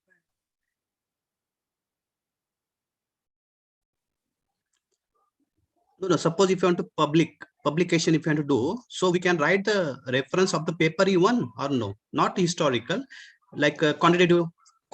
Yes, you can. There is a Quality. APA format, how you are going Quantitative. to absolutely. Okay, APA.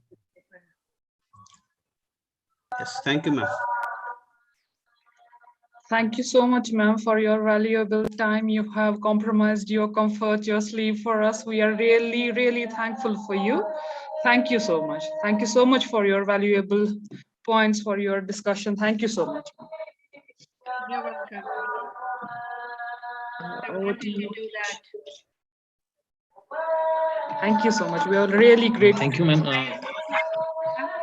really want to contribute back my time and anything I can do.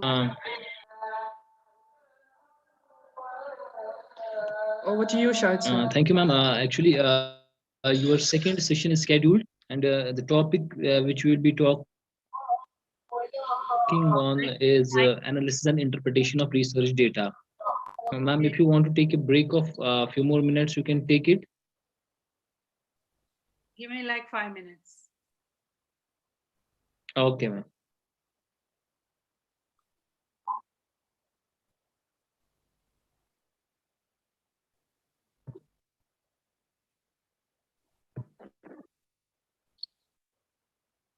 If Let's there all is take a break of 5 minutes and we will rejoin to hear from yes, sir. Dr. Ruth Robert about analysis and interpretation of research data. Yes, sir. Till then, I want to make an announcement regarding the post test you have submitted. As I acknowledge all the responses which we have received from our participants, and on the basis of the pre-test and post-test, you will receive the certificate, which will have CNE credit hours of 8 by J&K Nursing Council. Right.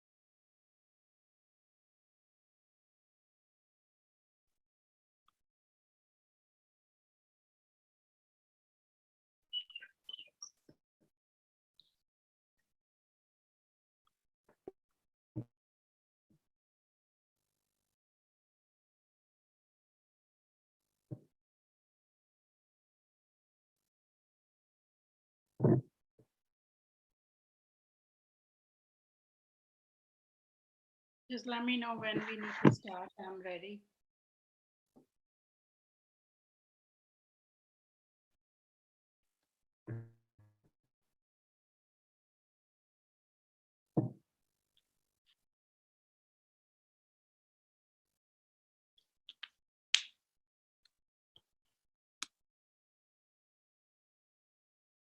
Can you hear me?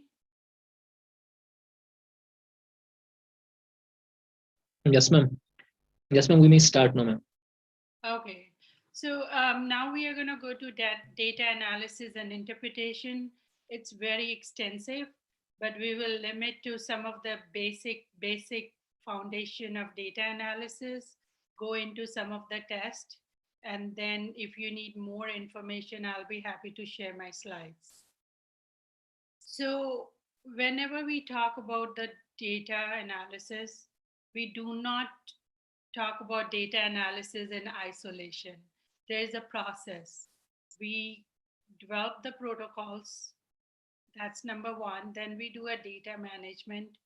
Then we study the implementation. That's a step 3. and then we monitor the study, and then we go to a data analysis. So today we are basically focused on step 5, the data analysis part. So how do we analyze and interpret the data? It depends on what is our research question. What are we looking for? For example, if we want to study the use of PPEs in pandemic and hand washing, we are comparing two methods. Is it a PPE gown and glove is more reliable tool than a hand washing to reduce the cross-contamination or a infection, COVID infection? So this is just a research question. What are we looking for?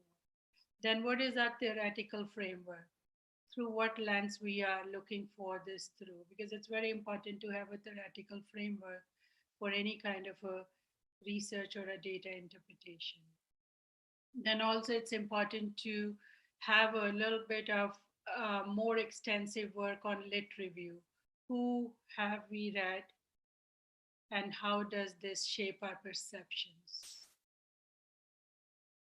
The next one is our research data itself. Who did we talk to? In what circumstances we did? And then the last part is what are our biases? These are the ones this will give a foundation to our analysis and interpretation part. What are the meaningful patterns? Why the data analysis?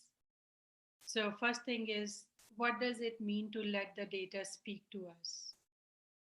When we see the numbers, what these numbers are, what is it saying to us? What is the correlation? What is the null hypothesis? Why did we reject that? Why did we accept the alternative hypothesis? What that means? Now we have that, where we are going to go. What is the implications? So all these things are very important when we look for data analysis. The next one is, how do we allow the data to respond to our research questions? Is the research question is really driving that data, or data is driving our research question? The next is, how do we understand the data in the framework of our theory? How do we connect the dots? These are the questions which really help us to understand why it is so important to do a data analysis. Also meaningful patterns, making the connections. Even when we are on the call, there is a data right there. There are 170 participants. This is a data for us. The data speaks volumes about participation. So if we have 30, I'm just giving example in this call, if we have 170, we'll say, oh, our participation rate is really good. We generalize it. If there were only 30 participants, we will say, oh, we did not have a good participation. So we already, every day, every second, we are using a data. Sometimes we don't even realize that. What practically this means: recording hours and hours of interviews, taking pages and pages of notes on your observations, reflections, and experiences, transcribing at least some of your recorded interviews, listening to your recording over and over again, reflecting, thinking, discussing with others. So these are the things which have gone behind to give you those numbers, give you that thick description about your subject. If you do not have this done in a systematic way, if these things have not done the way I explained in my previous presentation, what tool you have used, how you have processed these tools. If we have used all those steps from beginning and we reach to step 5, as I explained to you, I think our analysis will really speak about the true impact of what we are doing or what we are looking based on our research.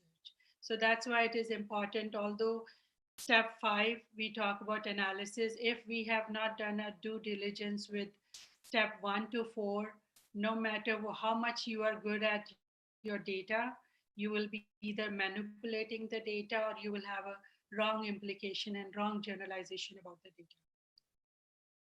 How do you know that your data is a meaningful data? There's a nuisance, there are contradictions, there things are not black and white. This is just assumptions, which is important. The data reflects some of what is in the literature. The data challenges some of what is in the literature, and researchers have to think, grapple, struggle, feel uncomfortable, and are stressed. Sometimes a lot of my students will say, oh, I wanted to have a positive impact. I studied this phenomena, but I'm very disappointed that there was no level of significance what I was thinking about. This is not a discouragement. This is not about what we feel like. This is about the phenomena we are testing. So sometimes if there is level of significance is not there, that itself is a research topic. Maybe we can replicate that study. It gives us a direction. So it is very important when we are going to focus on analysis, interpretation of the data. There is no data which should disappoint any one of us. Data speaks to if everything is done from step 1 to step 4 correctly, no matter what the results, what the analysis or interpretation is, we need to take it and make it sure that this is a true reflection of your subject, true reflection of the research question. So analysis, not just a description. Analysis is just, description is different than inferential. So we'll talk more about it. But first of all, this is where it gets difficult. Sometimes they feel like, oh, analysis is just a description. It goes way more than the description. So it's always remember that the second point is very important, make the connections. We perhaps did not know existed between the data and the theory, between the data and your research question. These are the very important 3 facts which really we need to focus on. Others ones are important, but let's go with the make the connections. Let's talk about types of data. Different types of data include nominal scale. There is no numerical value. Ordinal scale, there is an order or a rank. Discrete is more of a counts. Continuous is interval and ratio. This is very important. Once we understand this is the one which will drive whether we need to use parametric, non-parametric, and what are we studying and how we need to use which scale we need to use. If we are having a research question, the numerical, ordinal or discrete or continuous, all these will be able to identify how we are going to drive our research question. So we'll go more details about each one of them. So nominal data. Nominal data is non-numerical value. It can be like blood groups A, B, or O, or grades like A plus, B plus, or some quantified U rates in urine, just a lab test. So if you look at that conceptual kind of a variables and quantitative and categorical, if you look at nominal, it's the 4th one on the last row. Examples is hair color, gender, marital status. These are more of a nominal. Although it looks simple, you will understand when I go into more depth with inferential statistics, how important it is that what variable you are using for your research question. What about ordinal data? Items on an ordinal scale are set into some kind of an order by their position on the scale. The order of item is often defined by assigned numbers to show them their relative position. We cannot do arithmetic with ordinal numbers. They show sequence only, like 1st, 3rd, 5th person in a race. So if you look at the diagram, the ordinal scale is a grade, size of clothes, study levels. And then the discrete one. Type of data is discrete if there are only a finite number of values possible, or if there is a space on number line between each two possible values. Let's talk about this example. If we have a 5-question quiz given to the class, the number of correct answers on the student quiz is an example of discrete data. So if you are doing some kind of a relationship between SAT scores and a IQ, probably you will be looking into a discrete data. And later on down the road, when I'm going to flip my slides, you will understand that discrete data will go with what kind of a parametric or non-parametric statistics. So same example with 5-question quiz, the number of correct answers would have to be one of the following. Either they will score 0, 1, 2, 3, or 4 or 5 out of 5. They will not score 6, correct? So that's a range. Also, if we were to draw a number line and place each possible value on it, we would see a space between each pair of values. So if you put a straight line and put 1, 2, 3, there's a space between them.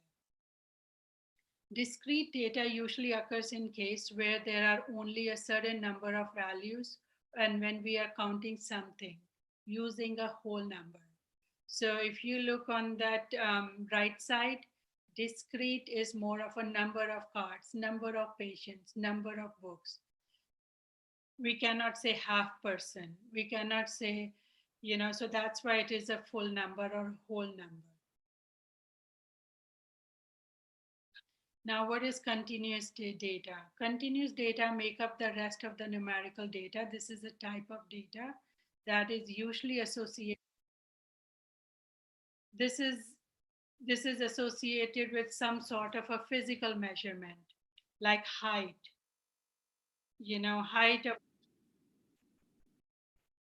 Height of a tree at nursery is an example of continuous data. Is it possible for a tree to be 76.2 tall? Yes. You can go to a further fraction. If you look about how about 76.2914? Yes. So this can go further down. It's slice and dice to number 2 fractions. But if you have seen my previous slide in discrete, it's a whole number. So continuous data has that fractional aspect in it. One general way to tell if data is continuous is to ask yourself if it is possible for the data to take on values that are fractions or decimals. If your answer is yes, this is usually a continuous data. So height, weight. Height can be 5.4, 5.5, 5.6. Weight can be fractional, and age, usually they say 2.5 years old. So that's why it is very important to understand what is continuous, discrete, ordinal. And then when you plug in for your research question, it'll give you a direction. No, I cannot use continuous, I can use discrete because I'm looking for fractions. If we want to measure the height on an average, a height of a, like 2-year-old, we need to look for a continuous variable. We cannot use a discrete because it's a whole number, but height can be into, so I'm just giving example. That's why it's very important. You need to, before we go into analysis, we need to understand different variables and what are the purpose of those variables. So that's why classify each set of, so let's do some exercise. The number of suitcases lost by an airline. I know it's a big group. What variable it is? The height of corn plants. The number of years on corn products produced. The time it takes for a car battery to die. The production of tomatoes by weight. These are just an exercise for you, but I have answers for you. The number of suitcases lost must be a whole number. That's a discrete.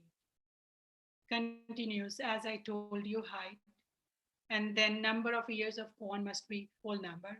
Continuous, the amount of time it can take on infinity many values, decimal is possible, any decimal is possible. The weight of tomatoes can take on infinitely many values, any decimal is possible. So that was just exercise. Now, once we know about variables, different variables, now let's talk about what variables really qualifies for a non-parametric and what variables qualify for a parametric analysis. So first of all, what is parametric and non-parametric? Statistical tests that assumes a distribution and use parameters are called parametric tests. Statistical tests that do not assume a distribution or use a parameters are called non-parametric. Normal distribution will be more of a parametric, or if it is a skewed, like negatively skewed bell curve, is more of a non-parametric test.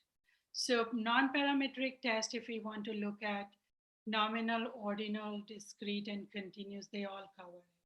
But that's why I'm saying parametric, it only is discrete and continuous. So we'll go into depth about what is parametric, why should we care? So most statistical tests like the t-test assume some kind of underlying distributions like the normal distribution. As I told you, parametric is more of a normal distribution. If you know the mean and the standard deviation of normal distribution, then you know how to calculate probabilities. Mean and standard deviations all called parameters. All theoretical distributions have parameters. Let me give you some example. So when we look at a statistical test, we can divide into parametrical. Just to summarizing it again to reinforce, this is a normally distributed population. So when we say normally distributed population, I'm going to give you an example. Let's say that we want to look for HIV patient and their prognosis with one of the HIV drug. And we are also looking at, like 50 and above, or viral load of, let's say that 10,000, I'm just throwing.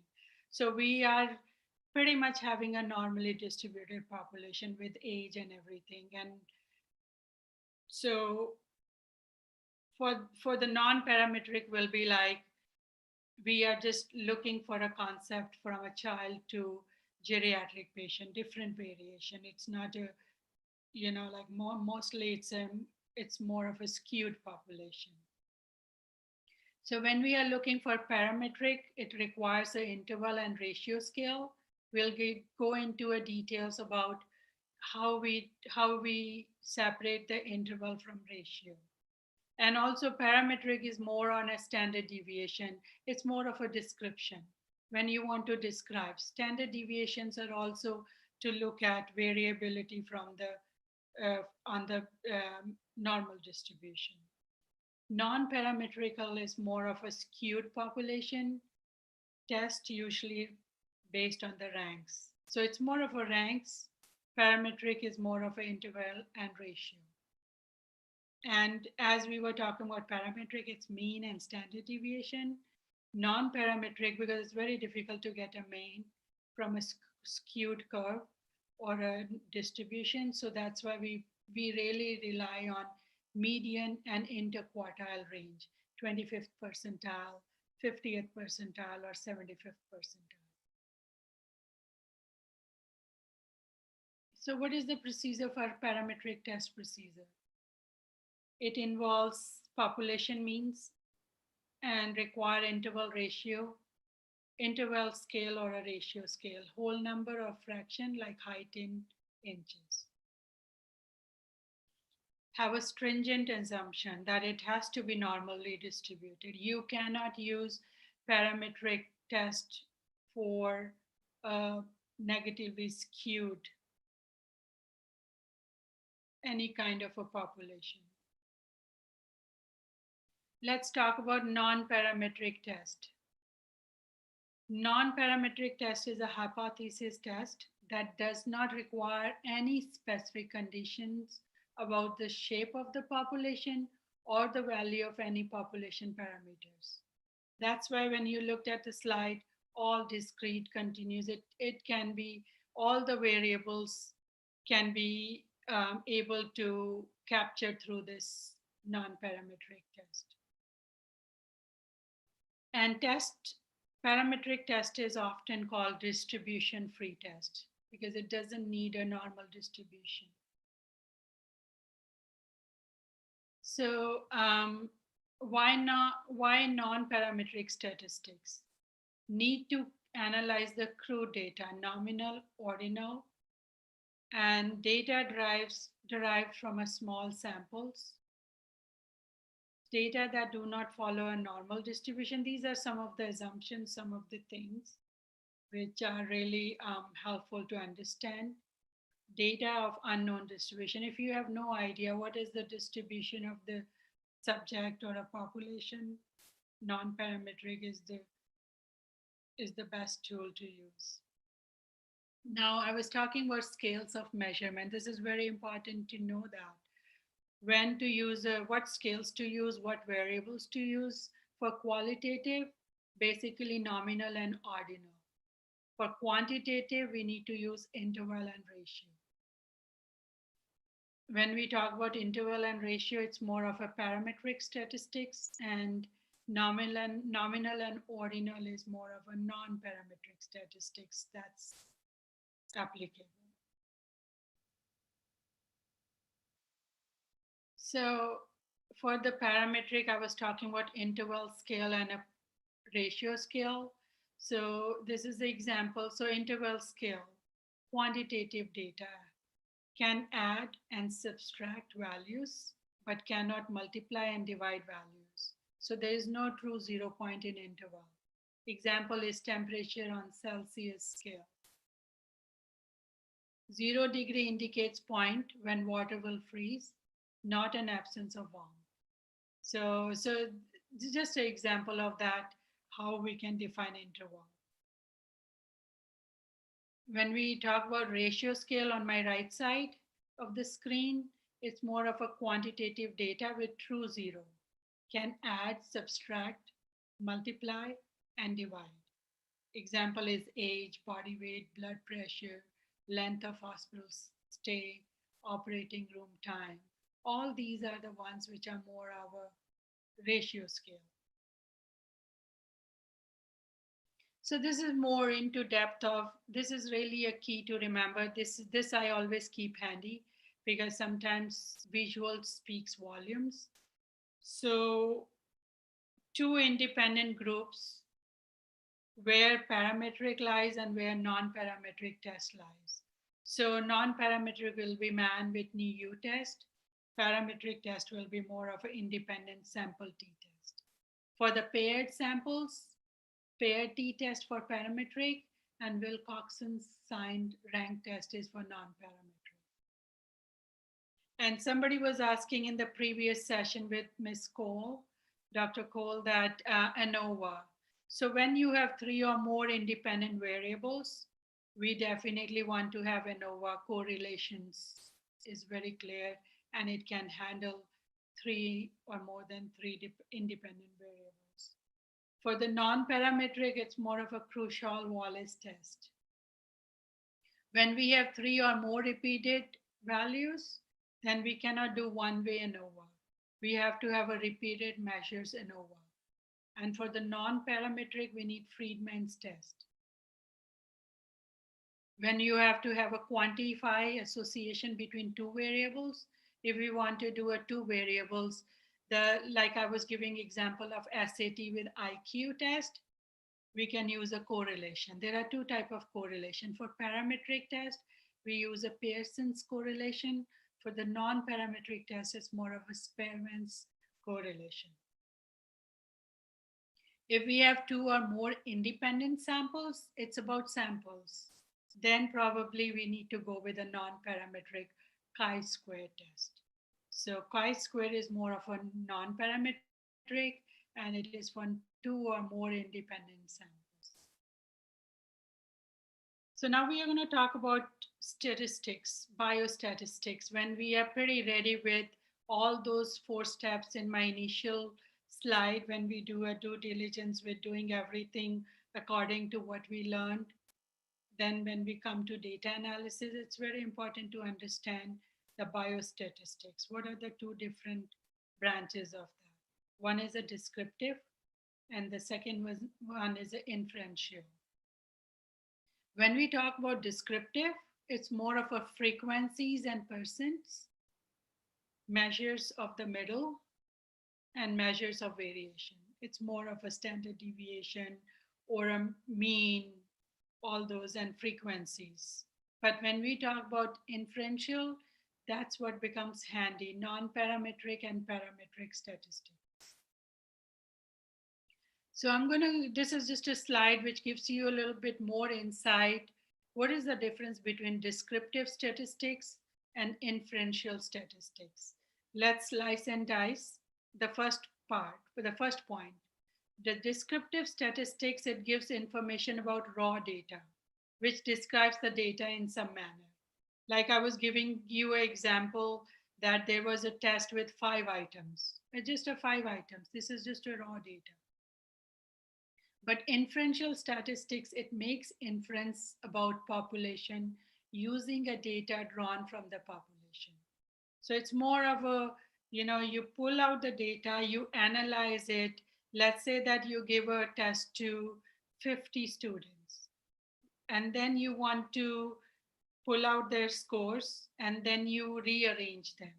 And then you want to make sure that on average, after median, you want to look at where is the standard deviation. And also you want to look at this population is this to high school students. If they are high school students, how many different high school students you can generalize this to. So inferential statistics really helps us with that part, how we can draw from the population and how we can do the inference.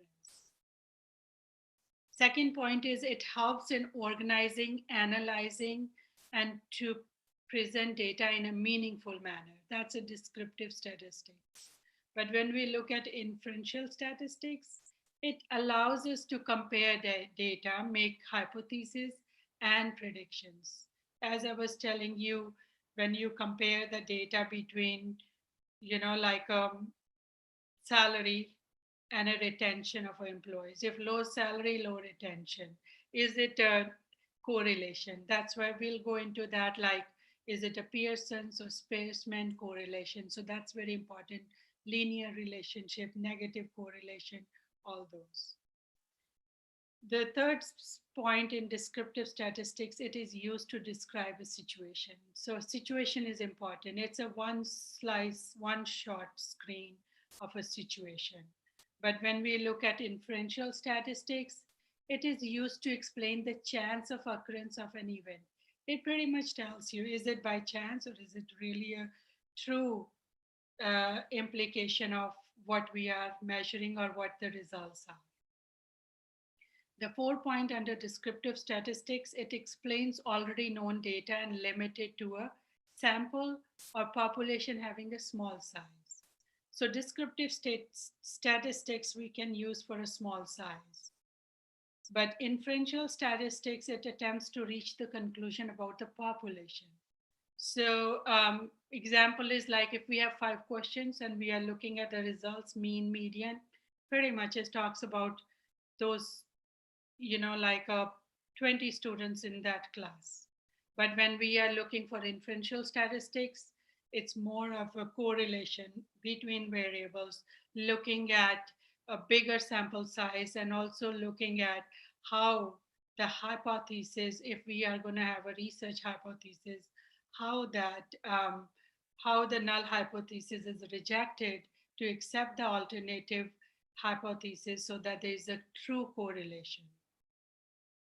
The 5th point under descriptive statistics, it can be achieved with the help of charts, graphs, and tables. But the inferential, it's more of a probability, 0.5 confidence level, or probability. So all CI and probability 0.5, we want to make sure that, it has a true chances of making inferences based on the numbers and data we have. So this is really a very nice slide. It just gives us a snapshot of what is descriptive statistics. So even when we do inferential statistics, we definitely, if you have seen some of the research, if you have reviewed a research publication, it always starts with a descriptive. How it starts with a descriptive, they will just say that, oh, we interviewed 50 subjects, 30 were male, 20 were female. That itself is a subject, it itself is a descriptive statistic. Then mean age of those sample size was 30.5. So that's a mean. And mode with maximum number, the number that number which comes often, then median. So these are more of a range, more mode, standard deviation for the variability. So descriptive statistics has two aspects: measure of central tendency, which is easy, we use every day, unknowingly or knowingly, mean, mode, median. Because when you go for an interview for your job, you always look for what is a mean salary, what is the average salary for an educator position. So you are looking at a descriptive statistics pulling out through the web browsers. Then the measure of variability is range, mode, and standard deviation. How far you are from the average when you are looking for the standard deviation of 1, 2, or 3. The more you are going away from the standard deviation of 3, probably the outliers, you will see more of outliers in the standard deviation of 3, and then less number in 2, and most of them is a bell curves normal distribution. Now let's talk about the inferential statistics. When we talk about inferential statistics, as I was telling you, if you look at it, it's very simple, central tendency and variability. But when we look at this slide, it's more of a hypothesis and statistical test. As I was telling you about hypothesis, it's more of experimental and statistical test can be parametric and non-parametric. And when we are talking about statistical hypothesis, we are looking for null and alternative. When we want to see any kind of a research question, and when we want to see the outcomes, and if it is in the direction of, like there's a correlation, that probably the null hypothesis is like, I'm just giving example, there is no correlation. But so when we reject the null hypothesis, we claim our alternative hypothesis. That's what we were testing for our research question. So on the right side, if you see that, what are the non-parametric? And also I gave example and some buzzwords for you. When you are going to look for association and relationship, you're going to look for chi-square test. If it is more of a comparing the two groups, you are going to use more of a parametric t-test, unpaired and paired. But when you are comparing the groups with ANOVA, if you remember, I was saying more than three independent variables are there. When you are comparing the groups, then we use ANOVA. And then Pearson and linear regression or Spearman correlation is more of a parametric. It really goes into association and relationship. But if you look at the first one, it was a non-parametric association and relationship with chi-square. But with Pearson and linear regression, it's more of a parametric and Spearman relationship. So why do we do inferential statistics? So in inferential statistics, predictions are made by taking any group of data in which you are interested. Let's say that you are interested in a patient population with a diabetes with hemoglobin A1C of 10. That's your population. So it can be defined as a random sample. So you pull out of those 300 patients, you pull out 10 with randomly because you have to do random sampling. So there's less sampling error.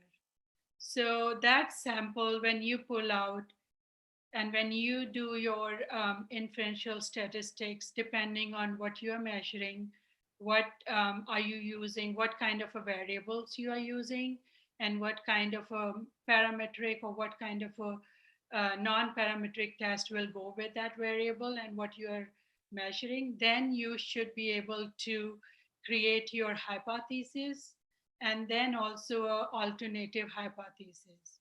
And then once you have that, if your null hypothesis is rejected and alternative hypothesis is accepted, it means that the sample, what you are studying, is a true reflection of whatever the association you have for diabetes with hemoglobin A1C, you can generalize to that population. So the last point, if you look at on my slide, is it basically allows you to make prediction by taking a small sample instead of working on whole population. It's very interesting that, if you really, I'm very passionate about inferential statistics and descriptive because it really tells me that you don't work hard like in qualitative. You have to do so much of work with, interviews after interviews, transcriptions after transcription, pulling them into n vivo and then highlighting those, like themes. It's a lot of tough work because my PhD thesis was a grounded theory.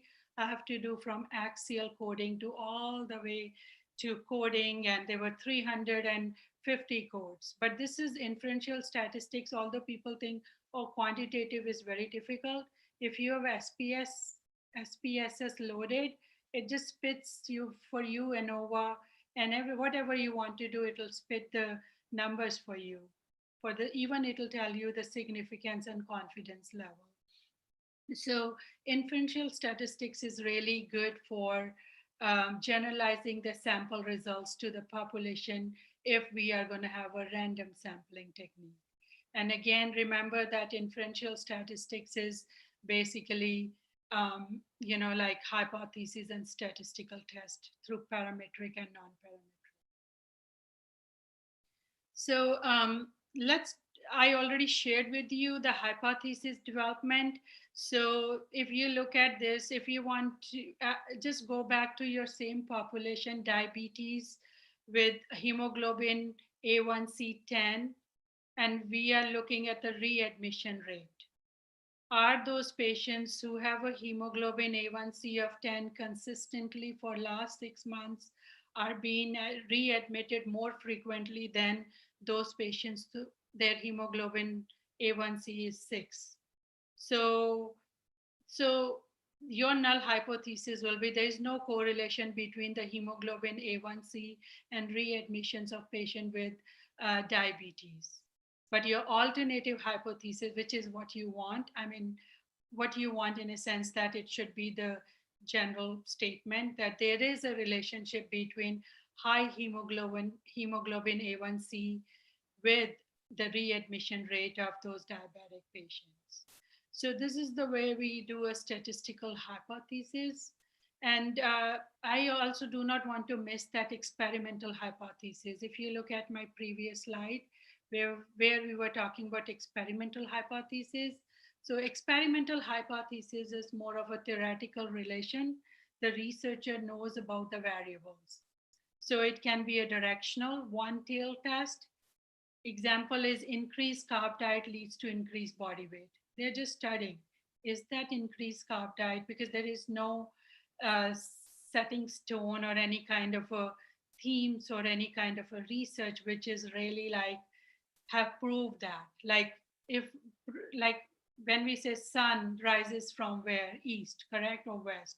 Because it doesn't change one day from east and west. It's a statement, but Increased carb diet may or may not lead to an increased body weight. That's why we are trying to do a directional kind of a one-tailed experimental hypothesis. The non-directional experimental hypothesis is more of a two-tailed. There is a relation between carb diet and body weight. If we say absolutely there is a relationship between carb diet and a body weight, then you go to a one-tailed test and then look at it. Is there a relationship? Is not only relationship, but you are giving a direction, increased body weight. But if you look at the two-tailed, it's very neutral. It's just looking at the association. But in one-tailed, it's already giving you a direction that you want to see that if the carb diet leads to increased body weight. So that's the difference between experimental hypothesis and statistical or a research hypothesis. So one of the example is, again, I already gave you with that, but let's talk about again, example helps us to remember. Let's talk about cancer, relationship between smoking and cancer. So research question is there a relationship between smoking and cancer? So your null hypothesis is smokers are not more likely to develop cancer compared to non-smokers. So it's more of a negative, no relationship. But your alternative hypothesis is smokers are more likely to develop cancer than are non-smokers. So you're giving a direction to that. It's more of an alternative hypothesis. So hypothesis statement that relates two or more than two variables. Relate only two variables are called, you will also hear in a research, or it's a bivariate variable, or this is a multivariate. It's not very fancy term, it's a simple thing. You are looking at two variables, carbohydrate rich diet and a body weight. That's because there are two variables. But if there are more than two variables, we call it multivariate. Carbohydrate rich diet, exercise, and level of stress on body weight. So that's why. So do not get so confused with what is that bivariate and multivariate. And we already talked about the hypothesis. So I just wanted to bring to you in case if you are confused about bivariate and multivariate. So when we do hypothesis testing, inferential procedure used to decide whether to accept or reject null hypothesis. There are 8 steps. This is very important. We have to be very careful when we are using this procedure. First is research query. We need to make sure, state the question of interest. Then you have to have hypothesis, state the experimental and statistical hypothesis. Then you need to do a statistical test. Then you need to do a computation, calculate the statistical test, whether it's a parametric, non-parametric, based on you want to use for a relationship, association, normally distributed population, or negatively skewed population. Then critical values, look for the results and significance level. Then decide whether to accept or reject the null hypothesis. Then there's the results, describe the outcome, and then conclusion. Voila, your research is done. That's simple as a quantitative, but a lot of students scholarly, when they come to me, when they are in their PhD program, when I do a research chair for them, they always want to go with a quantitative. So when I sit with them and talk to them, they change their mind and they go for a quantitative. It's very simple, just need to know what we need to use. 3 things you need to know. First of all, you need to know what is the, what are the variables. Second thing, you need to know what you are measuring. And also the third thing you need to know, if you are measuring a directional ones, bidirectional one, multivariate, and also need to know whether your research question qualifies for a parametric or non-parametric test. So this is really a very nice slides where it tells you decision tree to identify inferential statistics mostly what type of association. So agreement, if you want to really look at the agreement, measuring association scores assigned for two or more than two raters. Example is an investigator may be interested in determining whether two raters using the same assessment tool arrive at the same score. In my previous session, somebody was asking me, can I deploy some of my educators to do chart reviews? Absolutely, you can do it, but always run the test. Check on that because you want to make sure there is a reliability. So level of measurement for scores, if it is a nominal, you use a kappa. It's more of an inter-rater reliability. Usually they say 0.7 to 9 is a good reliability. 0.5, 0.4 is a weak reliability. 0.2 is more of a no association. So nominal, you use a kappa. For ordinal variables, if you're going to do, there's a candle tau test for two raters. And if you have more than two raters, there's a candles W. Do not get confused with these names. Whoever invented those, smart people inventing those statistics tests, they got the name.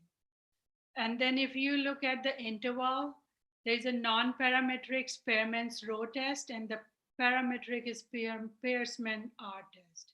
So this is the key. This will really helps you to drive your outcomes, drive your test.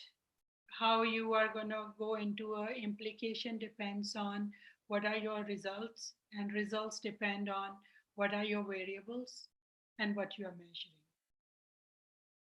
So here we were talking about only two or more than two. And then if you have two groups, you are measuring something between the group.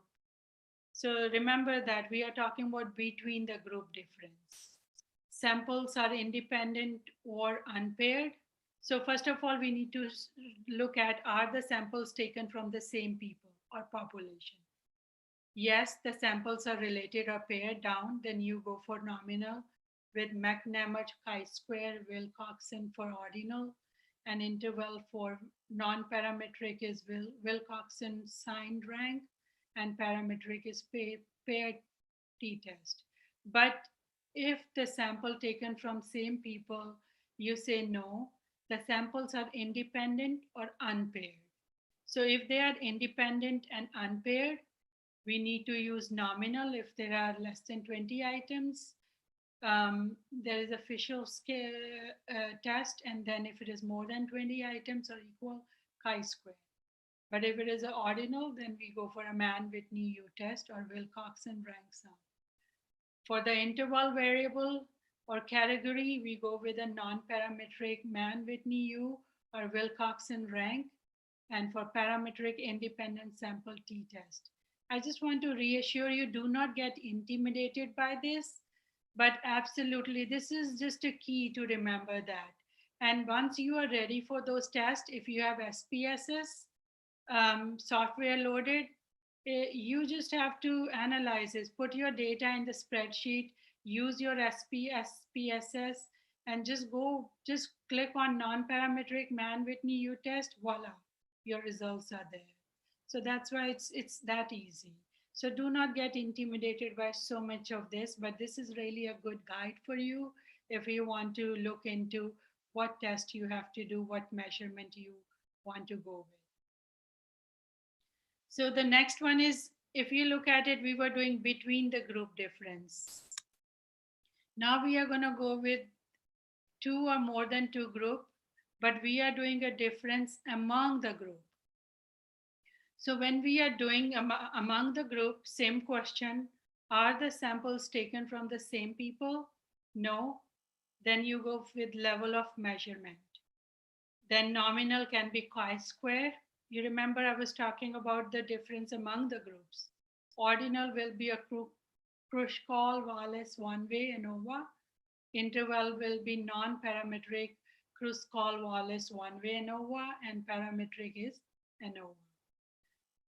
If Are the samples taken from the same people is yes. Then the level of measurement will be Cochrane's Q. For nominal, ordinal is Friedman's two-way, and interval will be repeated measures in over. And I'll share my slides with you so that this is gonna be your brains. Anytime you want to do a quantitative and you have SPS software, it's easy to give you a direction what to use for what situation. So decision tree to identify the inferential statistics, how many groups? One group, we want to measure the difference with no known value. Level of measurement will be nominal, bimodal test or one sample chi-square. For ordinal, it's a run test. Interval, it's one sample t-test. While considering the question of difference, as I was talking about one group, investigator must first determine how many groups they will be comparing. This is very important. You need to know how many groups you are comparing because that will change your strategy or tactic, which parametric or non-parametric, or within the parametric or non-parametric, which test you have to take. In some cases, investigators may be interested in comparing the characteristic of one group with that of an external reference point. For example, is the mean age of study participants similar to the mean age of all people in the target group? So what we are doing a mean age of group participants similar to the mean age of all people in the target group. So that's why it's some difference with the same values. So what is the chi-square test of independence? The second chi-square test, the chi-square test for independence can be used and interpreted in two different ways. Testing hypotheses about relationship between two variables in a population, or testing hypotheses about differences between proportions for two or more populations. So see, this gives you a more broad spectrum, even if you have two variables in a population or two or more population between the proportions. So it has more opportunities for chi-square test. How do we measure the effect size of the chi-square test? When both variables in the chi-square test for independent consist of exactly two categories, 2 by 2 matrix, it is possible to recode the category as 0 and 1 for each variable and then compute a correlation known as phi coefficient that measures the strength of the relationship. Have you heard about 2 by 2 tables for chi-square, 3 by 3? It's more of association. They want to measure it. And then they label it, yeah, male, or maybe a scores more than 50 is 1, scores less than 50 is 0. So they just categorize those scores. So you can do different ways, different kind of numbers. Let's talk about t-test for two independent sample. I'll give you some of the examples. We cannot cover all the tests. So hypothesis testing with independent measure of t statistics. As with all hypothesis tests, the general purpose for independent measure t-test is to determine whether the sample mean difference obtained in a research study indicate a real mean difference between two populations. Is it an effect of an intervention or a treatment, or whether the obtained difference is simply the result of a sampling error? So it is really a good test to understand that if it is really a sampling error or is it a true result of an intervention. Remember, if two samples are taken from same population and are given exactly the same treatment, there still will be some difference among the sample. So this is very important. If participants today, I give you a quiz about whatever we are learning, and I take two specimen out of this, and maybe one specimen will have a high grades than the other one because there is a sampling error. So just an example, simple example. So, but t-test is really good because it will measure that aspect. So independent tests, hypothesis testing with the independent measure of t statistics. If we continue with this difference is called sampling error. What is the sampling error? When we are measuring, as I give you example that I took 2 specimen samples from this result, from your group, and give you a quiz out of my lecture, probably 2 different scores will be there. Range will be so different for 2, so maybe there's a sampling error. The hypothesis test provides a standardized formal procedure for determining whether the mean difference obtained in a research study is significantly greater than can be explained by sampling error. So that can be, we can do a hypothesis testing even on a sampling error. So what is sampling error? Chances that the sample taken from the population does not represent the true population in some exceptional cases. Now let's go about correlation. We went through association. Now we go through a correlation. So the correlation is measuring the association between 2. So level of measurement of lowest variable, that's what is a correlation. So if it is a nominal we do a chi-square, ordinal we do a rank biserial, interval is a point biserial. When we talk about ordinal category, it's more of a Spearman coefficient. It's also called correlation coefficient. But when we are doing an interval, it's more of a non-parametric Spearman or a parametric. For the purpose of time, we are going to really focus on Spearman and Pearsman. But what is correlation? Correlation is a statistical measure that tells us about association between 2 variables. It describes how one variable behaves if there is some change in the other variable. Let's say that if the hemoglobin A1C 10 moves from 10 to 5, does it impact the readmission rate? So we want to see how the one variable behaves if the other is changed. So that's why there's a direction. So this is the assumption. This should qualify 3 aspects to be called for a correlation. There should be a direction, like hemoglobin. What is it doing? It's decreasing from 10 to 5. So there's a direction. It has a form. Form means we are talking about a qualitative hemoglobin A1C. That's a test. The degree, the numbers, 10 and 5 is a number. So these 3 things should be there when we talk about correlation. The most common form of relationship is a straight line or a linear relationship, which is measured by Pearce correlation. What that means is, straight line is that if hemoglobin A1C is increasing to 10 to 11, is the readmissions also increasing? Are they both going in a same direction? But what if hemoglobin A1C is increasing, but readmission is decreasing? That's called negative correlation. So I have some some of the pictures, sort of figures, which we will show you. But as I told you, the positive correlation means that 2 variables tend to change in the same direction. As one increases, other also tend to increase.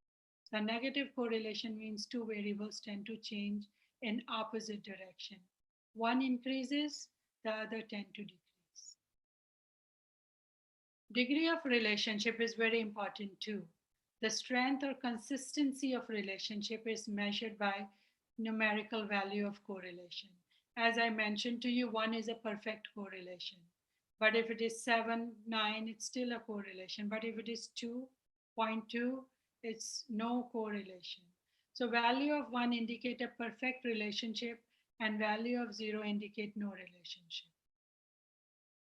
So if you look at the graph, if you look on the x-axis temperature in degrees in Fahrenheit, and if you look at y-axis amount of beer sold. If you look at it, relationship between beer and sales on the first graph, there is a positive correlation. The temperature is really going along with the amount of sold beers. But in the second one, if you look at it, there's a negative correlation between temperature in degrees and amount of coffee sold. So if the temperature is, if you look at so this is a negative correlation. It's going in the opposite direction. So now we are going to focus on Spearman correlation. How do we calculate? The calculation of Spearman correlation requires 2 variables are observed for each individual. So each person should be measured for, like I was telling, hemoglobin A1C as well as readmission. So you have to, each person need to have 2 variables to be observed. The observation for each variable are rank ordered, not that the X values and the Y values are ranked separately. They need to go in parallel to each other. After the variables have been ranked, the Spearman correlation is computed by either using a Pearson formula with rank data or using the special formula which you can pull out from the statistical book, but I really like the way the SPS pull out for us. So in that correlation, there was a point by serial correlation. Also, we discussed the Pearson correlation formula can also be used to measure the relationship between 2 variables when one or both variable is dichotomous. The dichotomous variable is one for which there are exactly 2 categories. For example, men, women, succeed or fail. So that's biserial. So now we talk about Spearman's, or what is the Pearson versus Spearman correlation?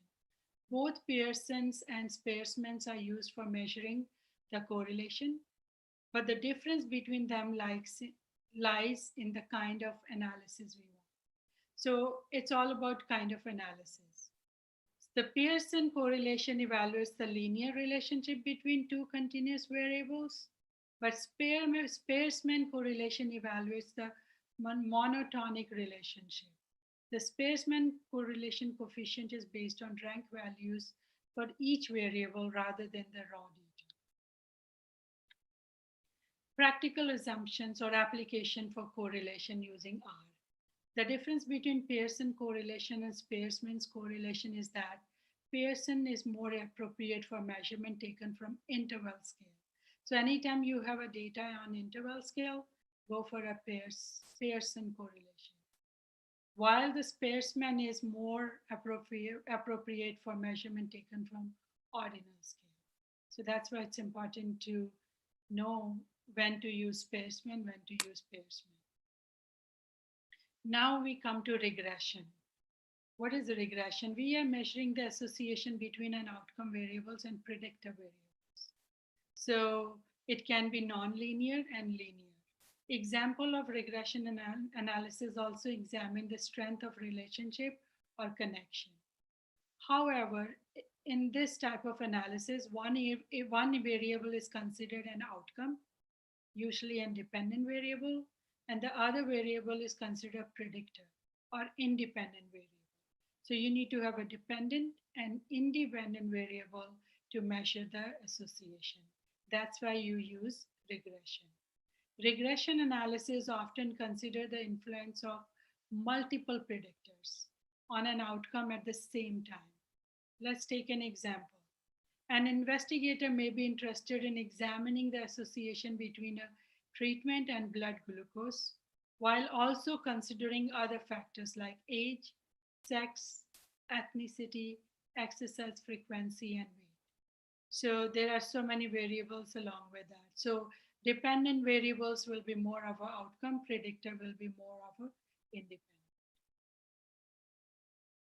So linear regression, the Pearson correlation measured the degree to which a set of data points form a straight line relationship.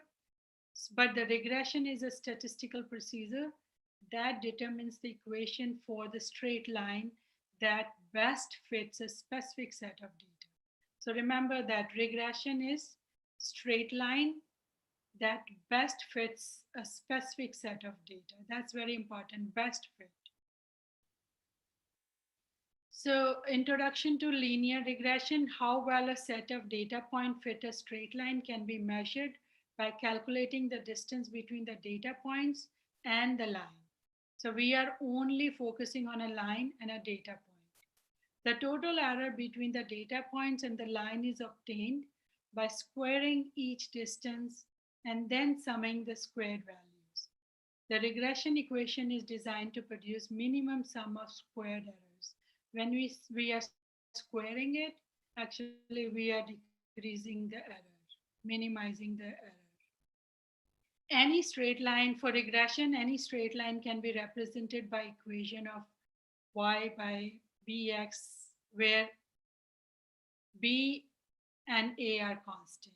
The value b is called slope constant and determines the direction and degree to which line is titled. The value of a is called y-intercept and determines the point where the line crosses the y-axis.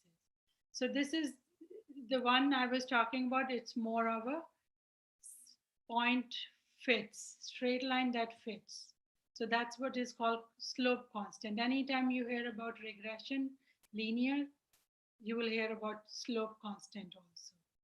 So this is what it is, the SAT scores and grade point average. So this is the imaginary straight line, and then you spread the numbers or grades around that. If they are very close to the straight line, then we call it a positive. The closer they are near to the straight line, the more the correlation is. More they are scattered outward, the less the linear correlation is. So in the Spearman, we were looking at the direction of form direction, but here we are looking at just a slope and how many scores are pretty much coming closer to the central line. So just to sum up, what is the difference between correlation and regression? The difference between these two statistical measurements is that correlation measures the degree of relationship between two variables, x and y, whereas regression is how one variable affects another. So if you look at it, grade point average and SAT scores, it seems like that if SAT scores are high, your GPA, if your GPA is high, your SAT scores are high too. Now the big question is when to use correlation and when to use regression. Basically, you need to know when to use correlation versus regression. Use correlation for quick and simple summary of the direction and strength of the relationship between two or more numeric variables. Use regression when you're looking to predict, optimize, or explain a number response between the variables, like how X influences the Y. Like dependent variable and independent variable is more of a regression. Correlation is the increased carbohydrate diet lead to increased LDL? So it's more of that. But here we are doing more of a one variable, how it affects the other variable is more of a regression. This is another very neat, summary of difference between correlation and regression. Correlation is more of a relationship. Regression is the effect of one on other, dependent on independent. In correlation, variables move together, but in regression, there is a cause and effect. You increase the GPA, it increases the SAT. In correlation, X and Y can be interchanged, but in regression, X and Y cannot be interchanged because you are measuring one is dependent on another, dependent variable on independent variable. Then the fourth point is data represented in single point, but in the regression I showed you, it represented as a line. Anything which is closer to line, they create more correlation. So also how you see the correlation graph, there is no line, slope line in the Spearman's correlation, but in the regression, there is a slope line. And the correlation, those dots, they makes the line and they tell it's a positive correlation. If those dots were in other way around, then it could have been negative correlation. But in regression, the slope is not going to go other way. Only the numbers, those pink dots, they may go away from the line. When they go more away from the line, it means there is a less impact of dependent variable because of independent variable. So is pretty much what I wanted to share with you. I'm going to open the floor for discussion. If anyone has any questions from the audience, please. Thank you very much, ma'am. You're welcome. Any question from audience, please raise your hand, or you can type your question in the chat box.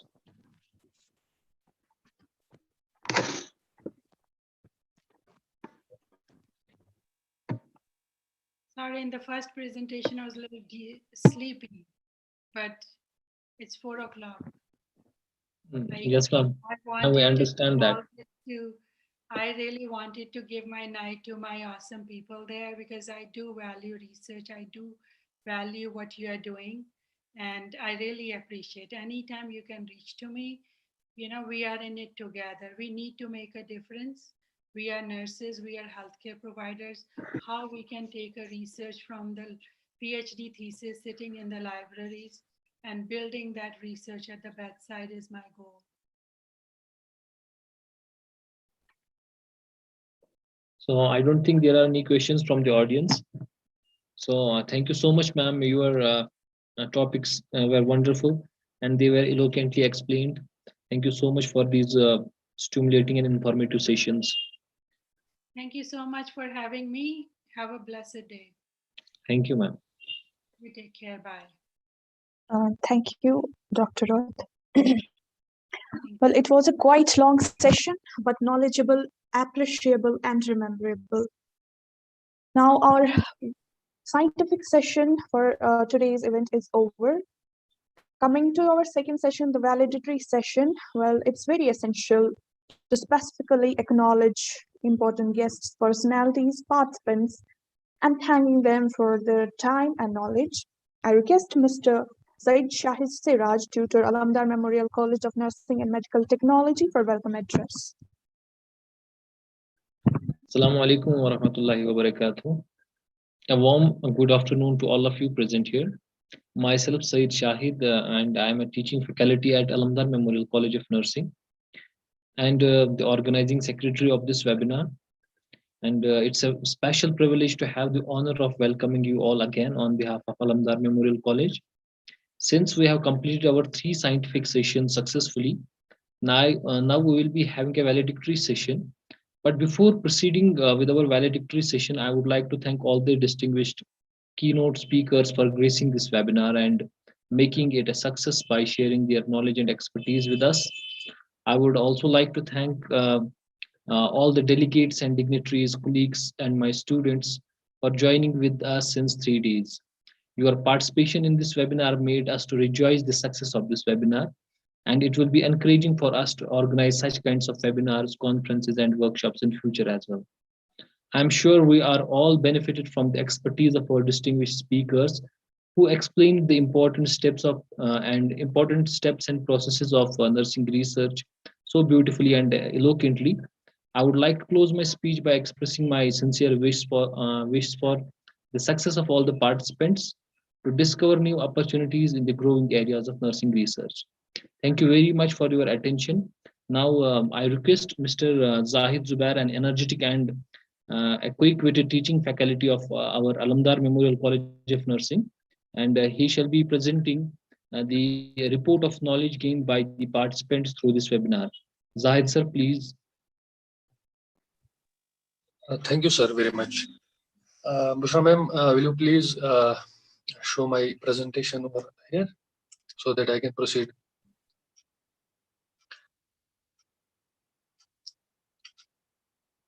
Bushra ma'am.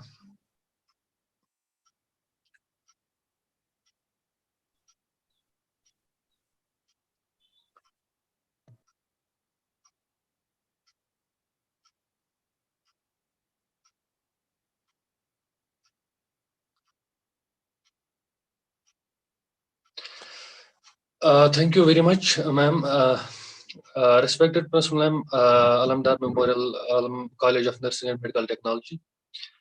Our guests were here, organizing secretaries of the event, teaching faculty, and participants of the webinar.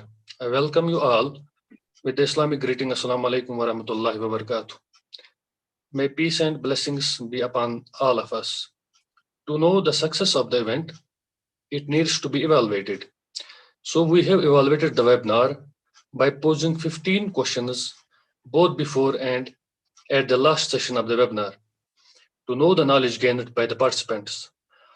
We have analyzed the questionnaire item-wise over here.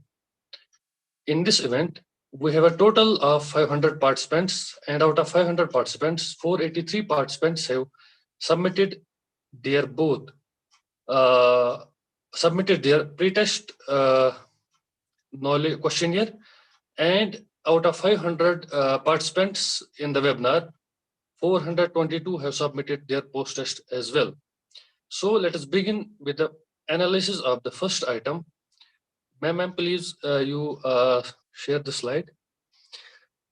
Our first question was, which of the following is not a criteria for selecting a good research problem? Out of I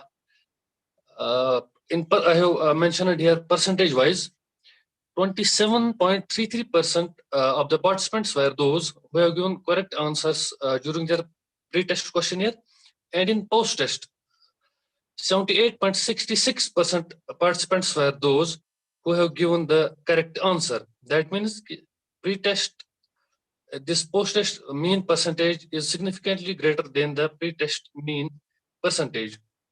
Ma'am, will you share next slide?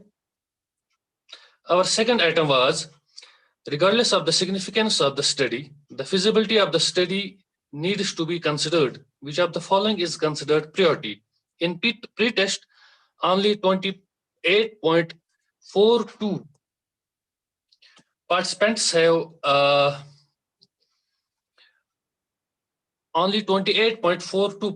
have correctly given the answer in pre-test, and in post-test, 87.22% of the participants have given their correct answer. That again signifies there is a significant increase in post-test knowledge.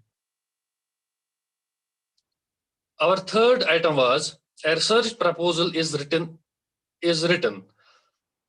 Over here, 44.23% of the participants has given correct answer in pre-test, and 88.64% of the participants has correctly given answer in the post-test So again over here, post-test mean percentage is significantly higher than the pre-test mean score.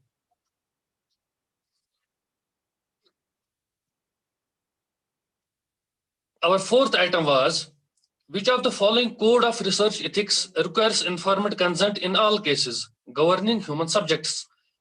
In pre-test, only 24.22% participants have rightly given the answer, and in post-test questionnaire, 83.67% of the participants have rightly given their answers. So we can again conclude over here, post-test mean percentage is higher than the post-test pre-test mean percentage.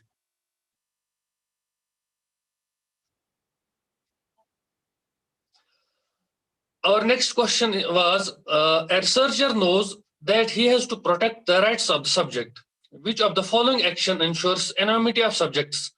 So over here, 26.44 participants have correctly given their answer, and in post-test, 78.86% of the participants were those who have given the right answer. So again, I may say over here, post-test mean percentage was significantly higher than the pre-test mean percentage. Our sixth item was, which of the following measures will best prevent manipulation of vulnerable groups? In this, only 44% of the participants were those who has given their right answer in pre-test questionnaire, and in post-test, the score is 91.22% in post-test questionnaire. So again, it predicts over here, or I can conclude post-test mean percentage is significantly higher than the pre-test mean percentage. Our next item was what is the first step in qualitative research process? Only 46.22% participants were those who have given their right answer, and in post-test, 89.21% of the participants were those who have given their correct answers in the post-test questionnaire. So again, I may say over here, post-test mean percentage is higher than the pre-test mean percentage. Our eighth item was, which statement best describes qualitative research? Select all that apply. So we can see over here, 34.21% of the participants were those who have given their correct answer during their pre-test questionnaire. And in post-test, 94.22% of the participants were those who have given their right answer in post-test questionnaire. So again, I may say over here, post-test mean percentage is higher than the pre-test mean percentage. Our next item was, which of the following is not a step of the quantitative research process? You may see over here, 36.22% of the participants were those who have given their right answer in pre-test questionnaire, and 84.32% of the participants were those who have given correct answer during their post-test questionnaire. So again, I may say over here, post-test mean percentage is obviously greater than the pre-test mean percentage.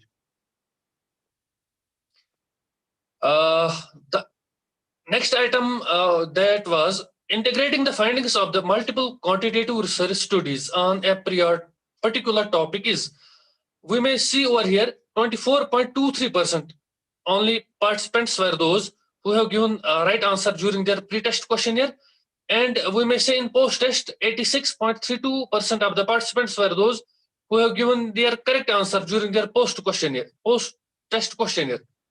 So I may again say over here, post-test mean percentage, it was significantly higher than the pre-test mean percentage. Item 11 was, Harry develops method for data gathering. Which one of the following criteria of a good instrument refers to the ability of the instrument to yield the same results upon its repeated administration? So you may see in the bar graph, 36.22% only participants were those who have given their correct answer during their pre-test questionnaire. And you may see in post-test also, 94.32% of the participants were those who have given their right answer during their post-test questionnaire. So again, pre-test, this post-test mean percentage, it was significantly higher than the pre-test mean percentage. Our 12th item was, which criteria refers to the ability of the instrument to detect fine differences among the subjects being studied? You may see in bar diagram over here, 21.2% only participants were those who have given their right answer in pre-test questionnaire, and in post-test, 96.86% of the participants were those who have given their right answer during their post-test questionnaire.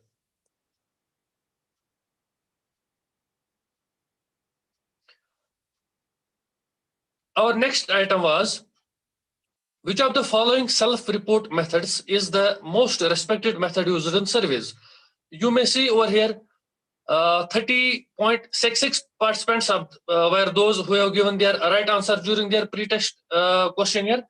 And in post-test, we may see here, 88.66% of the participants were those who have given their right answer during their post-test questionnaire. So once again, post-test mean percentage is higher than the pre-test mean percentage. Our next item was, which sampling method gives equal chance to all subjects in the population to be studied? You may see in bar diagram, 38.22% of the populations were those, participants were those who have given their correct answer during their pre-test questionnaire, and 94.46% of the participants were those who have given their correct answer during their post-test questionnaire.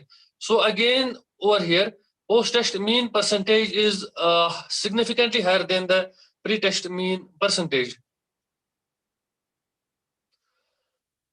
Our last item was, which of the following is not a purpose of EBP, evidence-based practice? So you may see over here, 42.32% of the participants were those who have given their right answer during the pre-test questionnaire, and 92.34% of the participants were those who have given their post-test, who have given their correct post-test answer in post-test questionnaire. So again, we may see over here post-test mean percentage.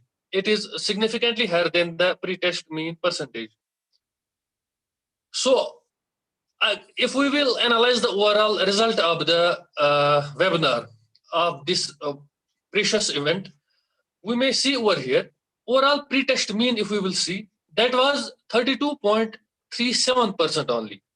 But in post-test, if we will see overall post-test mean percentage, that is 88.58%. So we may see over here the gain in knowledge among the participants, and it also represents here, or it also predicts the success of the precious event. So I thank once again to my colleagues and to my organizing secretaries for organizing the particular webinar. So, and it obviously helps us to gain knowledge in research methodology, and it was encouraging, and it was a successful event for we growers, for we researchers as well. Thank you very much again.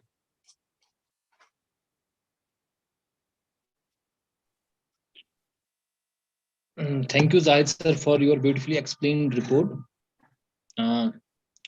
Now, I feel profusely elated to invite Mrs. Bushra Mushtaq, Tutor Alamdar Memorial College and co-organizing secretary of this webinar, to share the experiences gained by the participants and the feedback of the participants while dealing with this, while participating in this webinar.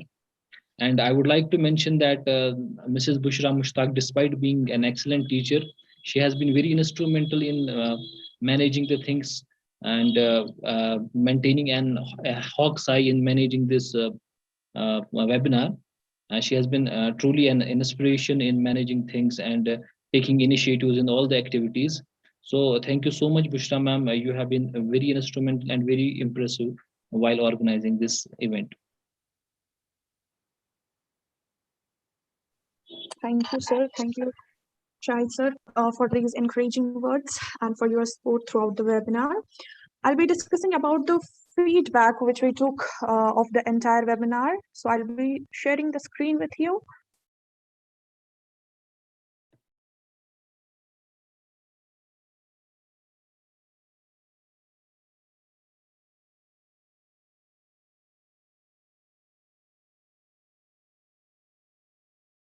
I'll be talking about the feedback of organizing this international webinar, experiences gained by us as an organizer, and feedback from the participants related to the webinar. Please, one. The first item related to this webinar was how helpful and relevant did they find this content covered in each session. And as you see, the majority of the participants, 94%, said that it was very helpful.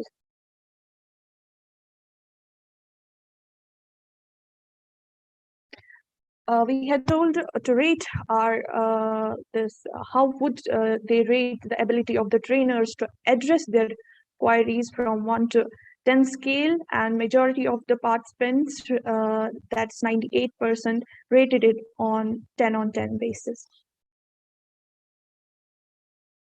On a scale of 10, how the participants would rate overall experience in this entire event? Yes, majority, that's 92%, rated it 10.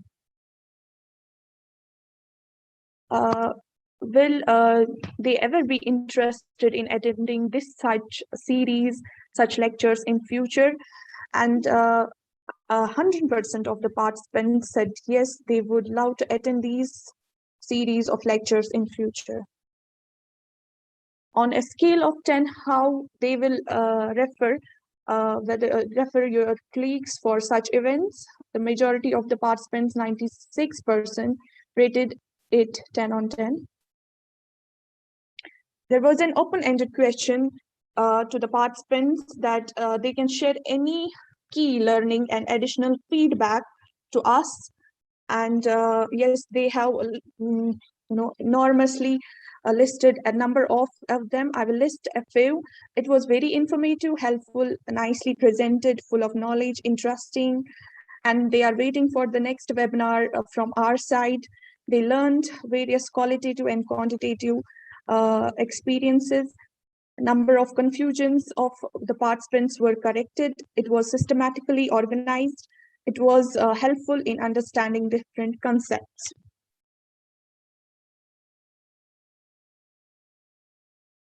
The another item was any additional topic they would like to cover, inshallah ta'ala, in future. There were a number of suggestions. Let me put forward few. Scope of nurses, depression, myths regarding COVID-19, illicit drug traffickings, how to work on publications, how to work on continuing education, current scenario of nursing profession, critical review of research studies, psychotherapy, review literature, current problems faced by nursing research studies. This was the participants which responded to us.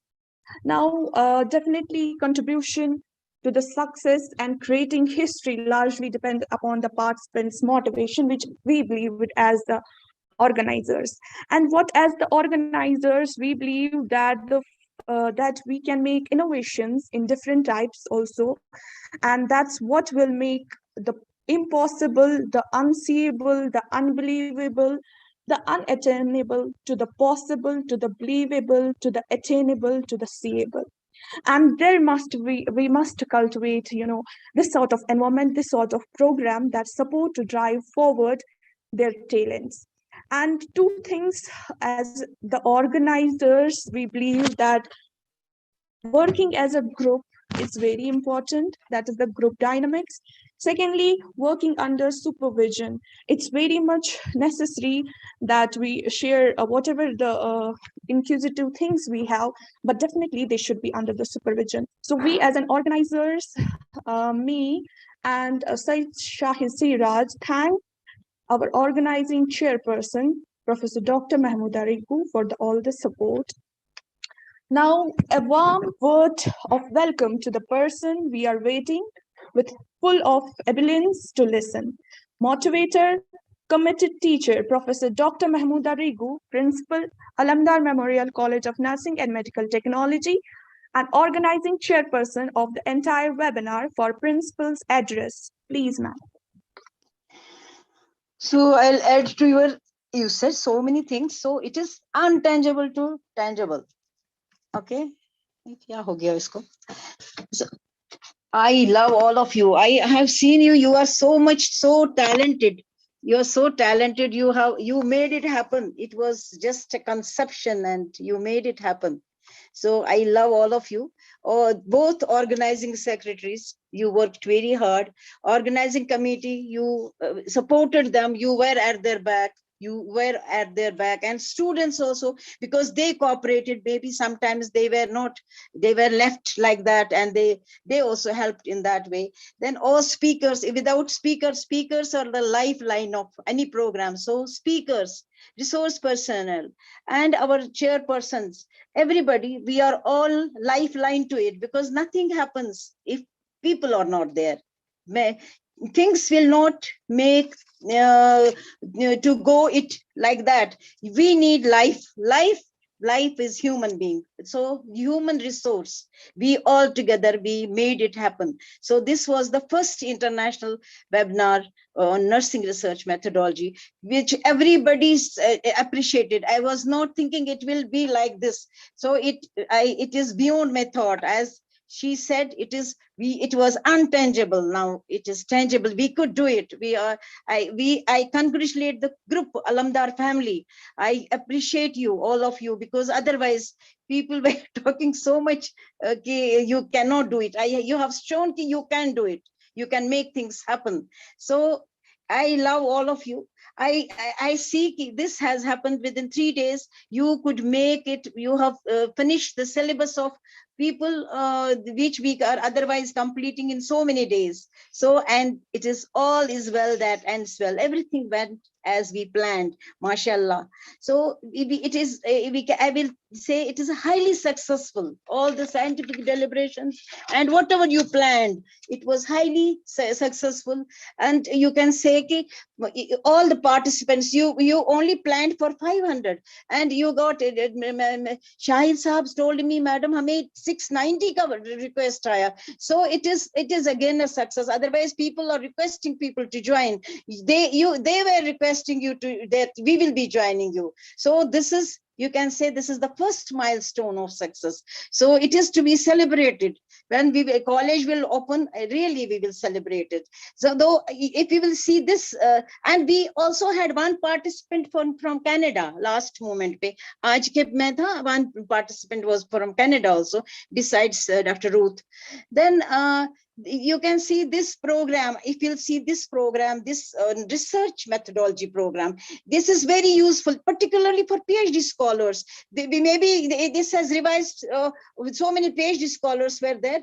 This has revised their syllabus. This has revised their queries, because I was seeing they had so many questions, PhD scholars particularly. So it is very helpful. It was so it goes like Sadaqah Jariyah to all the Alamdar faculty. So it is very helpful to MS students, very naturally helpful to our BSc undergraduate researchers.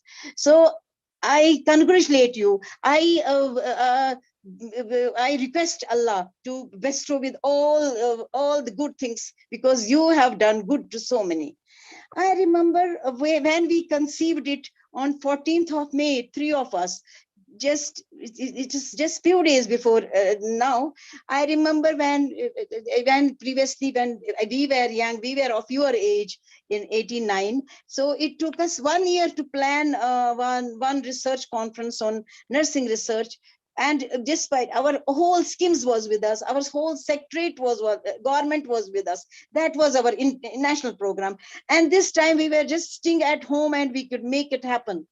So this time I remember, I will again say 14th May 2021, we thought of keeping it, 3 of us, we called each other and thought of keeping it at college level. And we thought participants will be our students, because they know the third year students, particularly they need research.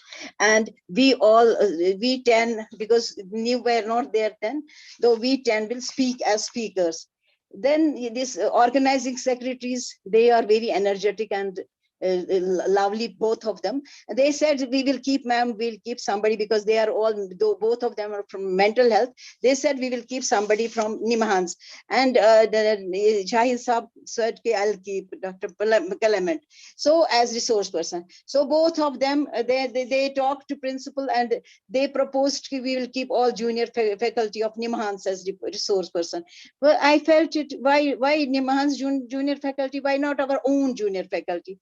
Then 7th evening, 11 p.m. I remember 7th June, 11 p.m. I requested Professor Rawat, Professor Pitikol, Professor Suresh K. Sharma, Professor Dilshad Awani, same time.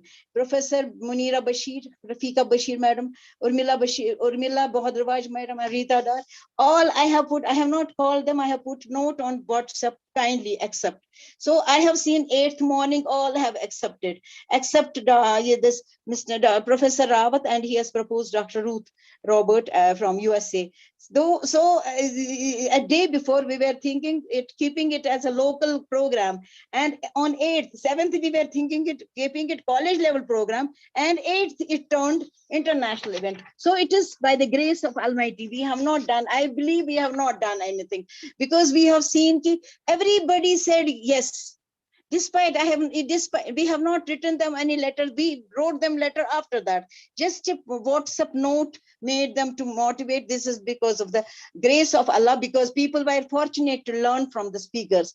So what hardships we will not share, hardships, difficulties faced by three of us, we have not shared with anybody. But sometimes we were crying, sometimes we were laughing together. So but we used those obstacles.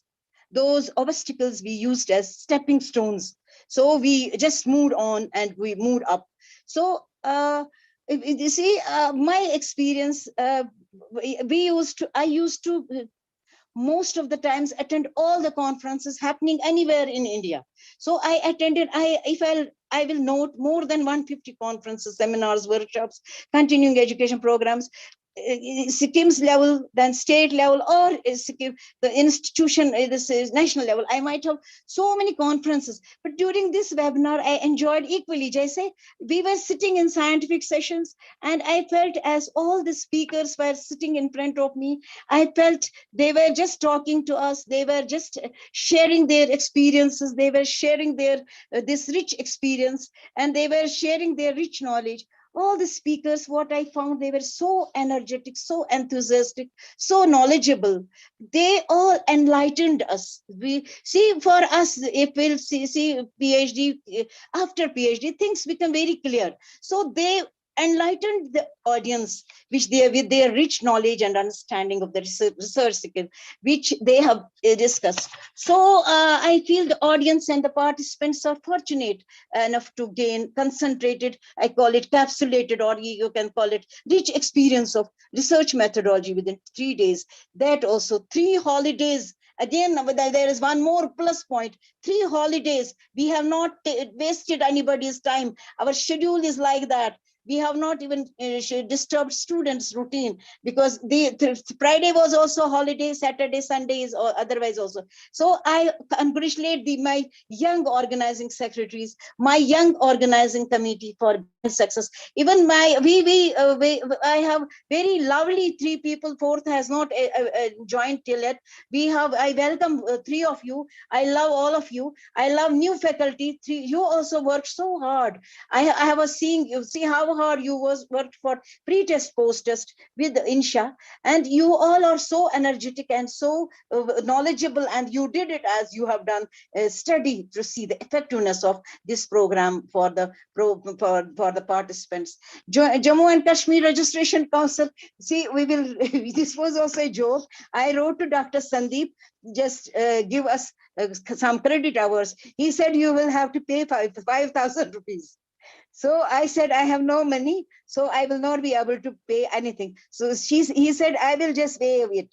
So he waived off 5,000 rupees. But instead of that, I said, we will make everybody to participate in the program. So that is what, and he said, your program is such a wonderful principal, and other members of the team, Jammu Kashmir Nurses Registration Council, they were so happy to analyze the content of the program. And they said it is 8 credit hours. That is a subject. 8 credit hours means subject, which you will read throughout year. So it is, again, the participants are fortunate that they have 8 credit hours. That's a big deal. And this for youngsters, they will be utilizing it. They can show this certificate anywhere.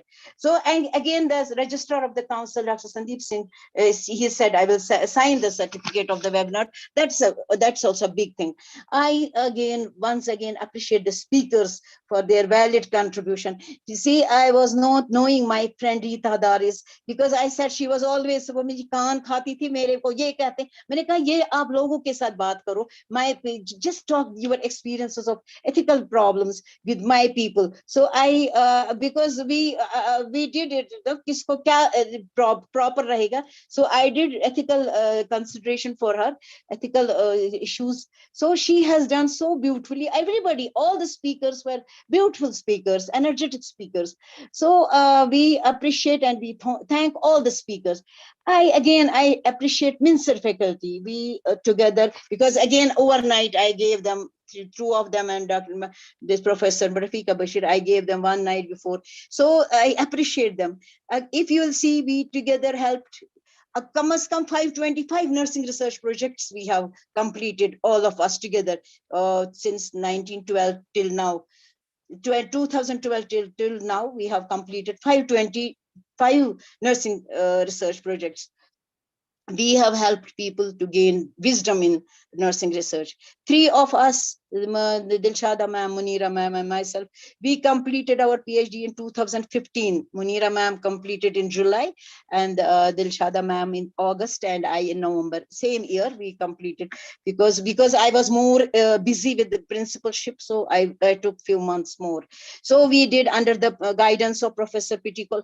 Madam Pitikol, she has wonderful concepts, clear concepts about research. So nowadays, after doing PhD, whatever comes in research, it is very easy for us to understand. So we had our next guide was Dr. K. Lalita. She is next to Dr. Bahadri. She is as wise, I will say, as Dr. Bahadri was. And there were other experts also, because we should always opt for learned guides, not the people who will be just showing off. We should always opt for learned guides, mature guides, so that we will also develop wisdom, maturity. I will share the experience of nursing faculty of Mincer Skims. We worked as good team. It's a learning. I'm not saying you are very young, you are like a children, you are a good team, but we worked as a good team for nursing research, for nursing education, and all the endeavors. During presentations, most of you must have seen, we used to clear doubts. We used to clear doubts within each other and with students. And sometimes we were asking each other, what is this? Is this like that? So we have to create conducive atmosphere of learning when we are learning, especially nursing research and some of the concepts which we have to clear. Because Piti ma'am said, so nobody has developed theory at this Indian level. So we all have to work for that. Why not? Why should we not? And जो भी हमारे अच्छे ये क्या कहते हैं इसको tools हैं, they said you can publish. It's very good, because we feel जो हमारा PhD tool, it's such a wonderful tool, and we have done it. Maybe if we will publish it, it will be helpful to others. So I again say I am grateful to the sincere love and respect which I received during 37 years of working at SKIMS. I will share. My colleagues, we all were of same educational backgrounds. Koi bada nahi tha, koi chota nahi tha, same experience. Little jaise aap log ho, little difference of age. So that is a learning for you. So maybe we are human beings, we have weaknesses. But what we have to do, what we were doing there, we were not exploiting each other in public with non-nursing people. We have fought so much, but you know what? Why we have fought there in the college. But whatever you will be doing, do it at the college level. Do it as a team, because fighting also will help you in gaining the wisdom, because you will have some issues. I advise you never to discuss each other in public, never to discuss nurses in public, never to discuss nursing with non-nursing people, never to exploit for your own small gains, because Allah will give you gains, whatever will be in your luck, you will get that. But never exploit seniors or juniors or equals with non-nursing people, because exploitation, Allah will never forgive those people who are exploiting their own people or others. So it is respect each other. Whether we are doing, we have to respect each other. This time you did it together. You did it together and you were successful. There was a grand success. So that is when you will be together, all of you, you are still, I said you are like our children. If you will be together, you will be united and you will stand, you will be strong. And if you will divide, nobody will help you. They will be just taking material from you. They will not help you. You will be helped by your own people. With these few words, I thank you all. You made this program a success, and I wish to have so many programs like this. You will be conducting, you have, because everything is an experience. Everything is an experience. You have gained rich experience. You have faced so many hurdles, all of you. So I wish you to do so many programs like this, and wish you to be happy and healthy. Wassalam. Thank you. Thank you, ma'am. Thank you so much for these wonderful words. Well, our audience, you gave us so much, the things whose praise can't be said. But nevertheless, we can present the motion of thanks to you all. So for that, I request Ms. Saima Habib, tutor, Alamdar Memorial College of Nursing and Medical Technology, to present vote of thanks. Ms. Saima Habib.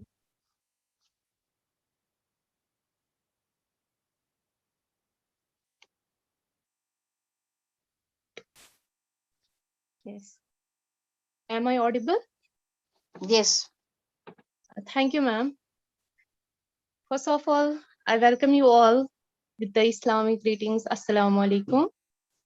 And a very good evening to one and all gathered here virtually. I, Saima Habib, feel honored to have the opportunity to offer a vote of thanks on behalf of Alamdar Memorial College of Nursing, Islamic University of Science and Technology, and entire organizing team on the occasion of 3-day international webinar on nursing research methodology. At the outset, I express a heartfelt gratitude for Professor Talat Ahmed, the Honorable Vice Chancellor of Islamic University of Science and Technology. As such, it's a matter of extreme joy and exultation that we could organize and host this 3-day international webinar, which happens to be the first of its kind in Jammu and Kashmir. It redounds to the credits of our worthy principal, Professor Dr. Mahmood Arigu, who being organizing chairperson of the webinar, has put in her strenuous efforts for making the program meaningful, colorful, purposeful, and successful. A million thanks to her for her capacity, even amidst the pandemic. With a deep sense of appreciation, we are very thankful to the guests of honor, comprising Professor A.M. Shah, Dean Academics, and Professor Nasir Iqbal, Registrar, Islamic University of Science and Technology. Kudos to Professor Shah for his enlightening speech. He laid emphasis on quality education and quality research. Our sincerest thanks to organizing members, especially Mr. Syed.shahid Siraj and Ms. Bushra Mushtaq, provided immense support, ensuring foolproof technical support arrangements with influencing support and coordination. Feeling extraordinarily fortunate for having the keynote speakers of high repute in the webinar. We express our sincere thanks to them for scintillating lectures and presentations. Our profound gratitude goes to them. We have a deep sense of appreciation for them. The way they explain the key areas of the topic is exemplary and commendable. Thank you so much to all the resource personnel as they provided us a lot of treasure in respect of nursing research methodology. Last but not least, I thank the participants of the webinar, beautiful audiences. I appreciate your time very much for joining the event. Lastly, I must not forget the nursing faculty of Alamdar Nursing College, both the teaching as well as the non-teaching faculty, Islamic University of Science and Technology, and all those who have directly or indirectly participated and supported for the overwhelming success of the 3-day international webinar. With these warm words and a kind message, we move to the end of the 3 days international webinar, beautiful 3 days, which were very enriching for all of us. Thank you one and all present here. Have a nice day. Thank you, Simon. Thank you so much. It's the last announcement to make. Your certificates will be generated through your email addresses, and e-content will be also circulated. Addresses. Well, this webinar has been a powerful lead tool for us to disseminate the educative, logistic, knowledgeable content and conversation. This webcast helps to express the structured data present in different subjects matter and also engaging the participants together. We integrate it through this webinar. Hope it will prove a satisfactory experience for everybody over here. So I request everyone to keep their cameras on for the last picture together of this webinar. It may take few minutes, but actually it is the last pic, so I request everyone to on their cameras.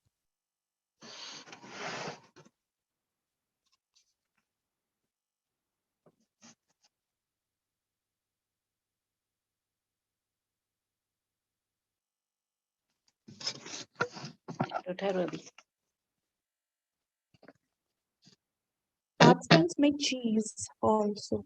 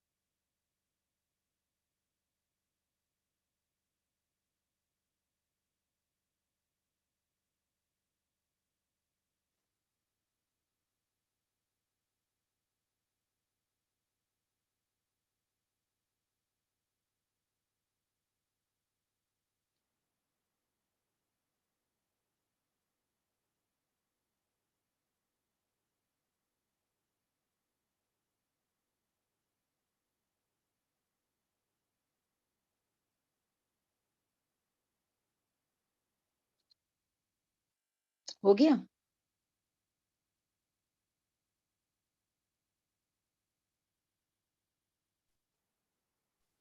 Yes, ma'am, we are done now. Okay, thank you. Thank you everyone for joining this 3-day webinar. Thank you so very much. Over to Shahid sir to end the meeting. Thank you everyone for your kind support and your active participation. Inshallah, we will be looking forward to conduct such type of conference and webinars in future as well. Have a nice day, everyone, and thank you so much once again.